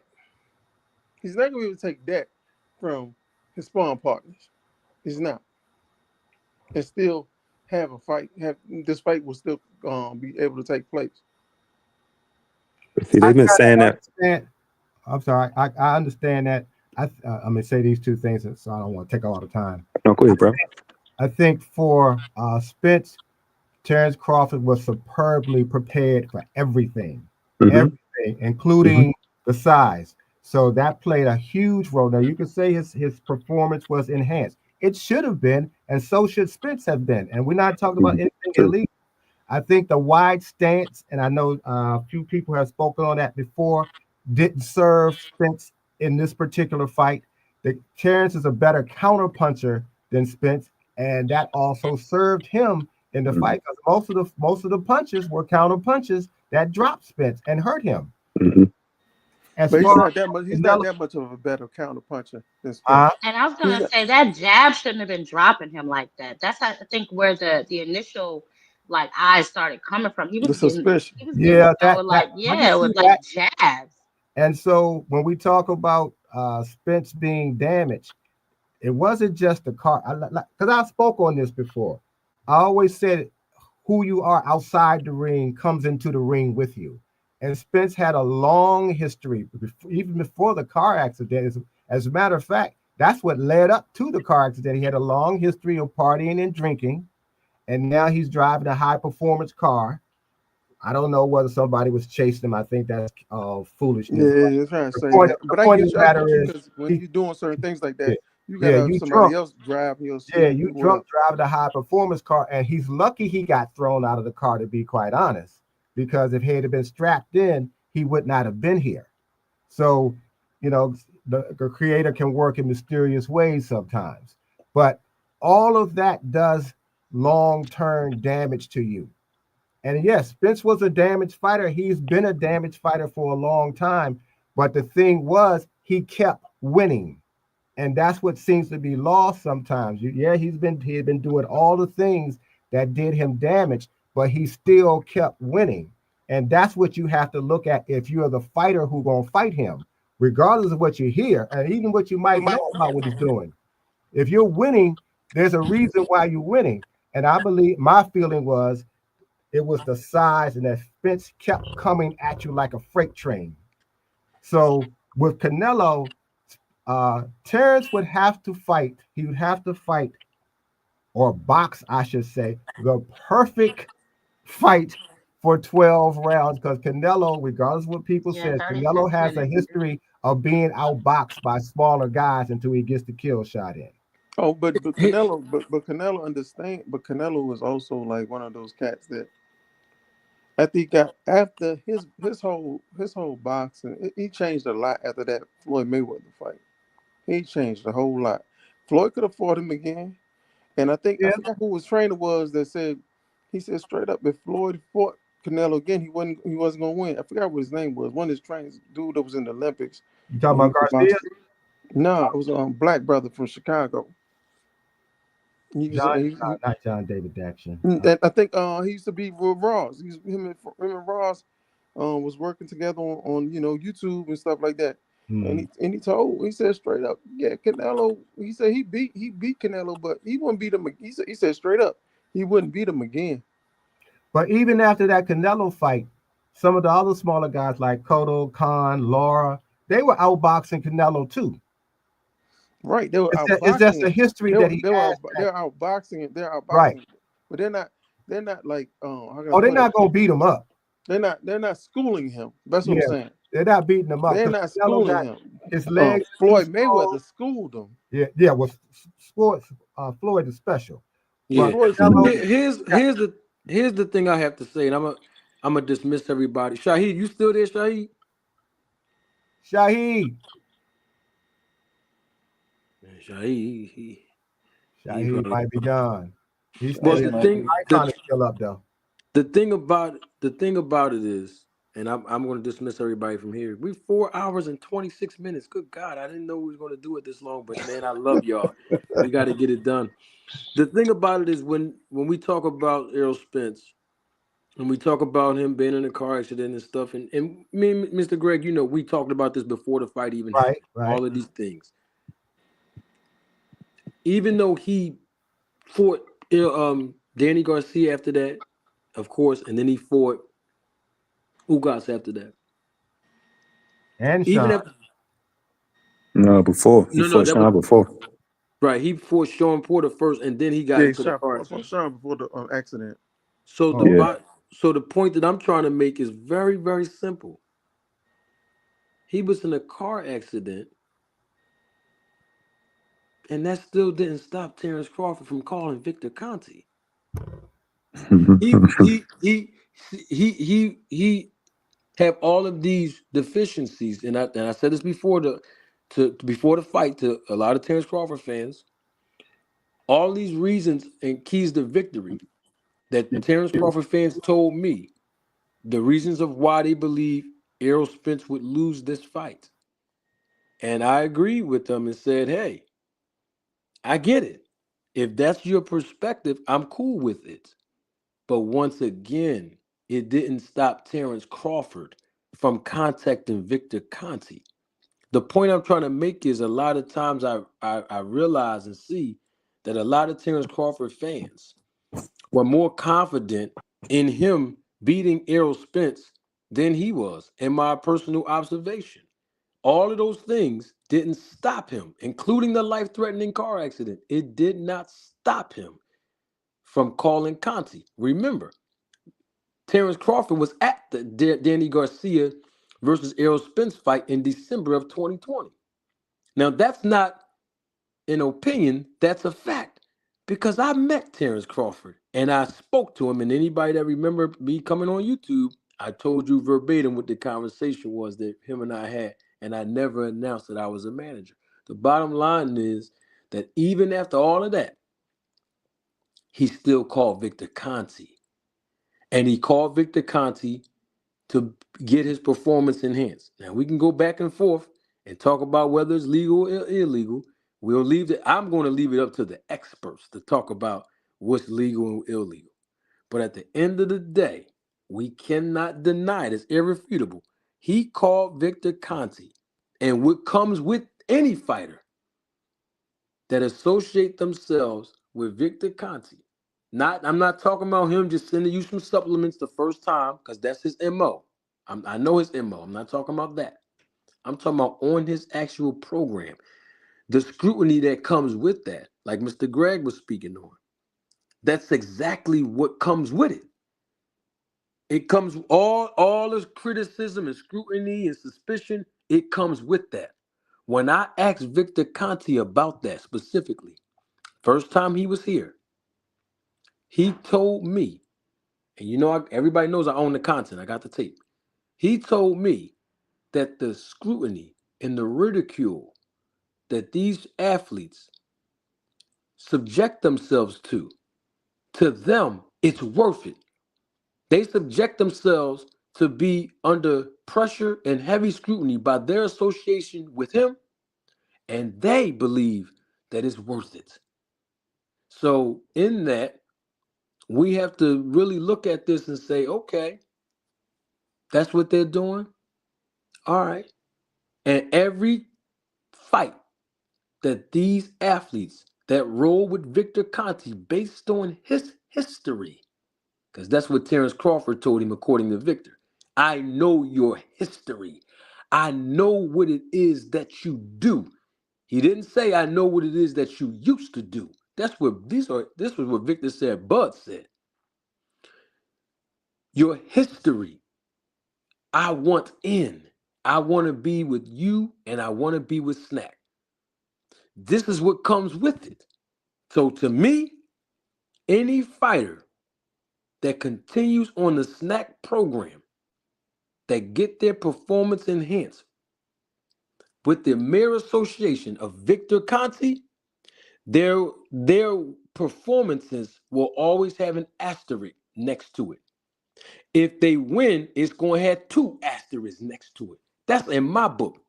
So I wanted to clarify this, because I think when I start talking about this topic, a lot of people deem it as me hating, right? But let me be clear on something. I've been saying this since day one. Because of my love for the fighters, and I advocate for all the fighters. I'm a fan of all the fighters. You've never heard me one time talk about this fighter or that fighter is my favorite. Never heard me one time publicly speak on it. But that's because my heart is for the fighters. I advocate and support the professional boxers. And it's sad when these fighters associate themselves with someone with the history, and we still suspicious because we don't know if he changed or not. That's the reality of it. I'm talking about Victor Conte. And when they have to deal with all of the consequences, and I forgot who said this earlier because I wanted to bring this up after it was said. When it's all said and done, I don't know if it was DC Giroy. When it's all said and done, the fighters will have to suffer the consequences. Victor Conte and whoever else, they're gonna move on with their life, like everything else that's been happening. Even after the Balco scandal, all those athletes, look at their lives. The boxer will have to pay the price. Look at Sugar Shane Mosley, clear example. They have to pay the price, and that's the part that bothers me about the mere association with him. So when I hear people talk about the SNAC program and this and that, the bottom line is their performances are enhanced. And there's nothing that we can refute on that. That's a fact. That's not an opinion. And if they win, there's 2 asterisks. And the bottom line is very simple. The more we look at their performances being enhanced, the less we can appreciate the skills that they actually have. And I don't think it's fair to the athletes, especially if they're doing things legally, including a therapeutic use exemption, because it's still legal at the end of the day. Even though they may not even have these symptoms or these conditions, because according to therapeutic use exemptions, there is no true evidence proving that. You just need the doctor's prescription. But the bottom line is, it wouldn't be fair to these athletes who are competing in that ring on the up and up with nothing going on illegally, but still have to endure the scrutiny that comes with the mere association with a guy like Victor Conte, who's not even allowed in any other sports, not just in America, in the world. In the world. I'm talking about Olympic sports as well. That's international. In the world, he's not allowed or accepted in any other sport except for boxing. And the fact that he helped found and influence a testing agency, along with the other similar tactics and characteristics that he's showing from before, there's something wrong with that picture. And that's me talking based on the things I've presented to all of you evidence-wise in the past year and a half. That's not even me talking about the other things I got, other things that I know about, right? So just off of that alone, that's why I go so hard on this topic, because of the fighters having to endure the consequences when it's all said and done. Now, let me move a step forward based on what Terence Crawford said in the interview that I played that he, a couple hours ago, when he talked about Manny Pacquiao. Manny Pacquiao has never tested positive for a banned substance. Now, I've been on record telling people I'm very suspicious of Manny Pacquiao, and I actually named the exact fights where I'm suspicious of his performance. With that, Victor Conte's on record on another platform, not on this one, but on another one, a couple of years ago. I got the tape. I can play it. He said he believes, in his opinion, that Manny Pacquiao have been using steroids and performance-enhancing drugs his entire boxing career. Those are the words of Victor. So now when I hear Terence Crawford come out and, he's basically echoing the same sentiments that Victor Conte made publicly. Now, he didn't say the same exact words, but I'm talking about the same message, the insinuation, stating that Manny Pacquiao, his words, not mine, he's not on his list of all-time greats, top 5 to be exact, because he is a good fighter. He accomplished things in the sport that nobody ever will, but he didn't do it on his own. That was Terence Crawford's exact words about Manny Pacquiao. But yet, there's no public record on VADA's website, according to their own policy, where Terence Crawford tested or even tested negative since 2020, of October 2020 was the last time he was listed on VADA's website. And then on top of all of that, we can say the same thing about him rolling with Victor Conte, that he didn't do it on his own. But yet he's diminished Errol Spence, and he used he used Kell Brook as a reference by saying Kell Brook was a defeated fighter with an eye injury. But yet when Terence Crawford fought Kell Brook, he was coming off of a layoff and another eye injury from Errol Spence. This is the type of scrutiny that Bud places himself in with the words that he say, the contradictions that he say.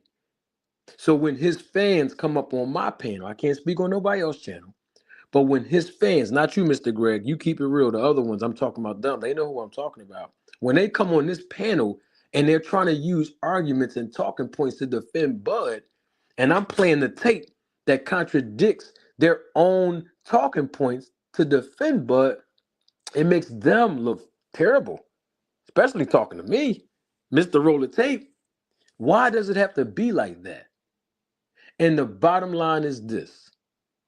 All of these SNAC fighters, when I do videos about them, I tag each and every last one of them in it. But you know what's interesting about it all? And I said this now, stop the school bus here. If you go and look at the character and the behavior patterns of Clarissa Shields, of Terence Crawford, Devin Haney, and Bill Haney, just to name just them, 3 of them are SNAC fighters. When somebody says their name, it don't matter if they're another boxer or not. They respond quickly on social media. They say they add them in it. They create posts. They throw shots back at them. But if you notice, none of them said my name. Not even Bill Haney. Oh yeah, he said the manager at Walmart, the manager at Target. They won't say my name. You want to know why? Oh, they'll jump on everybody else's platform because everybody else on YouTube, the boxers, they look at them as media. The boxers and the promoters and managers and the movers and shakers in this business, they know I'm not a YouTuber. They know who I am. They won't come and say my name. They won't jump on this channel. They won't. All the questions that I ask Terence Bud Crawford fans, I wish a Terence Crawford fan would DM him. Go on his Twitter and tag him in it. Ask him to come see me because I want to ask him some questions. I'm not trying to put Terence Crawford fans on a hot seat. That's for entertainment and educational purposes. But they're the people that I want to talk to. I don't want to talk to Victor anymore. I caught him in 7 or 8 lies in 2 different conversations for 6 hours. We don't need to talk to him anymore. I want to talk to the fighters now. I want to talk to Bill Haney now. See, when they sit in front of me, I'm not going to disrespect them. I'm on record saying this. I do entertain y'all a lot. I get animated. That's entertainment. But when these athletes and the people that's in this business sit in front of me, they will get the utmost respect from one businessman to another, or one businessman to a businesswoman in the sport of boxing, because I'm in the business. So I don't treat them as if they're fans. It's different. My audience will be different. They're a different type of audience when I connect with them. And that goes with anybody that comes on my platform that's actively or retired in the business. And even with Victor, I didn't get too animated on Victor. That was done intentionally because he's still representing the sport. Okay? I'm talking about a non-fan, right? So I don't have to qualify that before they come. But when they come, they know there's going to be some tough questions they have to answer. And so the bottom line is they're going to answer these questions to be held accountable. For the fans, we are paying hard-earned money to buy pay-per-views, to jump on airplanes, trains, automobiles, to come and support these athletes, to invest our time. We on the live for 4 hours and 42 minutes talking about boxing. We could be laying down, going out. There's different time zones for most of us here. There's other things we could be doing, going to sleep. And so we dedicate our time, our efforts, our resources, and energy to this sport. So that's why they should be held accountable. And so that's all. That's basically all I'm saying. I wanted to calmly speak on that so that we all can be on the same page that, yes, I do entertainment. Yes, I have facial expressions. Yes, I have voice inflections. Most people know that my talking points are real. Now, my entertainment part, that might be animated, but everything that I'm saying, I mean every word that I'm saying. And so it's not a knock on Terence Crawford. It's not a knock on Caleb Plant, Clarissa, none of the other fighters that's with Victor. The bottom line is my target has been established already. And you've seen it clearly. And guess what? I'm not done. I haven't even got a chance to talk about Memo Heredia yet. And he's rolling with David Benavidez. I haven't even talked about him yet because there's so many fighters that's rolling on the SNAC program. And it's working. It works. And all I'm saying is that when we talk about this topic, at this point it's a very sensitive topic. But I'm glad that the research that I've conducted for a decade and a half has opened up the eyes of so many people, thousands and thousands of people. They might not come in the chat, but I promise you, people in boxing have been watching me. And I know that they are. And they tell me that they do. They might not come up here, and that's okay. But everybody knows that I know. So when I come out and I speak on this, it's really making a lot of people nervous. I get it. And guess what? I have an objective and an agenda for speaking on this. I won't reveal it now. In a couple of months, I will come out with a big announcement. But I'm saying all that to say, I'm not just saying all of this stuff just to be talking, to give it entertainment. I'm doing all of this to raise awareness. So when the big announcement comes, it will make a lot more sense.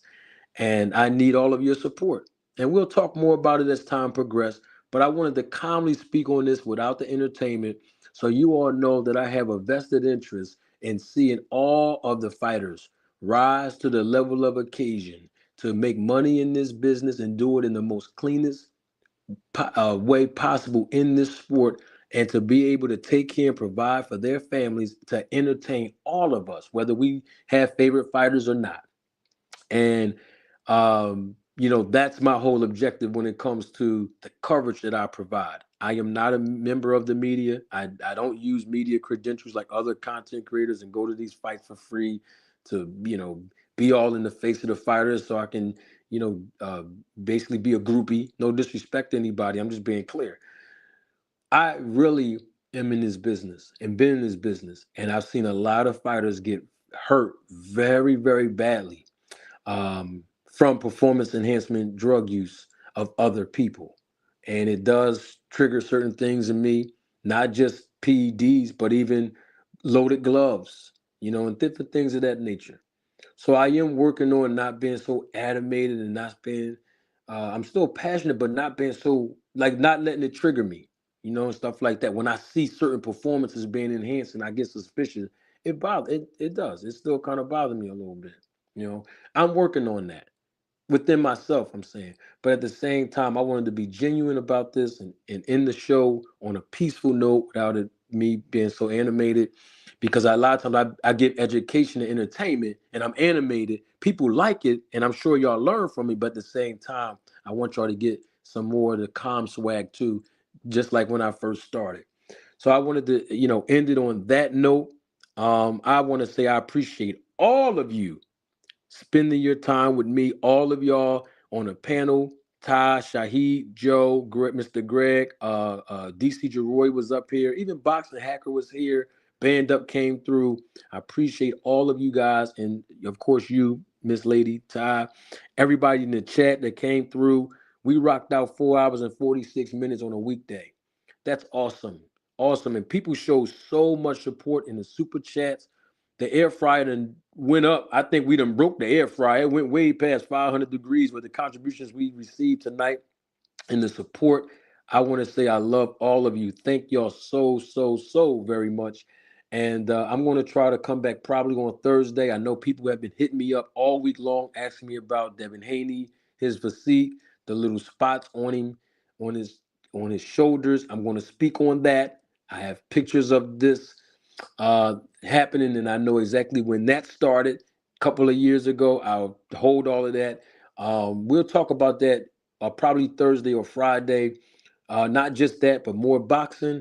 And I'll just, stop running my mouth because I am long-winded. But I want to say I love and I appreciate all of your support, whether you agree with me or not, whether you like me or not. Just the fact that you came by, even if you watching a replay of the live or you stopped in for a few minutes and left. You were in the chat, the panel, even in the private chat. I appreciate all of it. I embrace all of it. Even the detractors, I embrace all of it because it's a part of us all learning and growing together. And I appreciate all of you. And all I can say is, I know how to end this with this right here because I have to end it with this. The SNAC program, it works.